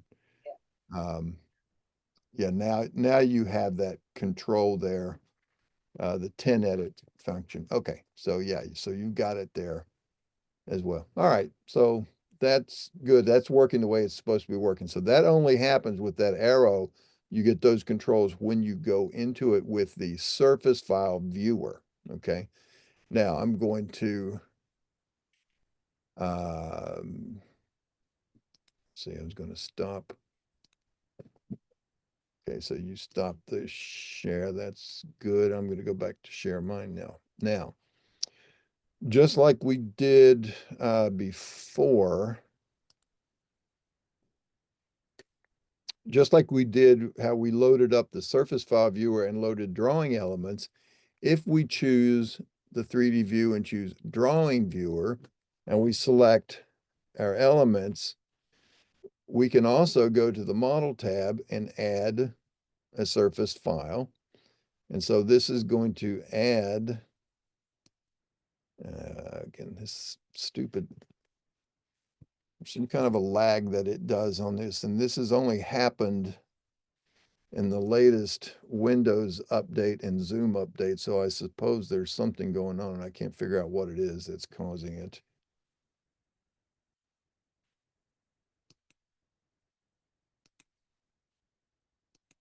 See, I shouldn't have to do that, but it's everything I've found online suggests that it's trying to resolve network addresses. And so I don't know. Let me give it a second here and see.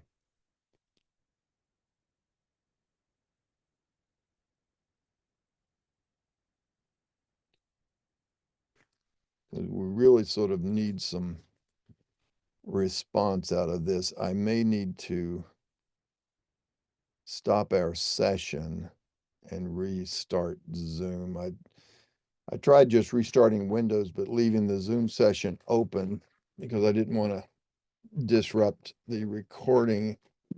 All right, so now, if I bring this one in, you see it actually superimposes. And again, if I go to this view control, I can toggle that on and off, you see, because these are in there. But if I choose this arrow, I don't get that 10 edit, you see, because I'm just pointing at stuff and you can see it down there at the bottom as to what I'm pointing to. All right. So that's the difference in it, whichever viewer that you're in, either the drawing viewer or the surface file viewer, as to whether that arrow will allow you to edit the surface. And I can also not see if I turn on here, you see I don't have this display contours because it didn't load a surface up as its base information. It's just got the drawing stuff. I can look at triangle edges because I have a surface loaded there, but it's not going to do that dynamic contours unless I go into the contour or the surface file viewer. All right. But it does let you, again, load this up and see it in relation to your other drawn entities that you're looking at. Let's see, there was one other thing I wanted to, one other thing I want to point out too is down here at the bottom, you see these clip near, far, top, and bottom. You can set, you can type in a limit on the elevation that you want to use. You can actually clip. And when you slide this slider, you see I'm dragging that slider, I'm clipping near. So if that's something in your way and you want to see, without having to, let's say if I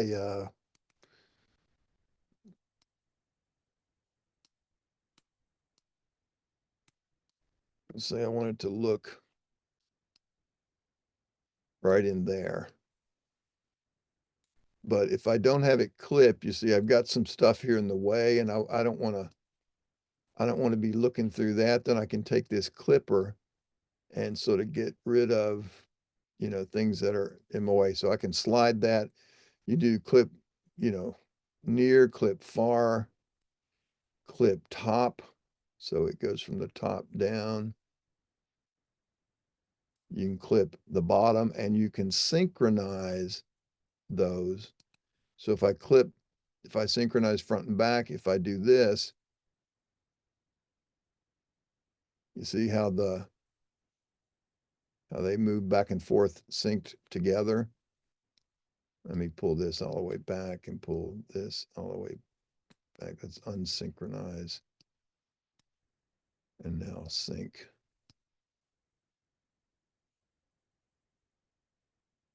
So you see how that toggles them together. Same thing with top and bottom.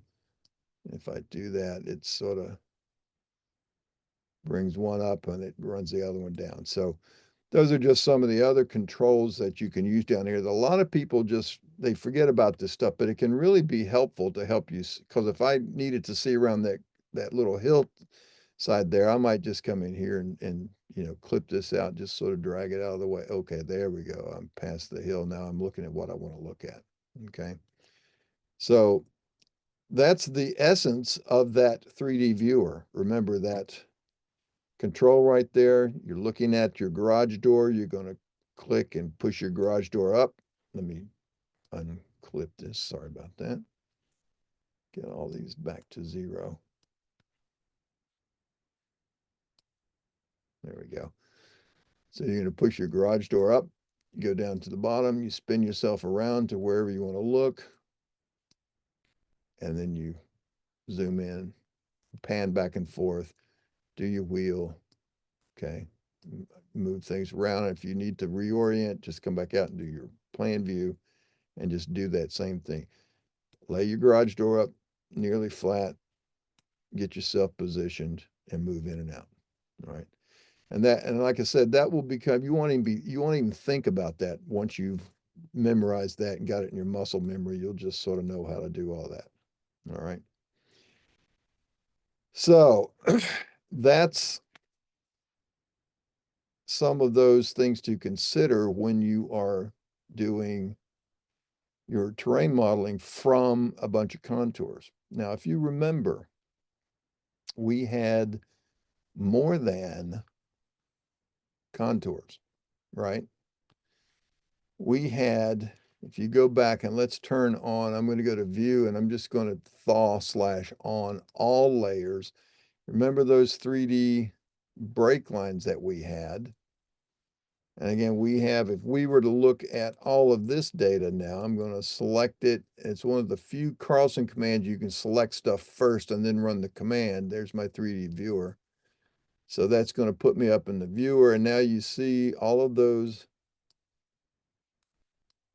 break lines, which now if I were to build a surface from that, you see how these break lines over this little loading dock area down here, and you see all the curbs, the curb tops and all of that kind of stuff, they're going to be very nicely well defined.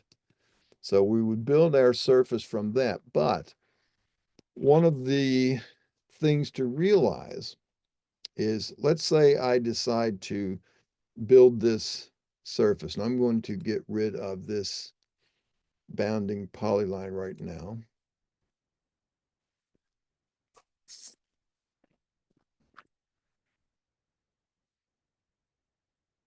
And we could do that same thing, but I need to put a boundary around this data.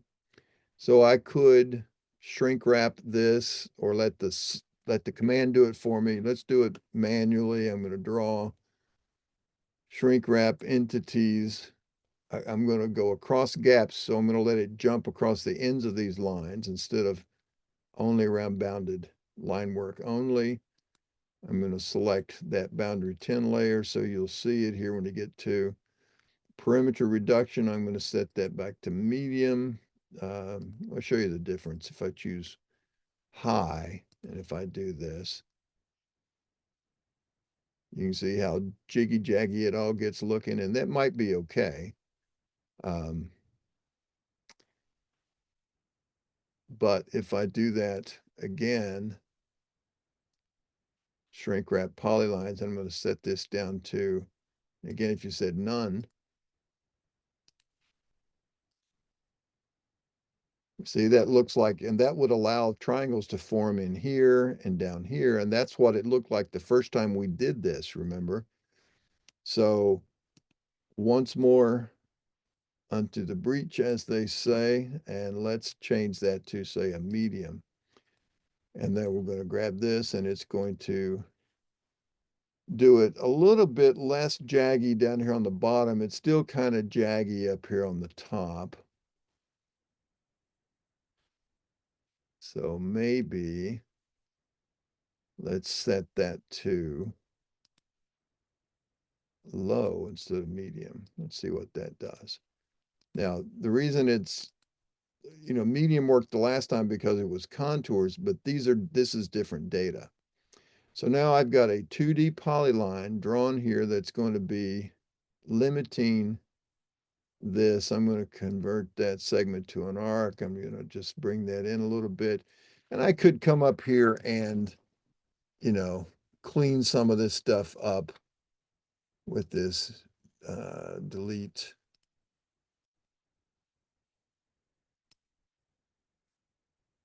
I want to make sure I pick up those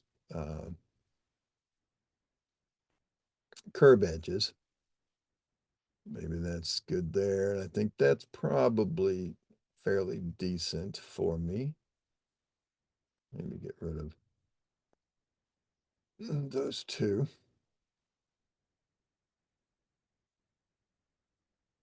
And this is just, it's finding those points. Those are those pink points that you don't see anymore because I've changed the size and put them back to just point values. All right, so if I use that as my boundary, then you can see when they delivered this file, you see where those contours end here? They make it a rule to always compile out beyond further than what they need to deliver. And then they come out here and then they trim it back 50 feet or whatever that distance is. Let me see what that distance happens to be. It is roughly, yeah, 40 some. So that's like a 50-foot trim that they did. And you could do that same thing by just saying this, and you could, let's say we'll offset that a distance of 50 feet. We'll just take it here and go to the inside, and then we could use that as our boundary, and that would trim along, where they had their initial stop. But normally we wouldn't have that. Now, if we were to try to triangulate this, all of this data, you might be tempted to say, well, I've got all these 3D break lines and I've got those points. That's what defined the surface. But I've also got these contour lines. That's going to give me more data. But you have to be aware that those contour lines are not really the source of the information. That is the output of the information. That's the input that generated this, the output of the contours were these break lines and those points. So we need to turn off the contour lines. Otherwise, you're going to wind up with all these errors where it crosses right in here. It might be slightly maybe they've got some kind of little rounding on their contour line. So you're going to get all of those little crossing errors, and we don't want that. So I'm going to go to my view menu and I'm going to choose freeze layer by pick. And I'm going to pick one of those contour labels, one of the contours, one of the intermediate contours, and then I'm going to zoom in over here in these obscure areas. I'm going to pick one of the yellow contours, which were the major obscured, one of the green ones, which were the minor obscured. And now I've got this information. And if I look at that in my 3D viewer, you can see that, well, we're used to looking at contour lines, but doesn't this perfectly define all of that as a surface? If I were to just go through here and model this stuff based on what it sees, that's going to generate the surface, because what happens is it reads every vertex along these features and looks around itself to find other vertices that it can connect edges to.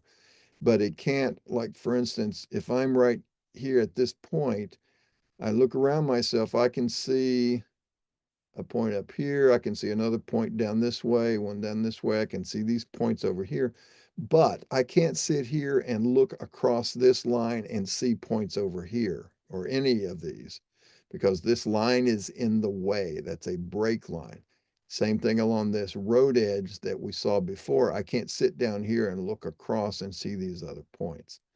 So that's going to give me the best that I need to come up with that data. So let's try that now.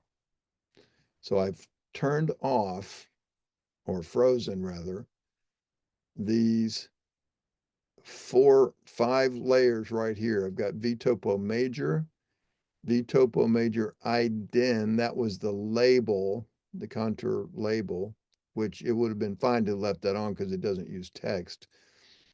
And then VTopo major obscured, VTopo minor, and VTopo minor obscured. Those have been frozen because I chose view freeze by pick, and I picked one example of each of those, and it froze those whole layers. All right. So now I'm good to go with building this next surface. So I'm going to go to the surface menu. I'm going to switch back to civil here and triangulate and contour. And let's see, 1s and 5. Again, I'm going to uncheck the label, make sure nothing's on my selection. Now remember, I'm doing this all over again because I switched platforms. So I'm going to write a triangulation file. So I'm going to hit select and then wait for it to present me with the dialog.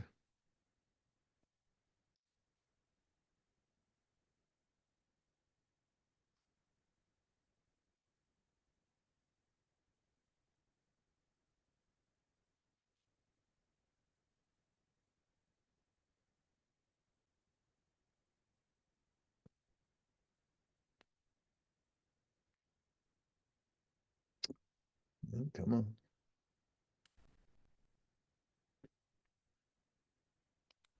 I think I've turned that off, have I not?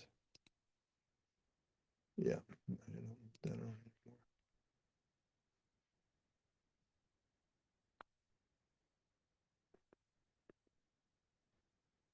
Yeah, I think on the afternoon break, I'm going to reset the session and see if it fixes it. Then I'll just, I'll edit the 2 different videos together. We'll see if that fixes it. All right, so I'm going to call this one now EG from break lines and points. Okay. Now notice, and here's a lot of people will do this. They'll draw these surface, the triangulation lines and faces, and that's okay. You can draw those if you want, but it just hogs up your drawing. It puts all this extra data in your drawing.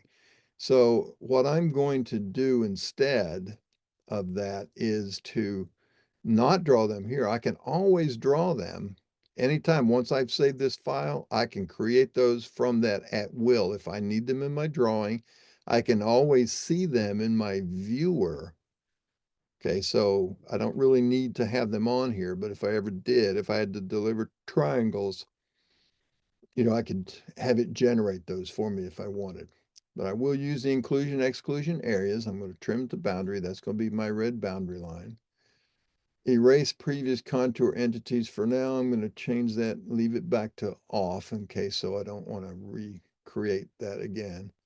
I will ignore zeros. I am going to, now you can densify these or not. And one of the ways, and we'll see that when we get into some of our grading exercises, is if you ever need to, like if I've got a very large, say a rectangular area, and it's only got a, you know, the only vertices it has are on the corners. But if I need that to generate more triangles to give me a smoother surface around those transitions, I can tell it to densify and give it an interval, a distance. And it does that in memory when it builds the triangles. It puts vertices all along that and goes to each one of them, but it doesn't write them into the file. You can write them into the file with one of the edit commands under polyline utilities, and you can have it densify those. And it actually adds the vertices into the polylines and leaves them there in the drawing. But I don't need to do that on this data. It's densified enough. There's no really widely spaced points. So I don't need to do that here. I do not need to minimize flats because I'm not taking my source from contours. I'm not doing any particular surface simplification or weeding because I don't have a whole lot of data here. Now, Carl, you said you do a lot of LiDAR work. That may be something that you could use to sort of what they call deprecate or decimate that surface so it doesn't have quite so many contours or doesn't have quite so many points and triangles in it. You could tell it to do that after the fact if you wanted. All right, so for now, I'm gonna go to contours. I'm gonna draw my contours again, 1s and 5s. I'm not going to turn smoothing on. We'll talk about that in a minute. I'm not going to label them. I'm just going to draw them. We'll compare them to the ones that they gave us. And I'm going to say, okay.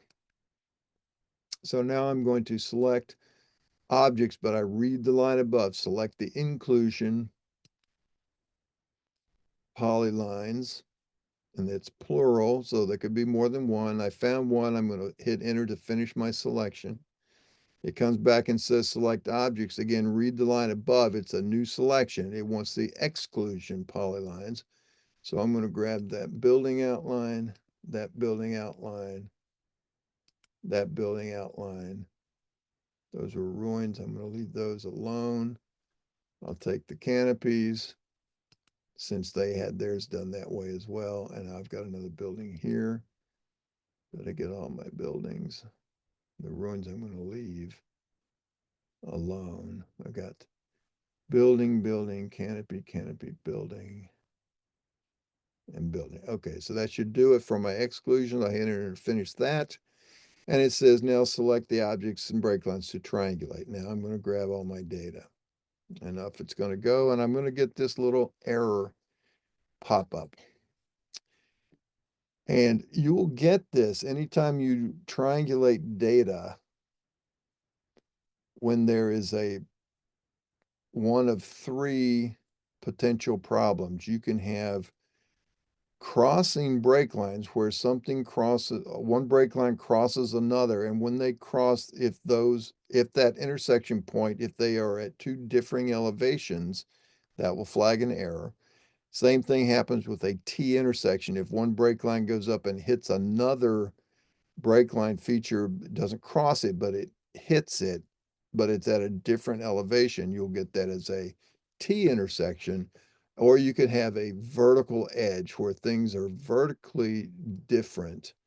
And if you open this up, you can see something about these different things. If I come down here to my vertical edge, you see my arrow points to it.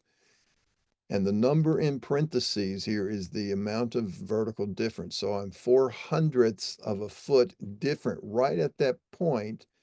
And I can choose this control here. And you can see I've got the numbers down here that are even more detailed.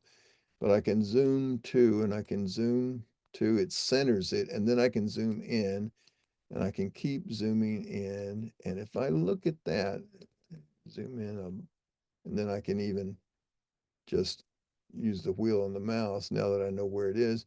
If I zoom in far enough, I'm going to see that, yeah, right in there where this one ends, you see there's an elevation. If I hover in the grip, I look and see that elevation is 1293.72, okay?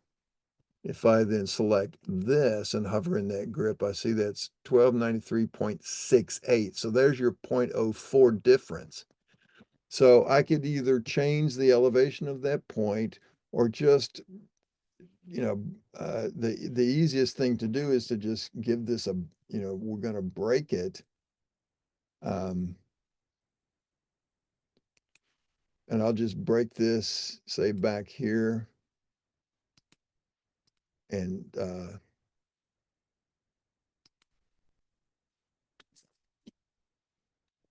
I can get it to work. All right, I'm going to break that. And then, yeah, break it up there. So now, so I've broken that 3D polyline there off to its end. So I've sort of trimmed that back. Now this line, if you look over in my properties over here, that's a 2D polyline with a 0 elevation. So I don't need to break that one. I've just trimmed that off to fix that problem. All right, now we're not going to go through this whole list, but you can see here's one that's only 1/100th of a difference. And if I zoom to that and zoom in, I would have, and there's actually, what's going on here is, see, there's one here, and that's at 1300.81. And this one is at 1300.80. So, you could actually, select that, and then here's this vertex one. If I go to the last one, there's 1300.81. I could actually make that 80. All right, so, that would fix that. Now it's probably still not exact. I could do it by just moving this to the endpoint of,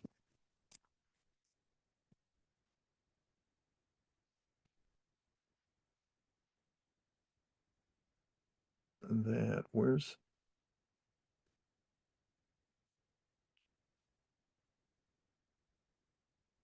There we go. So it now snapped it to the endpoint of that.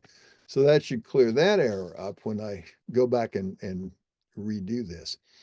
Now, crossing break lines are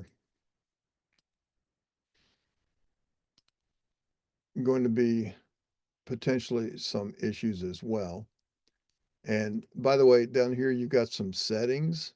If I click that settings button, here is your tolerance. So I've got them down to 1/10,000ths. That's probably a little too tight. If I set this up to say 0.01 or 0.005 or something, that's a lot easier and it will ignore some of those errors.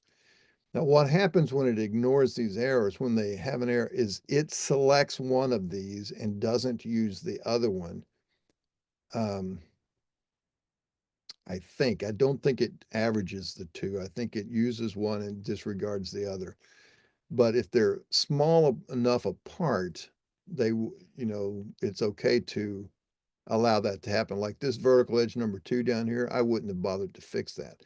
But up here, I've got one. Here's one that's 0.3 feet difference. That's pretty big. And so I'm going to zoom in there and I'm going to look at that and I'm going to tell you what this is this is a head wall, and I'm going to change these colors so you can see them. So one of these, if I look at it, I'm on a V-topo break line. They're still break lines, but this is a head wall for some a drainage culvert that comes underneath. It goes from here. You see that head wall there, and it comes across and comes over here. But what's happened is, if you see this, you see how they cross? This one is slightly over there. So that needs to be back on this side. Oops. I guess I got yeah, there's the original 2D polyline. I can leave that one alone. So I fixed that particular cross, but now I need to, I would need to fix this one. So I need to bring this guy outside. Or what I would really do in this particular case is, you see that's, I just messed that up because that's, I moved that to a 0 elevation. Let me undo that. Yeah, so what I would really do to this is, if I didn't know how to fix this, that kept that elevation there now. If I didn't know how to go about to fix this to my satisfaction to where it wasn't going to be a problem. Oh, why is it still 0?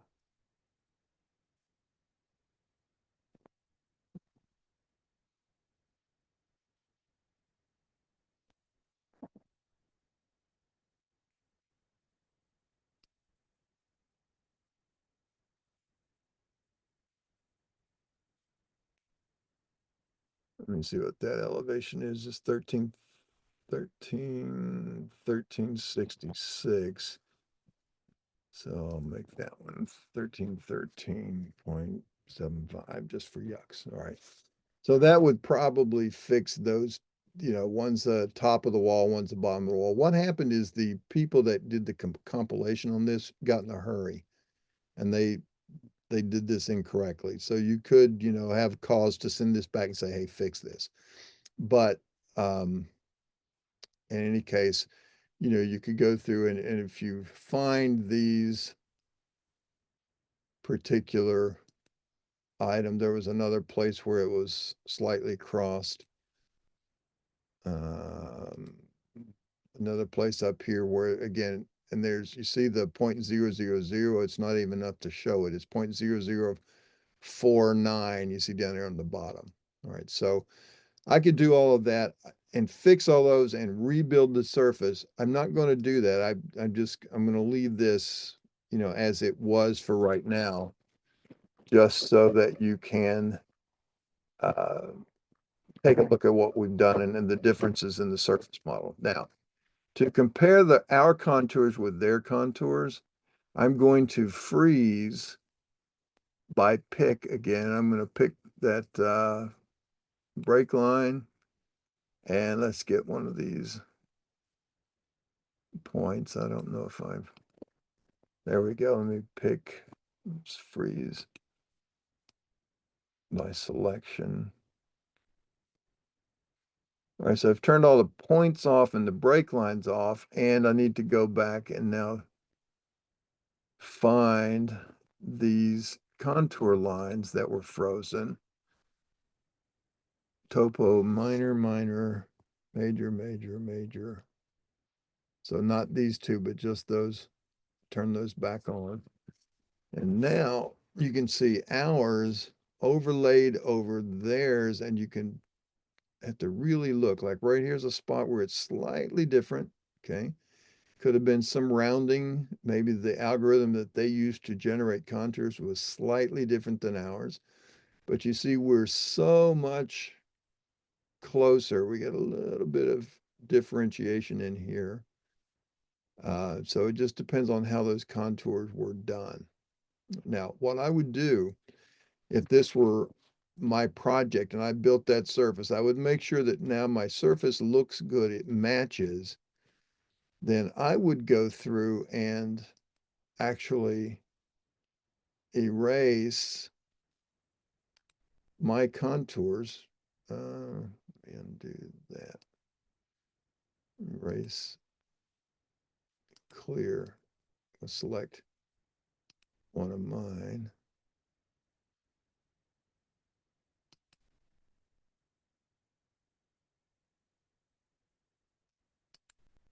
Yeah. And I would use their contours because that's what they delivered as a final contour map. And I could use that just for representation, just, to plot with. And it's pretty nicely done. I could then, if I look at this surface viewer, and again, we'll wait on this. We'll grab our break here in about 3 minutes and I'll restart everything. See if that fixes it.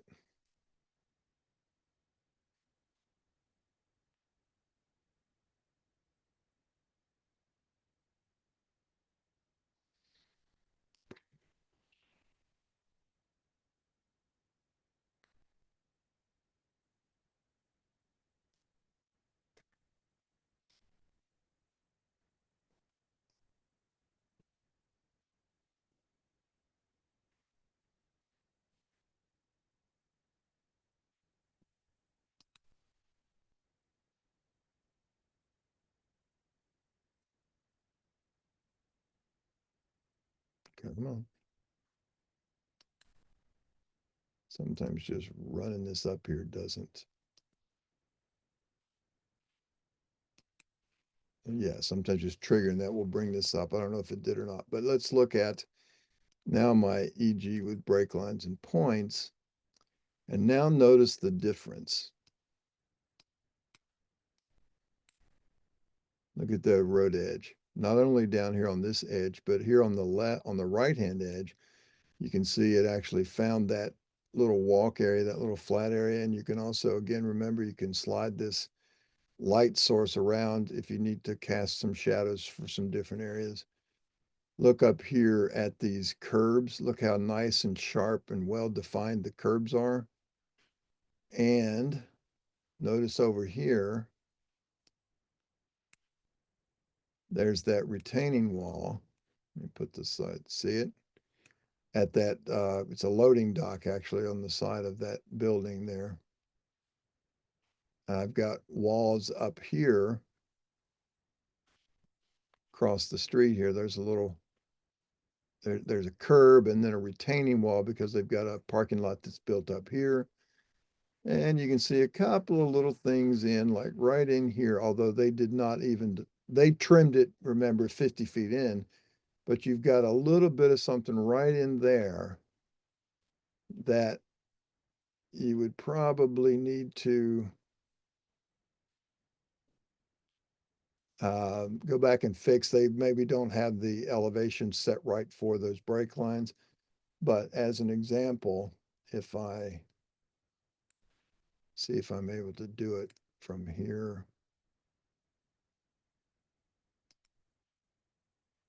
to here. Yeah, we did that one. And let's see if we remove a point. Yeah, see how we can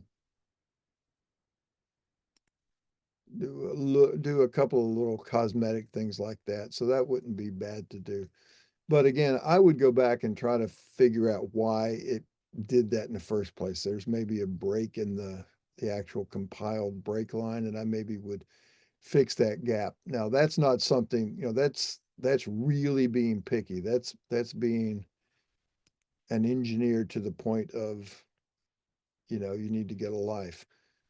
So I wouldn't be doing a lot of those kind of edits.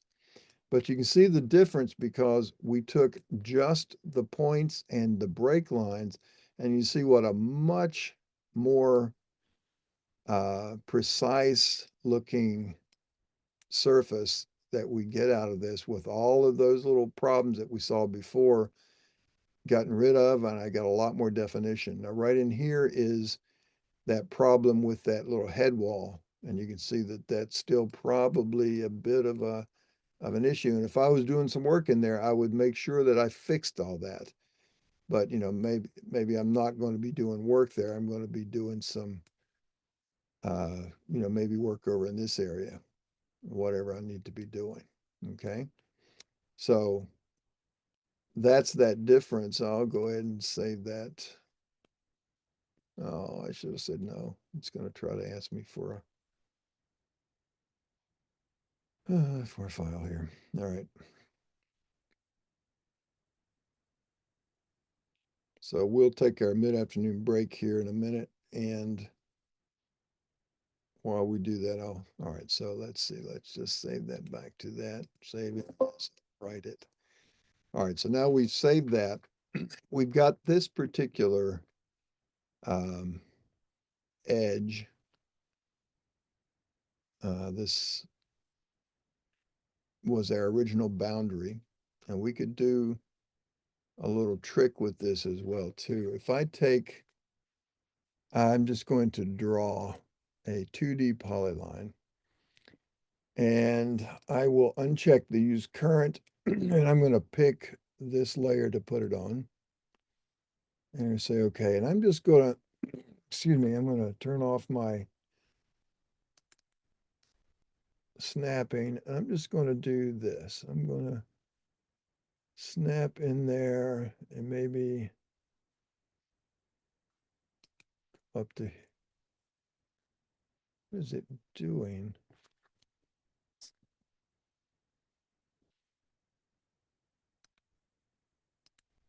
Oh, I know why. All right, sorry. So let me draw that again. So that's good. And I've got my snap off. Now I'm just going to sort of come along here. Oh, wait a minute. Sorry, try it one more time. I'm going to uncheck that. That was the problem. It was looking to set an elevation. So I'm just going to go there and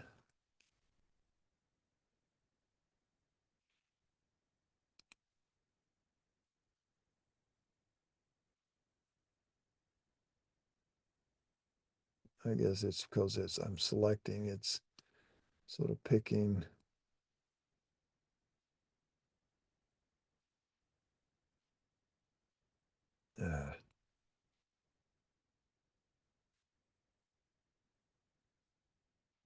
I'll come here and then I'm just going to come straight across.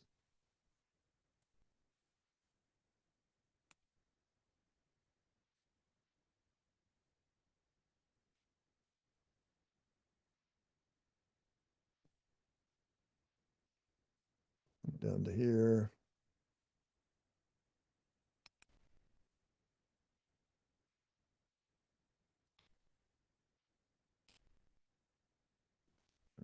Close. All right. So I've got a much more simplified version of doing this. And again, you don't really care what the edge of that surface file goes to unless you were delivering this to a client as a finished map. And then you can do something with that now without having to go back and rebuild the surface, because we built this surface. So we go to the surface menu and let's go to our triangulation file utilities. And the first thing we're going to do is to load the 10 file.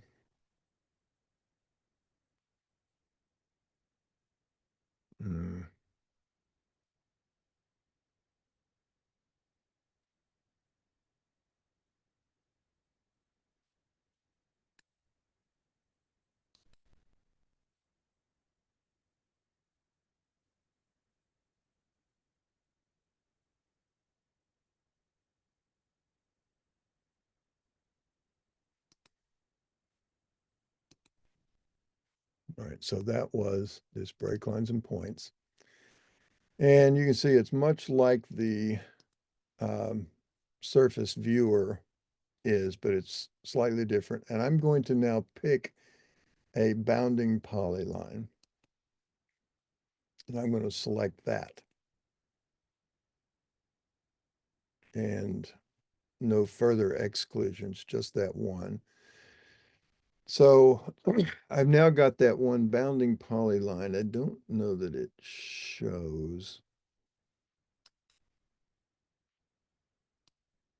Yeah, it does. It's down at 2D, but that's fine. And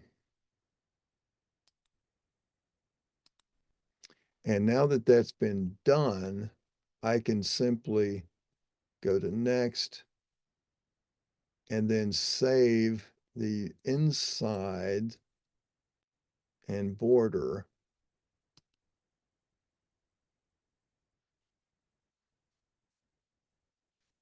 And I will effectively have trimmed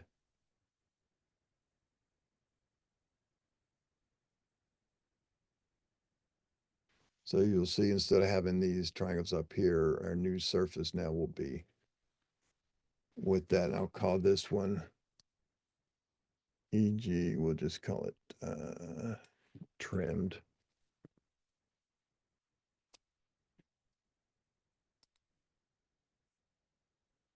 And you can get rid of those if you want. And you could, let's see, surface. Let's go down here to draw surface boundary.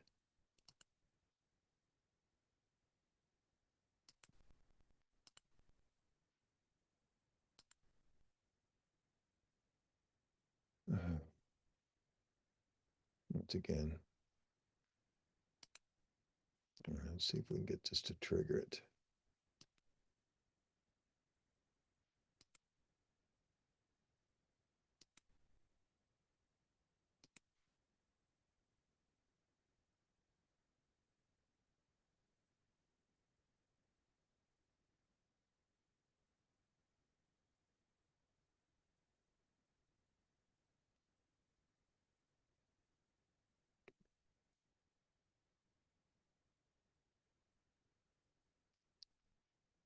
Oh, come on, come on, come on.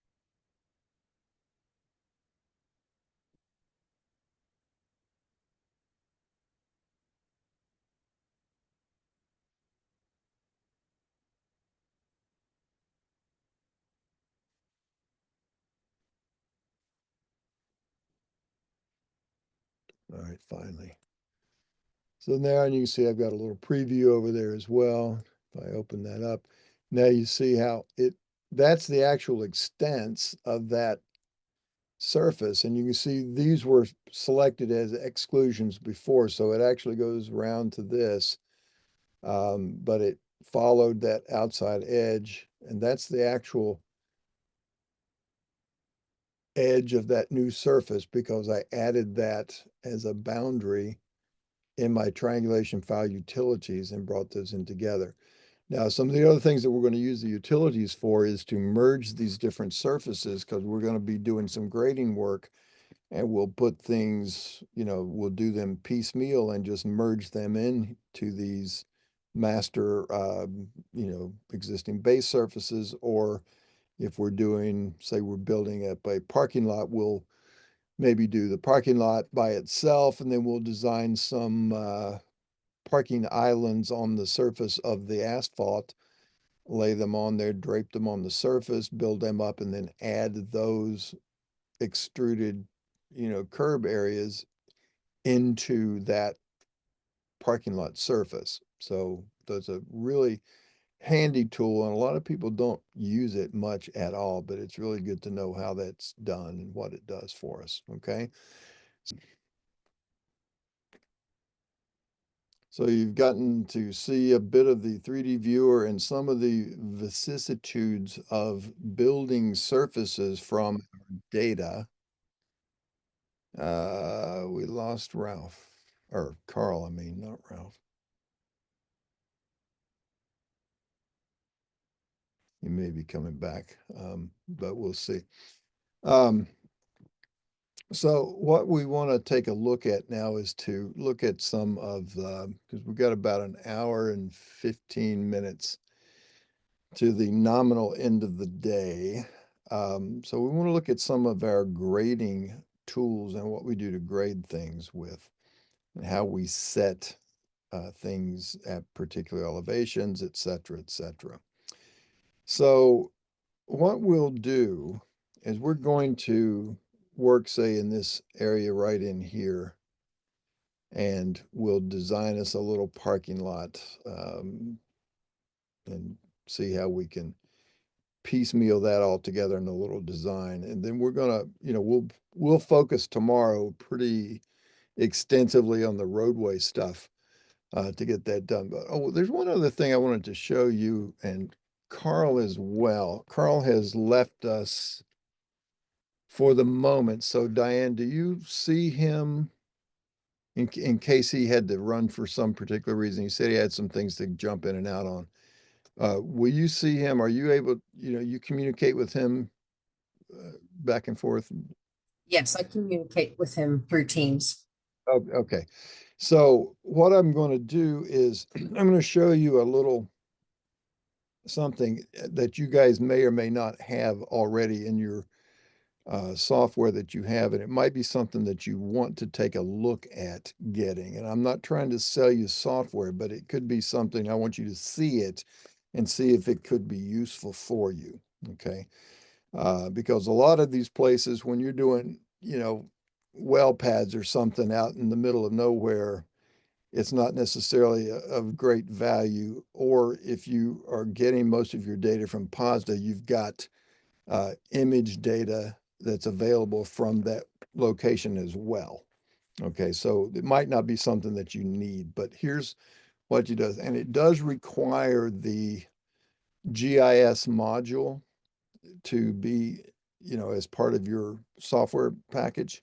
And if you get the civil suite, that is included. You get survey, civil, GIS, and hydro. So if you have the GIS module, here's what you can do with these. And I'm going to switch to the GIS module. So I'm now got here GIS data and stuff. And I'm going to, first of all, make sure I'm going to go to my settings, my drawing setup.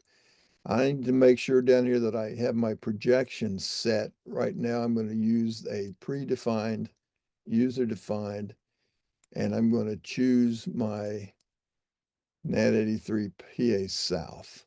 Okay, so that's there, and that's there. Now, with that being done, and I'm in my GIS module, I'm going to go to the images. And now here's where, like, if you get your POSDA data and you get those orthorectified images, you probably do all these by, placing with the world file, and they'll be exact. They'll fit like a glove. That'll be great. But if you're ever in a site and you don't know, if that kind of data is available, if you can place a Google Earth image. Okay, now when you do that, this is going to create an image. It's going to go out to Google Earth and find this location and create this file and pull the image data in. So when I do that, it's going to ask me, first of all, to select an output file because it's going to actually create a file. And I'm going to give it this name. It can be a JPG, a JPEG, a PNG, a TIFF, and a BMP. So I'm just going to call this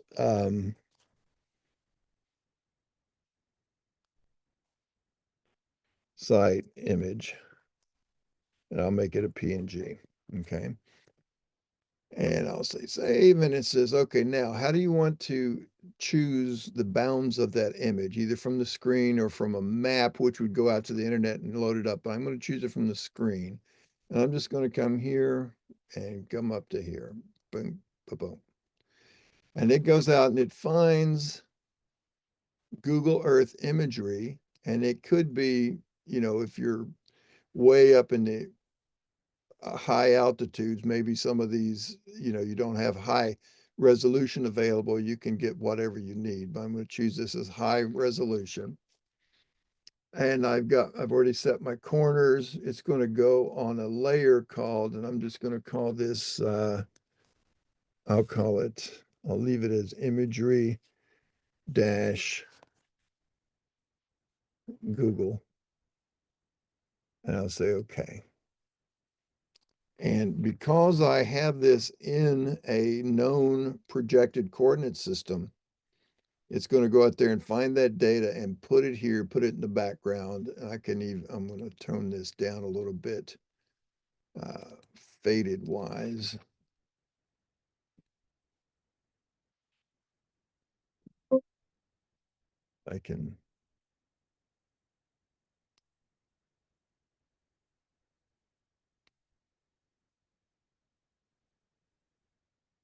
Maybe a little bit more than that. Yeah, so I can see my line work underneath it. Now, so this lets you know where you are. Now, where this happens to be, Diane, is you ever go to Breezewood on the turnpike? Yes, I have. We, I, yep. So this is like right up here. This is that the edge of the truck center, and there's a Valero station in there, and those are those little walls that drop down. And so this road here is a road when you get off the exit and you then turn into the actual where you're getting ready to turn this road. That's the ramp heading up to I-70, heading to DC. Gotcha. So that's, this is actual stuff. Now, if you look at this, this is just a Google image, and you can see it's not exactly survey quality, right? You see the corners don't exactly match. These inlets aren't exactly matching, that sort of stuff. Now, there's another module called CADNet. And if that's another module that lets you do some things with that imagery. So I'm going to switch to that, and I'm going to go to this raster menu, and I'm going to choose rubber sheet.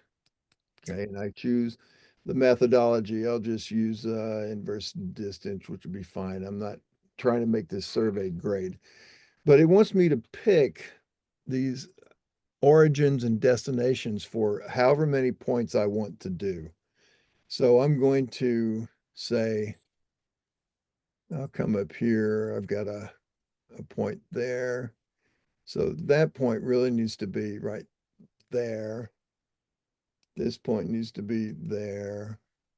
And I'll just go through the image and find a couple of places that I know. And the more you give it, the more control, or the more control that you define, the the better the fit is going to be. Here's, for instance, this, I'll just go the center to the center. On the inlet,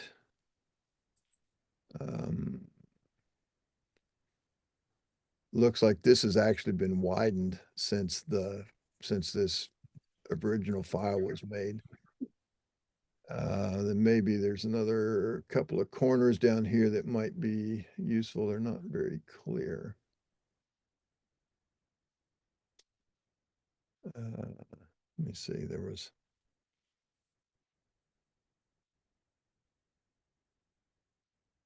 Yeah, there's maybe that one goes to there. Yeah, sort of really out of whack on the edges. And that's just the nature of the Google imagery. It's not all that accurate a data source. So I did those two. And if we don't want to do on these elevated things because there's relief displacement, there's a point that needs to go to there.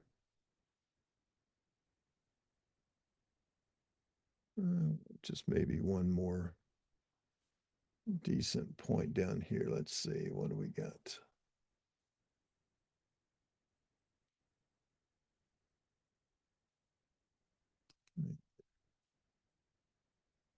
All right, so you give this a number of points, and then when you're done, you hit enter, and it's going to actually go through and pixel by pixel, it's going to rearrange that image.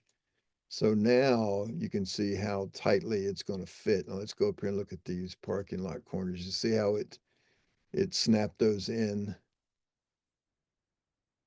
right to those corners and these inlets.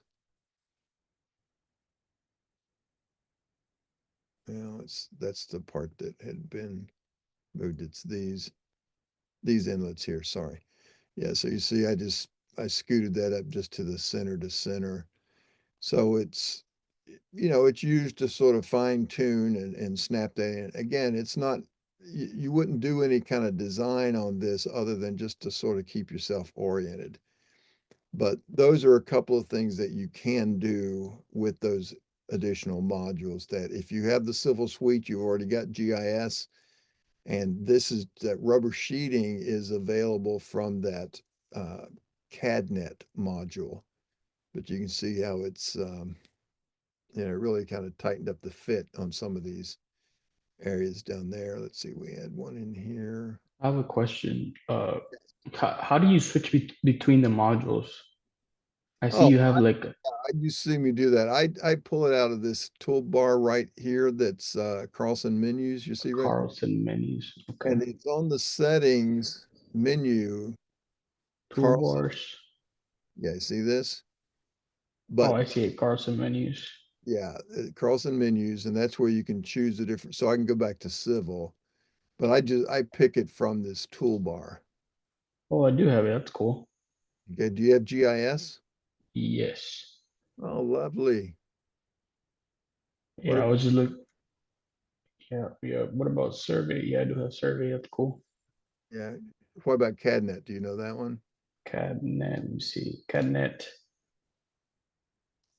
If I click it and nothing happens, oh yeah, I don't think Did it so. tell you? CADNet module is not installed. Okay, Same so you here. don't have CADNet, so you wouldn't be able to do the warping, the rubber Yeah. bit, but you do have the ability to bring the image down. Okay. So Okay. that's something you do have. And I'll go ahead and freeze that back off.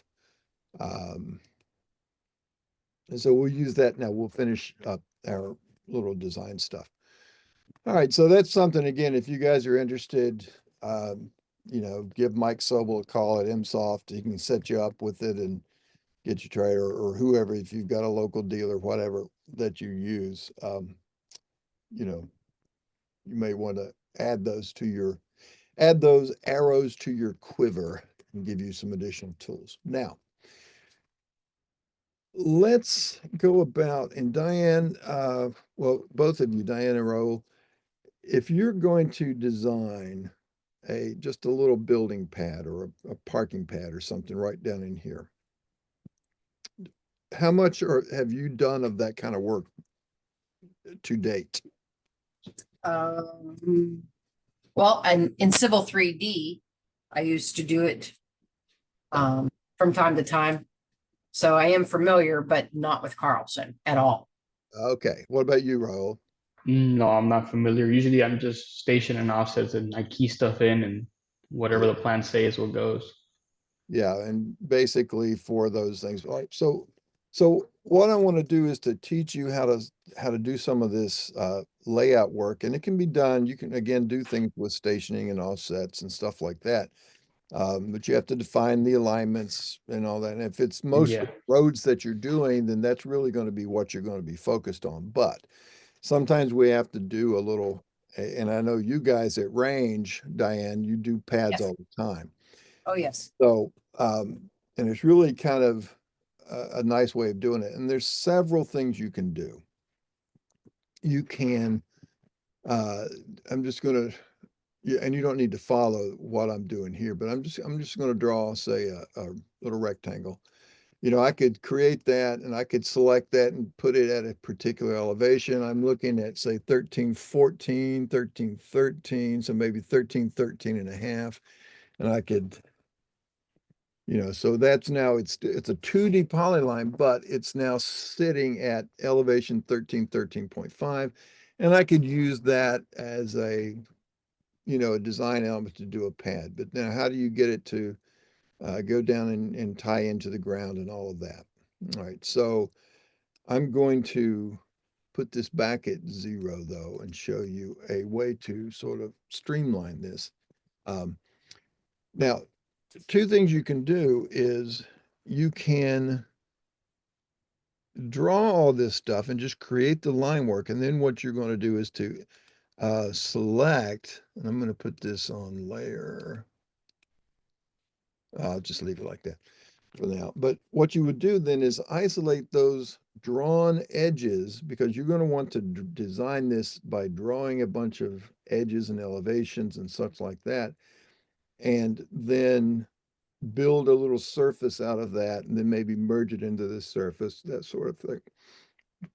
So, and just like we built a surface out of our brake lines, you can use, see, those are nothing more than, you know, that particular polyline, because these were all, you know, we froze off those brake lines that we use. But, you know, we could have any of that stuff drawn as,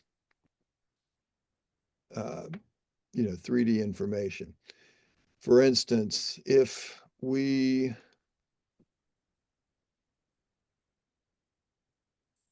look across right here, I'm going to go to this profiles, quick profile. We'll choose the surface. I'm going to choose my second file. Oh God, is this thing back already?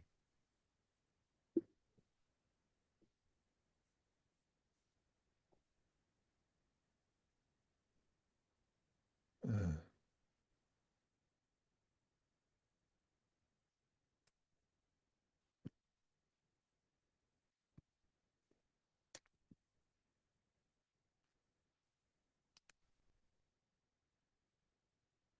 Yes, you know that there's some interaction with Zoom that's causing that. I'm going to have to rethink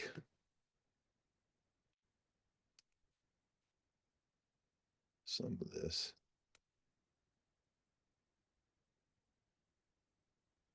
Zoom is just a lot easier for folks to, on the user end of it, that more so than Teams, which is why we use it, but I have to switch if I can't find out what's causing this.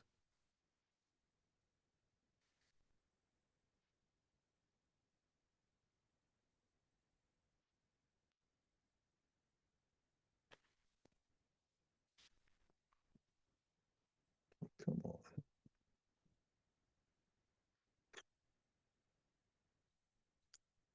All right. So I wanted that one to be blank, and I want this one to be, now see, it comes right up after it finds it the first time. We're going to use that EG trimmed. And if I look across this little feature here, and let's go to a one-time exaggeration. And if you see I'm coming down, let's come up here and And then right in here is if I'm over here and I come down that, I don't know if you can see where my cursor is in the profile view. There's a blue crosshair, but it's real dim and it's hard to see. But like right there, and you see the marker in the plan view, that's the back of that little wedge curb. And then it comes down and hits the gutter line there. That's the face of that wedge curb. Then it comes across here and it comes over to here and it goes down that little gutter. And it's now there at the base and it comes up to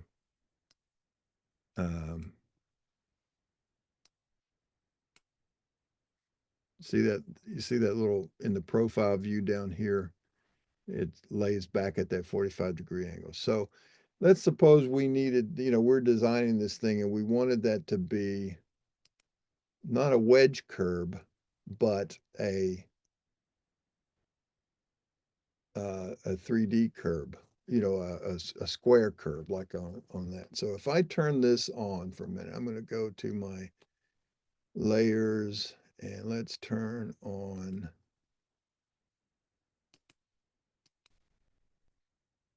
the break lines.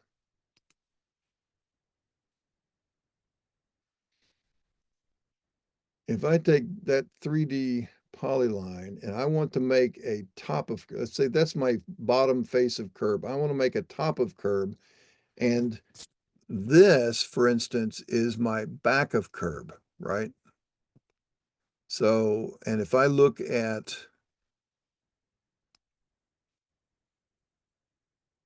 these in my viewers, and I'm just looking at the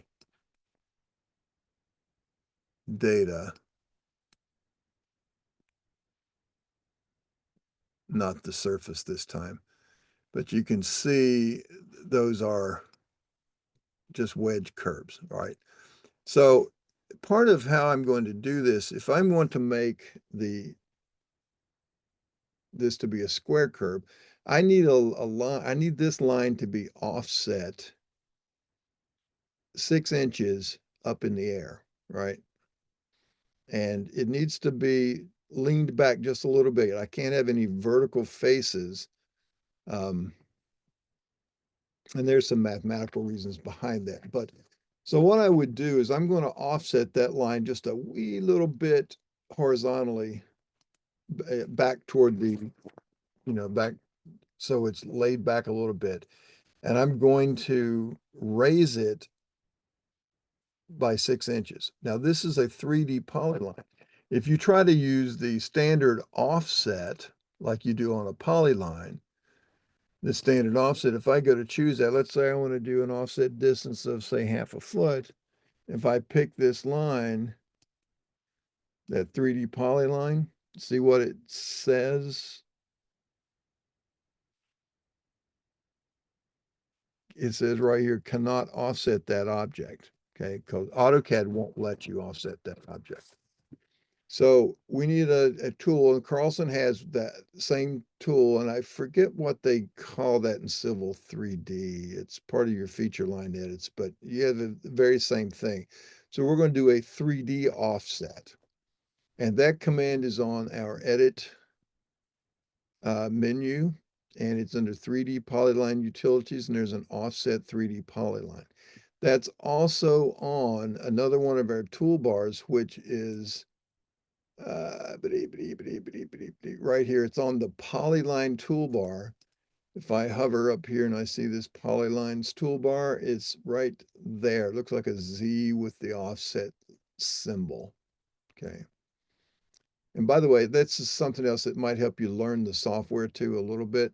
When you look at commands, let's say we look down here, and this is one I use a lot. I remove polyline vertices, but I don't want to have to go edit menu, click, polyline utilities, click, remove polyline, click, or, hold right and pull right. And then it takes me 4 or 5 clicks to get down there. But you may notice on some of those commands, they have icons next to them on the left. Some do not. The ones that have icons next to them, what that will tell you is that that command lives on a toolbar somewhere. It doesn't tell you which toolbar. You can maybe look in the help system and it might, I'm not sure, But when you see that and you see that there's an icon for it, then explore some likely toolbars if you want to use those as an interface item, and turn those on and see if they're there. So I've just got used to, I use these polyline tools up here all the time where you can join nearest, you can add or delete vertices, you can do smoothing, you can, remove segments, remove vertices, reverse the direction. So there's what I want, is that offset 3D polyline. So now I'm going to offset that, and I have various methods. I can offset a given polyline by an interval, which is what we're going to be doing, or I can go to a constant elevation, or I can go to a surface, so it drapes it on the surface, and I can do a variable so that every time it hits a break, every time it hits a vertex, it's going to ask me for changes in there. So, I'm going to take this one and use by interval, because that's going to ask me a horizontal and a vertical differential. I'm going to say okay, and it wants to know, first of all, in my angle brackets, it says horizontal offset amount. So I'm going to offset this by just a little bit. So 0.05, not even a tenth, just laying it back half a tenth, 500. Oops, 5. And it wants to know now the vertical amount, and I can define that by percent, by degree, by ratio, or vertical amount. I'm going to go 0.5, so 6 inches. Okay. So select the polyline offset. I'm going to grab that front face right there. And which side to offset? I'm going to go back to toward the back of the curb. So now I've created it right there. Okay. And I'm going to do the same thing with this one over here. I'm going to grab this one. And which side? I'm going to go back here. So now if I look at those same things in my 3D viewer, you can see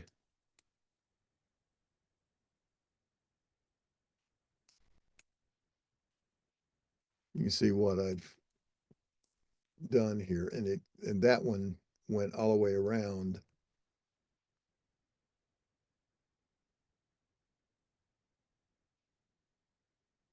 So you see, it lays back. It's almost vertical. It's not really quite a vertical face, but it's, if you look at it right in here, you see how it's made that into a square curb by raising what was the bottom, and instead of going back to the back of the curb at the 45-degree slant, it's now coming almost vertically up, and then it goes across. Now, what I would normally do is, if I were needing to do that, I would reconstruct this surface by using those new lines to add with my data, and it would put those in, and you could see it. I don't want to take the time to sit and wait for those file dialog to pick where it is, but you can see it in that viewer. So that's one of the tools that we're going to use, are things like that offset 3D. You can also, there's another great set of tools here under the 3D data menu with this polyline editor. You can set 2D to 3D based on these different, starting in elevations. You can just draw it as a 2D and set these up, or by screen entity. So if it intersects things that it crosses that have elevations, it will read those.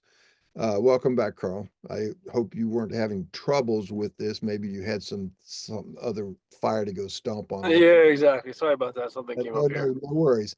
I appreciate that happening. So, Diane, I showed her, how to load up some imagery and stuff there to it. In fact, just to show you, I'm not going to go through this again to turn it on, but I will show you that, Yeah, this, we use it too.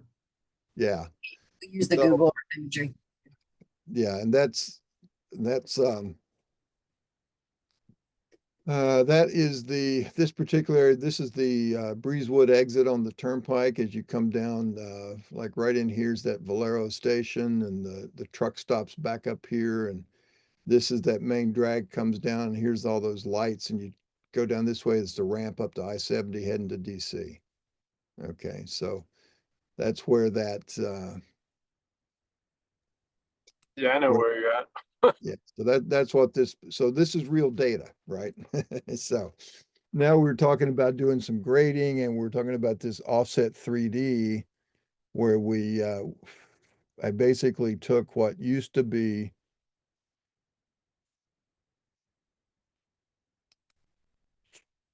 just this wedge curb,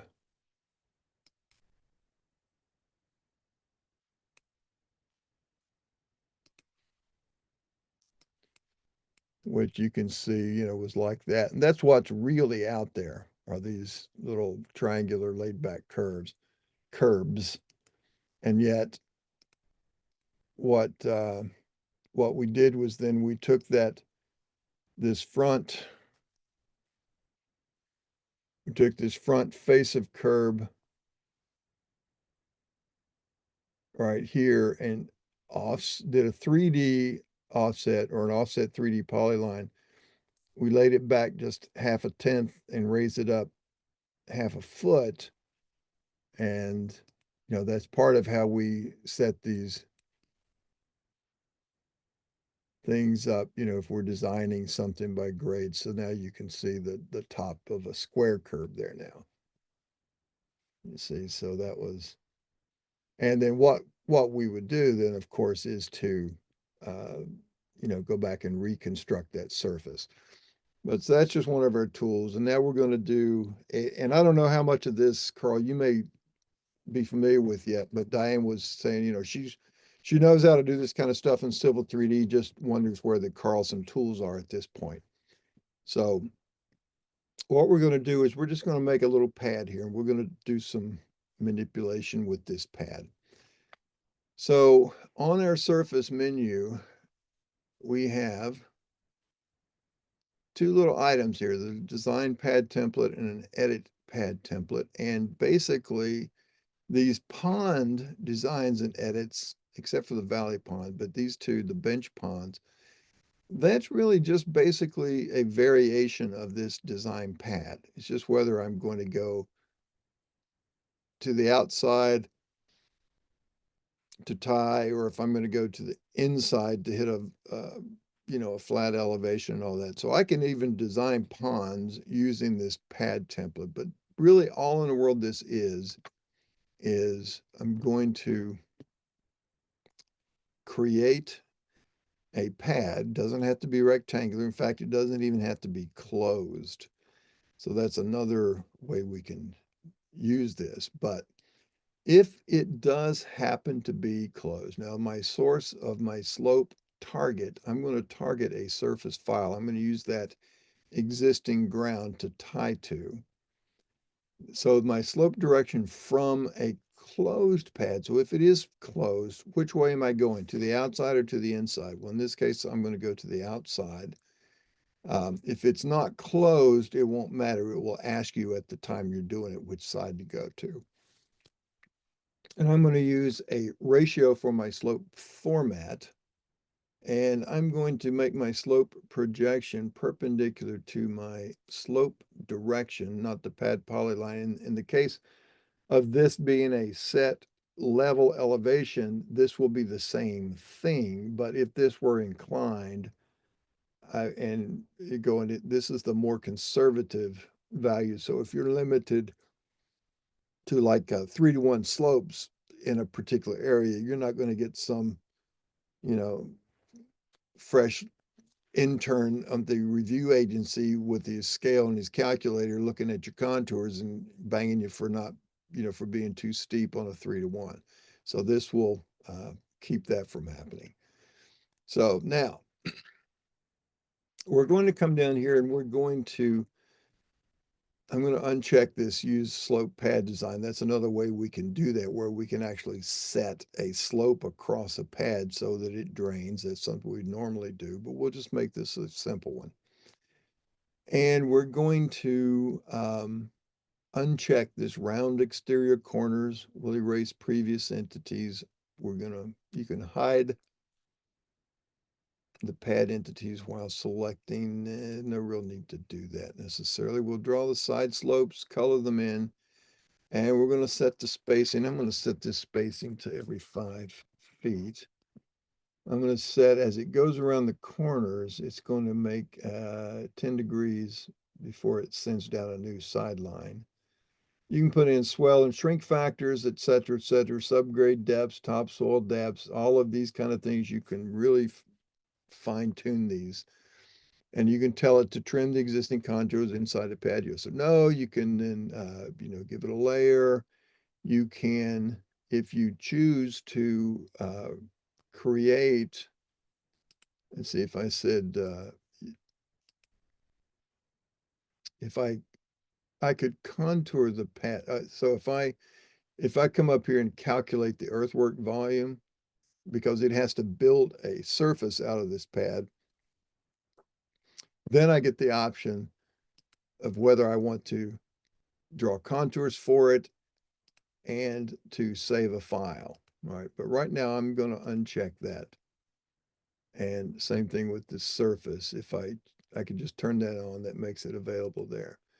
I'm not going to do that yet. This is one of the things that I really like to do with my designs with this is I don't go to the effort of doing all of this, all in one A to Z type of calculation. I look at what I'm designing and make sure it's what I want first, and then I would go back and do it, or I would just, build it out of this 3D geometry. So that's what I'm going to do. I just have these 4 things checked here. The 3 leftmost at the top and this rightmost one for slope direction. And I'm going to say okay. And so now it wants me to pick the pad polyline. Well, there it is. And that's just a 2D polyline drawn onto, this area of my site. And as it tries to read,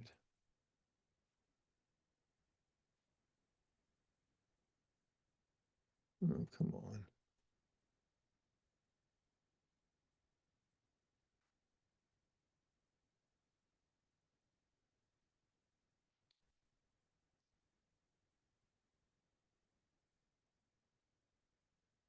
Yeah, there's some kind of interaction that's going on with this. Now,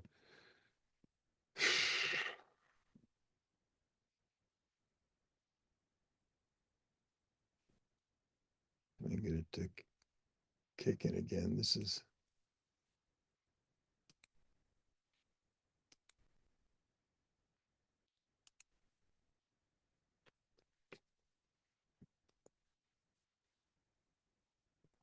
there's something this newest version of Zoom and this update to Windows has started causing this file lag, and I don't know why.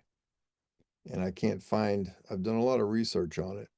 That's why I keep looking at those VPN connections, but as soon as it comes about, it's basically going to be reading, it's going to ask me for a surface that it needs. So that's what we're waiting on, that dire lag. There it is. All right, so there's going to be my target surface, my EG trimmed. I'll say okay. Now, when this happens, it's actually loaded up these triangles, and now it wants to know these outslope ratios. So I'm going to go with 3:1. That's in brackets, so I just hit enter. And if I'm in cut, also 3:1. And now it says, okay, so the range of existing elevations along the pathway of that pad, it goes from 1311.3 to 1318.17. What your mileage will vary. And so you could say, well, between 11 and 18, that's, 7, so 3.5, so 13, 14.8.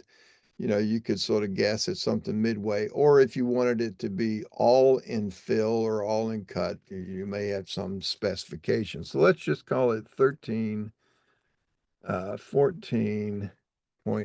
I'll do that as a particular number. And boom, there it is. It figured it out, what's in cut and what's in fill. And I would say, do you want to adjust and redesign? I'll say no. And contour the pad, no. Now,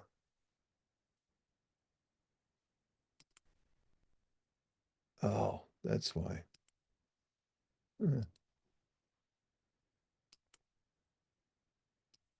Instead of 5, it went 55.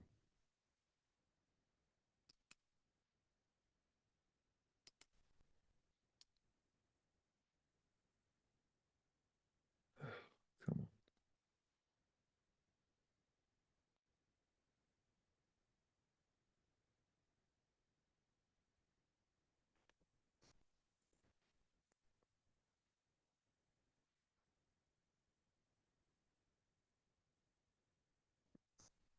All right, there's my surface. 3 to 1s.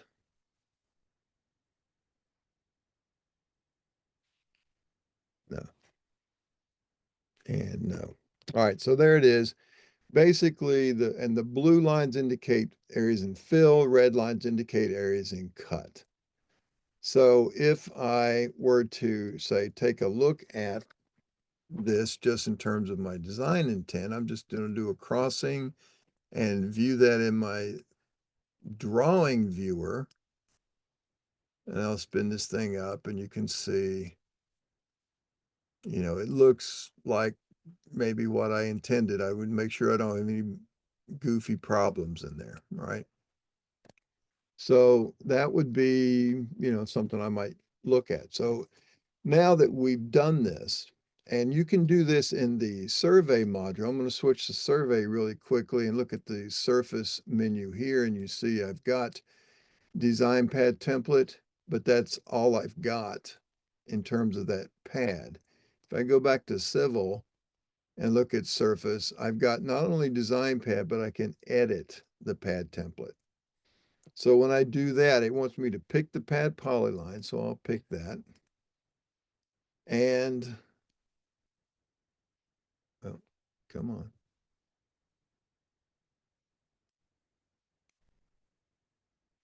All right, so I'll get this little dockable box here on the left. And you can see I've got my 3 to 1. So I'm going to maybe that was too steep. And I want to make those 4 to 1s. 4 to 1, 4 to 1. There's my elevation. Now that I've changed something here, I'm going to just hit process and let it recompute. So it redoes that. Okay. All right, now look at my volumes. Right now I've got 351 yards versus 1,300 or 1,292 yards of, looks like I've got more fill than cut there. So that would be, if I look at my report, I can see right here, I've got 9471 in cut or cubic feet. So 350 in cut, 1292 in fill. Well, oh, sorry, let me report that again. And if I want to, you know, here's how much it would take me 941 yards to bring in to build that pad. Okay. And again, I've set my shrink and swell, kept them as 1. And that's, again, it computes all that as building surfaces in memory. I haven't made a surface out of this yet and saved the file. But one of the things you can do next is then do a balance. And if you choose balance, I can set this down. Let's go down to the nearest 2 cubic yards even. I can limit that to keep the calculations smaller. And if I do just a plain balance, I'll say okay. And you see how it shifted. And now look at my volumes up here, 736 versus 734. If I do a report, so 736 versus, so basically 735 yards of cut and fill. And that's basically balanced at that point. But one of the other things that you can also do is, let's say I've got, I need to have, let's say I need 1,500 yards of material over on another part of my site. And I'm going to make this into my little borrow area. When I choose balance, balance is not just everything equal and out 0 to 0. But if I want to have to take out of here 1,500 yards, I can type that in as my desired condition. If I hit OK for that, then it runs like that. I see my numbers up here, I do my report, and I've now got, 1,600 yards in cut, 187.72 yards in fill. That leaves me this many yards to take away. Okay. And look at the top of the pad is being adjusted as well. So it's not just kicking out the side slopes, it's actually changing this number up here so that it achieves that. In fact, that's what it is changing. It's not changing the slopes. It's keeping those always at 4 to 1. It's just raising it up and down until it meets that condition. Now you can do other things. You can move the pad. And so when you start it here and say, maybe just move it, over here. And then you hit process again, and it does that process. There's that original one that we used. We can get rid of that later. That's just that 0 elevation one. Again, do your balance, because all I did was move it. We say we still want that, let's say 1250 this time. And you see that idea, or balance of 0. It reshifts it to now it's equal 723.4. You can move the pad, rotate the pad. You can add or remove vertices. You can edit the vertex of edit the elevation of a particular vertex. So that's another way to raise a corner of this up. So right now my pad is 1313 and a half. If I wanted this back corner to be, let's make it say 1314 and a half. So if I edit a vertex V, pick the vertex to edit, will be right there. So 1313,457 is what it is right now. I'm going to make that 1314 and a half. And if I do that again and edit the vertex, let's say we'll make that one 14.75. All right, so you see how that, you might have seen that change shape here. So when I look at this, let me get my report. Now I'm still, let me see, I got to process it. And now I look at my report. I've got a little bit of material to bring in. Maybe I balance that again, set it to 0. And it looks like, yep, I'm in good shape. So I'm all well and balanced. All right, so I'm going to get rid of this original location. That was my 2D polyline. So now I've got that, and if I isolate this and look at that now, whoops, blip, blip, in my 3D viewer, again, I would do this kind of thing to validate, and you see what happened when I raised that corner up? It actually went to, there's an extra vertex in there. So all I did was raise that corner, And I thought it was maybe going to take the whole thing as a rectangle, but it didn't. It just picked that up. It actually came down to this one. So it added that in there. So now what I would maybe want to do is let's set this back to 1318.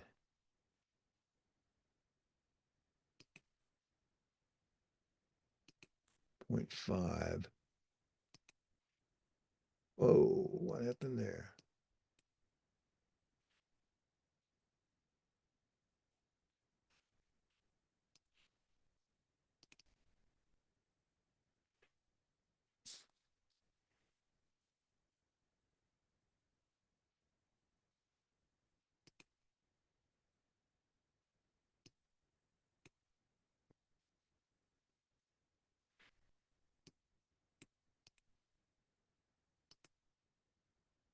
Well, that sure messed up. Let's see. Oh. I see it's an elevation delta. Let's try that now. No, balance.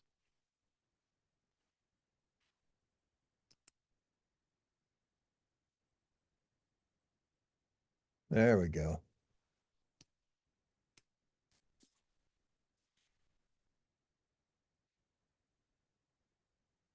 Now, we'll exit that and we'll leave this here and let's go back and I'm going to see if I've cleared those vertices out.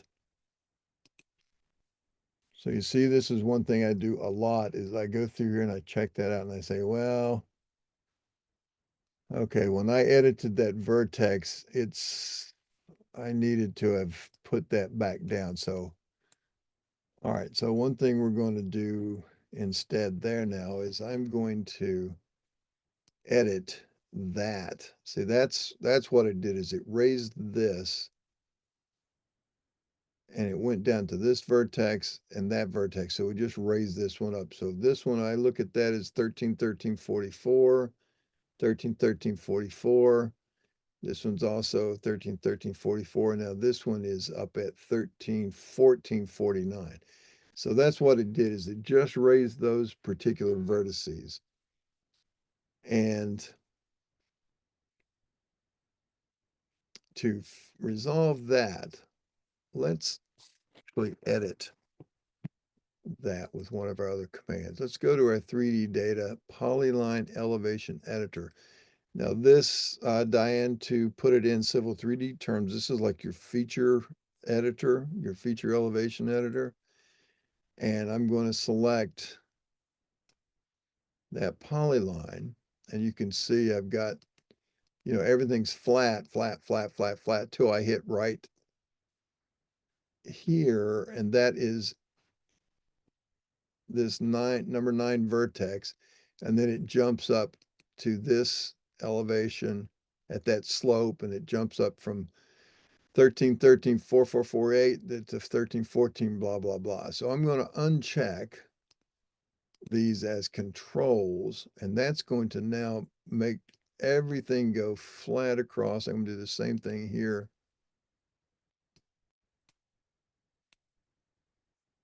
Well, I wish it would stay down here. I guess I needed to have been over there. There we go. So now I've got the thing is flat again all the way around. And I'll say apply, close. I've now reset that back, but I need to now, if I were to try to then say, okay, I'm going to build this into a surface, look at what I've introduced now in back in these corners. You see that? See, I've got one of those things that is correct, and this one is incorrect. So I'm going to do this. I'm going to, while that's up like that, I'm going to go to settings. I'm going to choose this little icon right here that sets my view out in my CAD system. So I'm there. And I could take all of these and grab that one vertex and snap it back down to there. If I turn on, all right, so that's now pulled back down where it goes. And I can go right over here.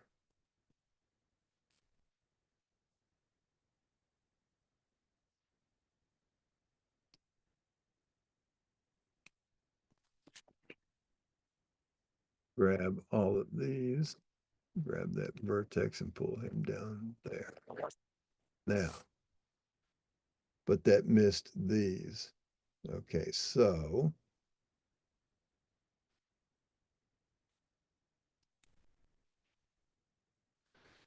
we'll come back to that and let's,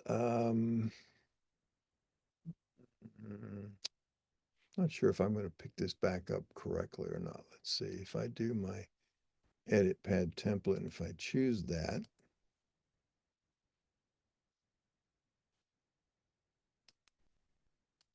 This edit pad template, we'll choose, maybe it's this bottom one that it needs.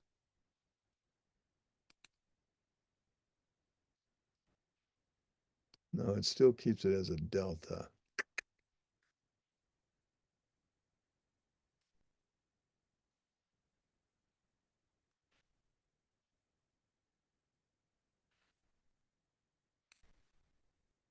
Let's-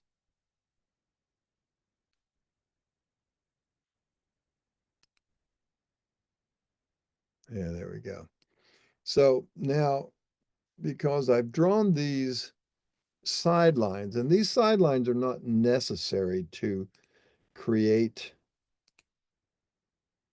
to use to create as a surface. So if I was going to create that surface, all I really need are these items. I don't need those sidelines. Those were just more for visibility. They do add to some of our data. But remember, when I messed up this editing bit, I had, you know, I fixed these, but did I fix those? It looks like when I did the edit, it fixed the sidelines. Okay. I was going to say I could exclude those when I build this surface, but it looks like it worked out okay. Looks like it did everything correctly. So now that would be how I would set that. I would say I can either go right here straight to writing the 10, or I could isolate this, choose this as my inclusion boundary, and create the, create the a surface for that by itself as it is. So if I go straight to write the 10,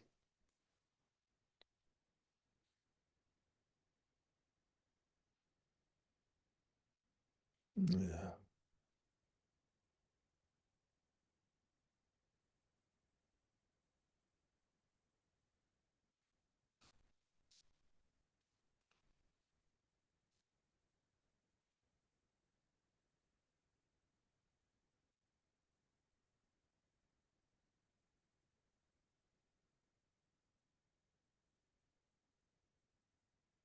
Oh, this is killer. I was hopeful that that reset was going to fix it, but I've got one more thing I can try with that. I'll try later tonight and see if it resolves it.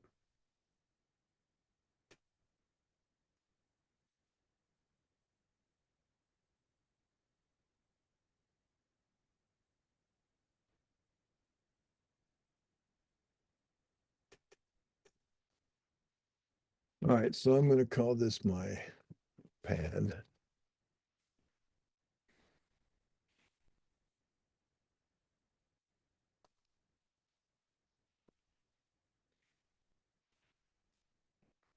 All right, so it created that. I can now exit that. I now have that as a surface. And if I contour from a 10 file and I pick that edited pad, I'm going to draw the contours 1s and 5s. No need to label. Draw OK, and I don't need to pick any bounds, and I'm going to now freeze those pads and restore the ones I isolated, and then freeze pad. And so now you can see where these tie. Can you guys see those contours well enough? I can hardly see them myself on this screen. They're pretty light, Ken.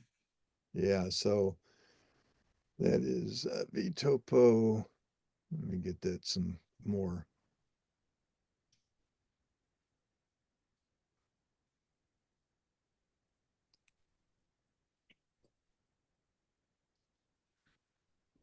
All right, set of 73 major, and let's make those, let's say, a full-on bright green.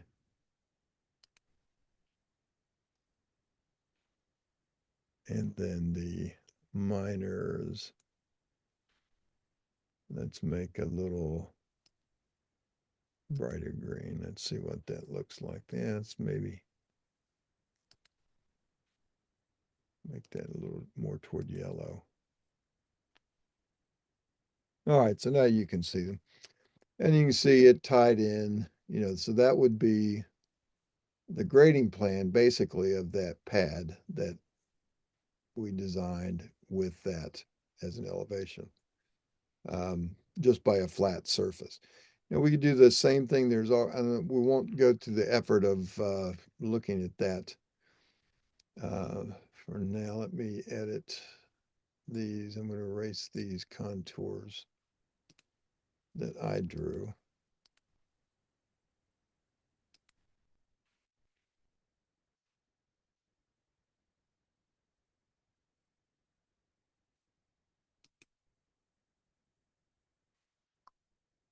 Let's see our pad.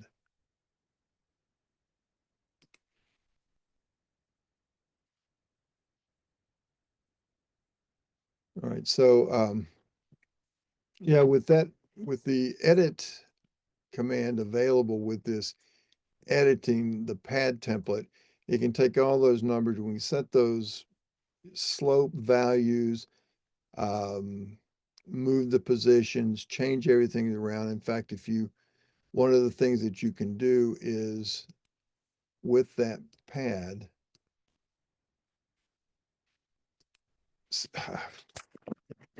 so you can actually, you can change these they don't have to match. They can be different values, but if you use slope groups, then you can actually define, you see all of those little dots around that perimeter?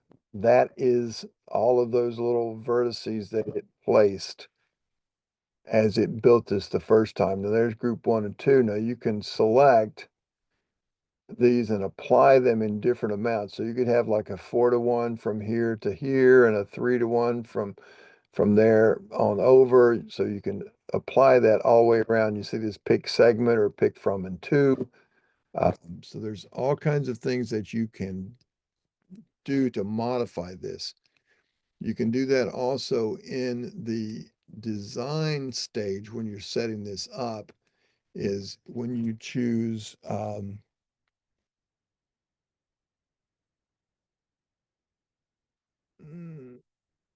so you set these grade limits.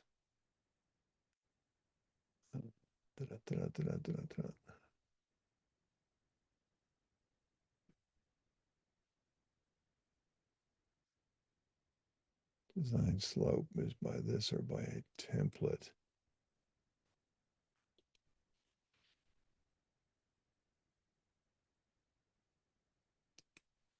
That's an interesting thing, and it doesn't work right.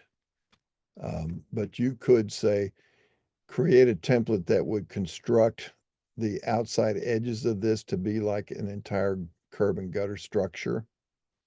And it would build it, but again, it doesn't work right. They show you a very special case where it does work, and that's if it's a closed figure and the direction that it's done is in a certain way, but it's not something to go. But you'll see how you can do that kind of stuff without using the template.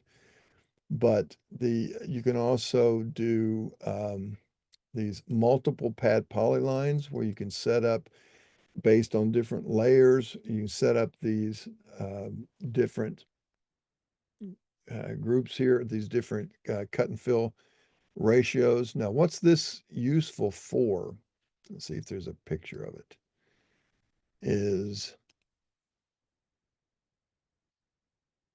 Yeah, here's those different slopes for different sides. That was that slope groups. But these multiple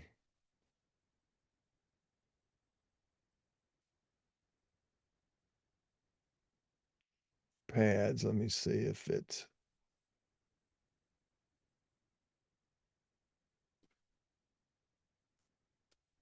I'm not going to show you.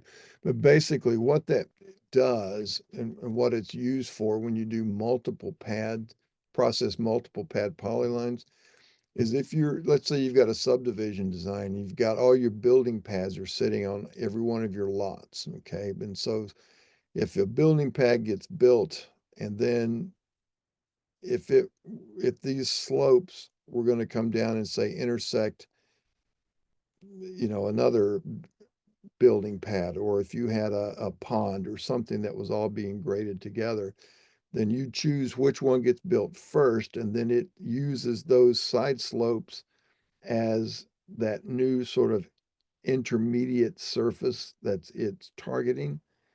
So it adds that into the existing ground, then uses that as a new target, and it trims off these other areas. And you can see that, and we'll look at this as a grading example tomorrow. Let's see, I want to get to the civil.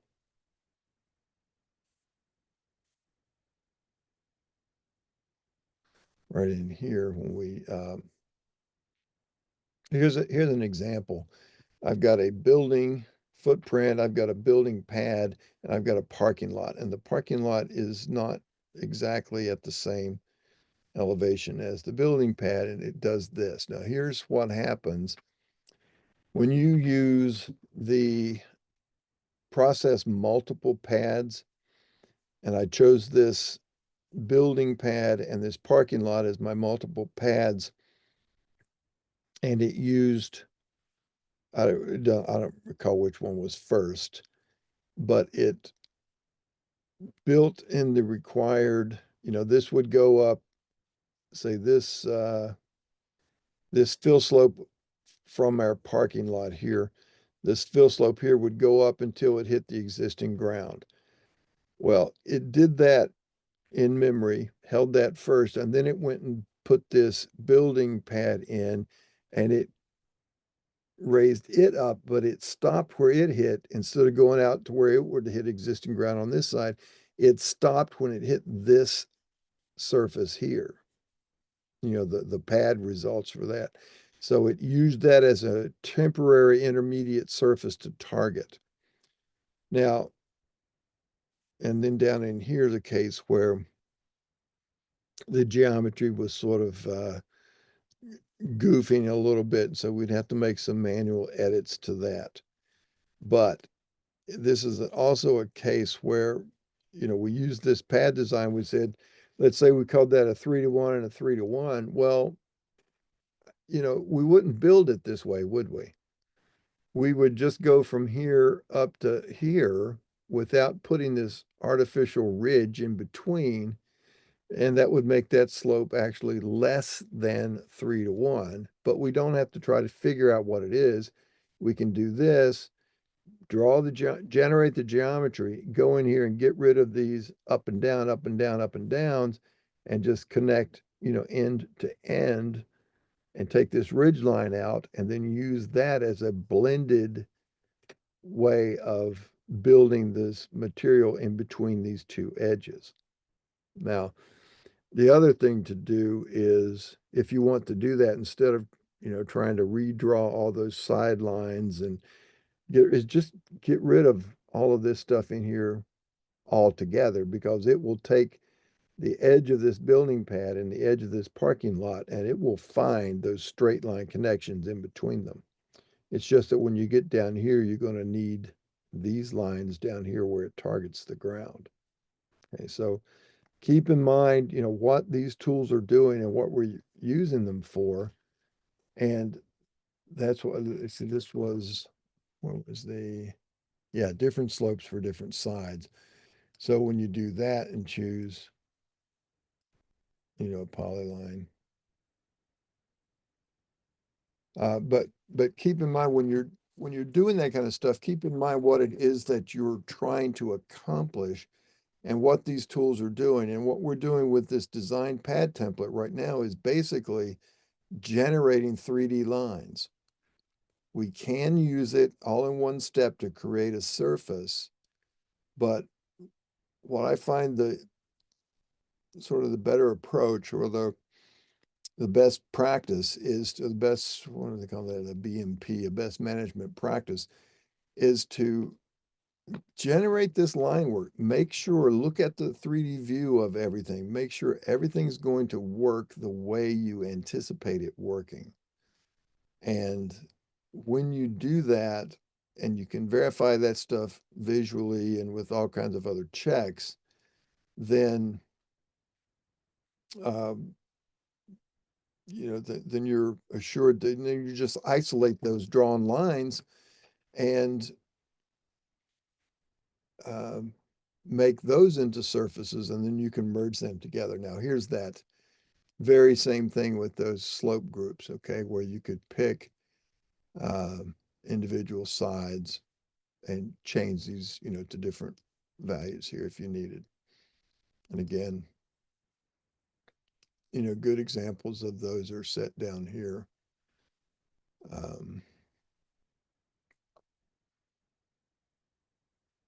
Somewhere, where was it? Oh, right in here. So that lets you define, different slopes from different edges if you have certain constraints that you already know about. But these are all, the help system on this is really pretty extensive and pretty good. And it does say that design pad template can also handle self-intersecting side slopes, like this example right in here.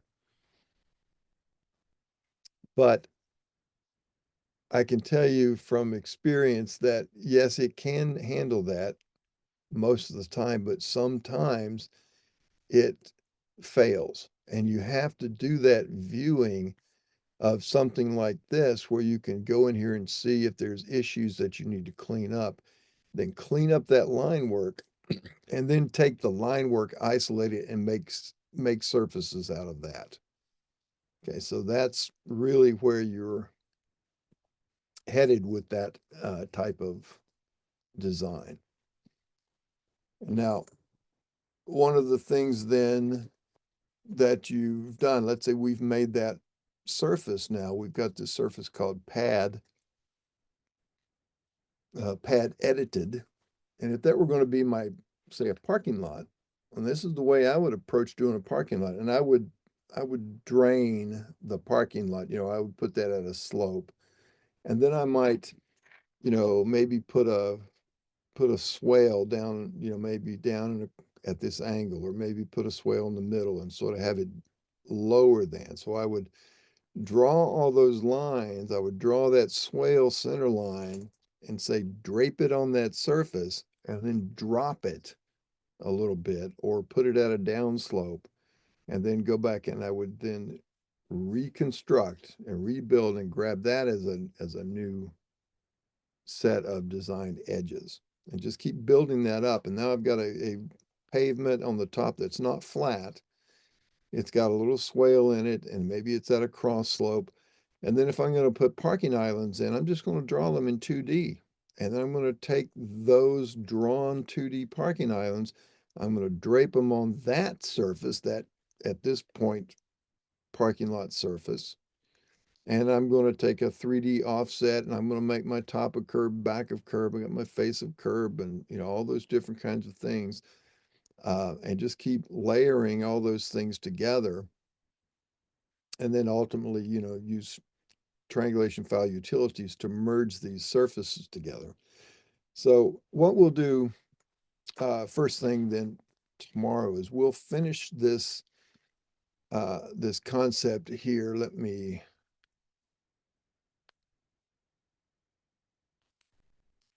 I think yeah, okay, so it cleared that off. So what we'll do is we'll come back and let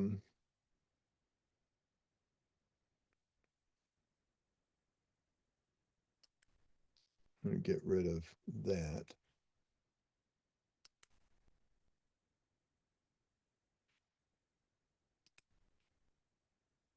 And I'm going to reduce the vertices.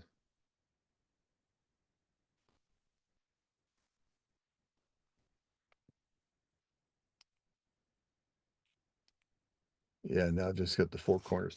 So we'll come back in the morning and wrap up this example, and I'll show you what I'm talking about with that layered approach to lay these things on here. And in the meantime, I'll try to get that file lag issue resolved, but it's really would take us till 6 o'clock to do 15 minutes worth of work with us waiting for it here because I'll be in and out of different files. So when we reconvene in the morning, we will pick this up from there. And then after our mid-morning break, we should be able to really jump into the roadway design and hit that hard and heavy and see about the, materials and template edits and how to apply those, how to use RoadNet, and we'll go from there. Okay. Questions to this point? Everybody good? I'm good, thanks, Ken. Yeah, I'm good too. Looking forward to the roadway stuff. All righty. Yes. Well, hopefully that's good too. And we'll, and like I said, I'll try to get this resolved on this file lag issue. I'm not sure exactly what to do tomorrow if it doesn't. I'm gonna say if I try a Teams session or not. But we'll all be together. We'll know how we can approach it once we get to that in the morning. I just don't know why it's doing it. It's something that has been, there's some conflict that has been introduced, and it's been since, whatever, Windows updates itself about every 10 minutes, and, Zoom updates itself whenever it feels like it needs to. So there's something there that's causing this as a problem. And anyway, I'll try to get that resolved and we'll bring that back up in the morning. So we'll wrap this up and then hit the road, and that should be a good 2 days worth of drinking out of a fire hydrant. So with that, you can you can save your, if you've done any edits to the file, you can save it if you want. There's no need to save it if you've already got your files saved. So those surface files that you made, if they're okay, we can leave that as it is, but we'll get the idea how the technique works. All right. So I'm going to go ahead and stop our recording.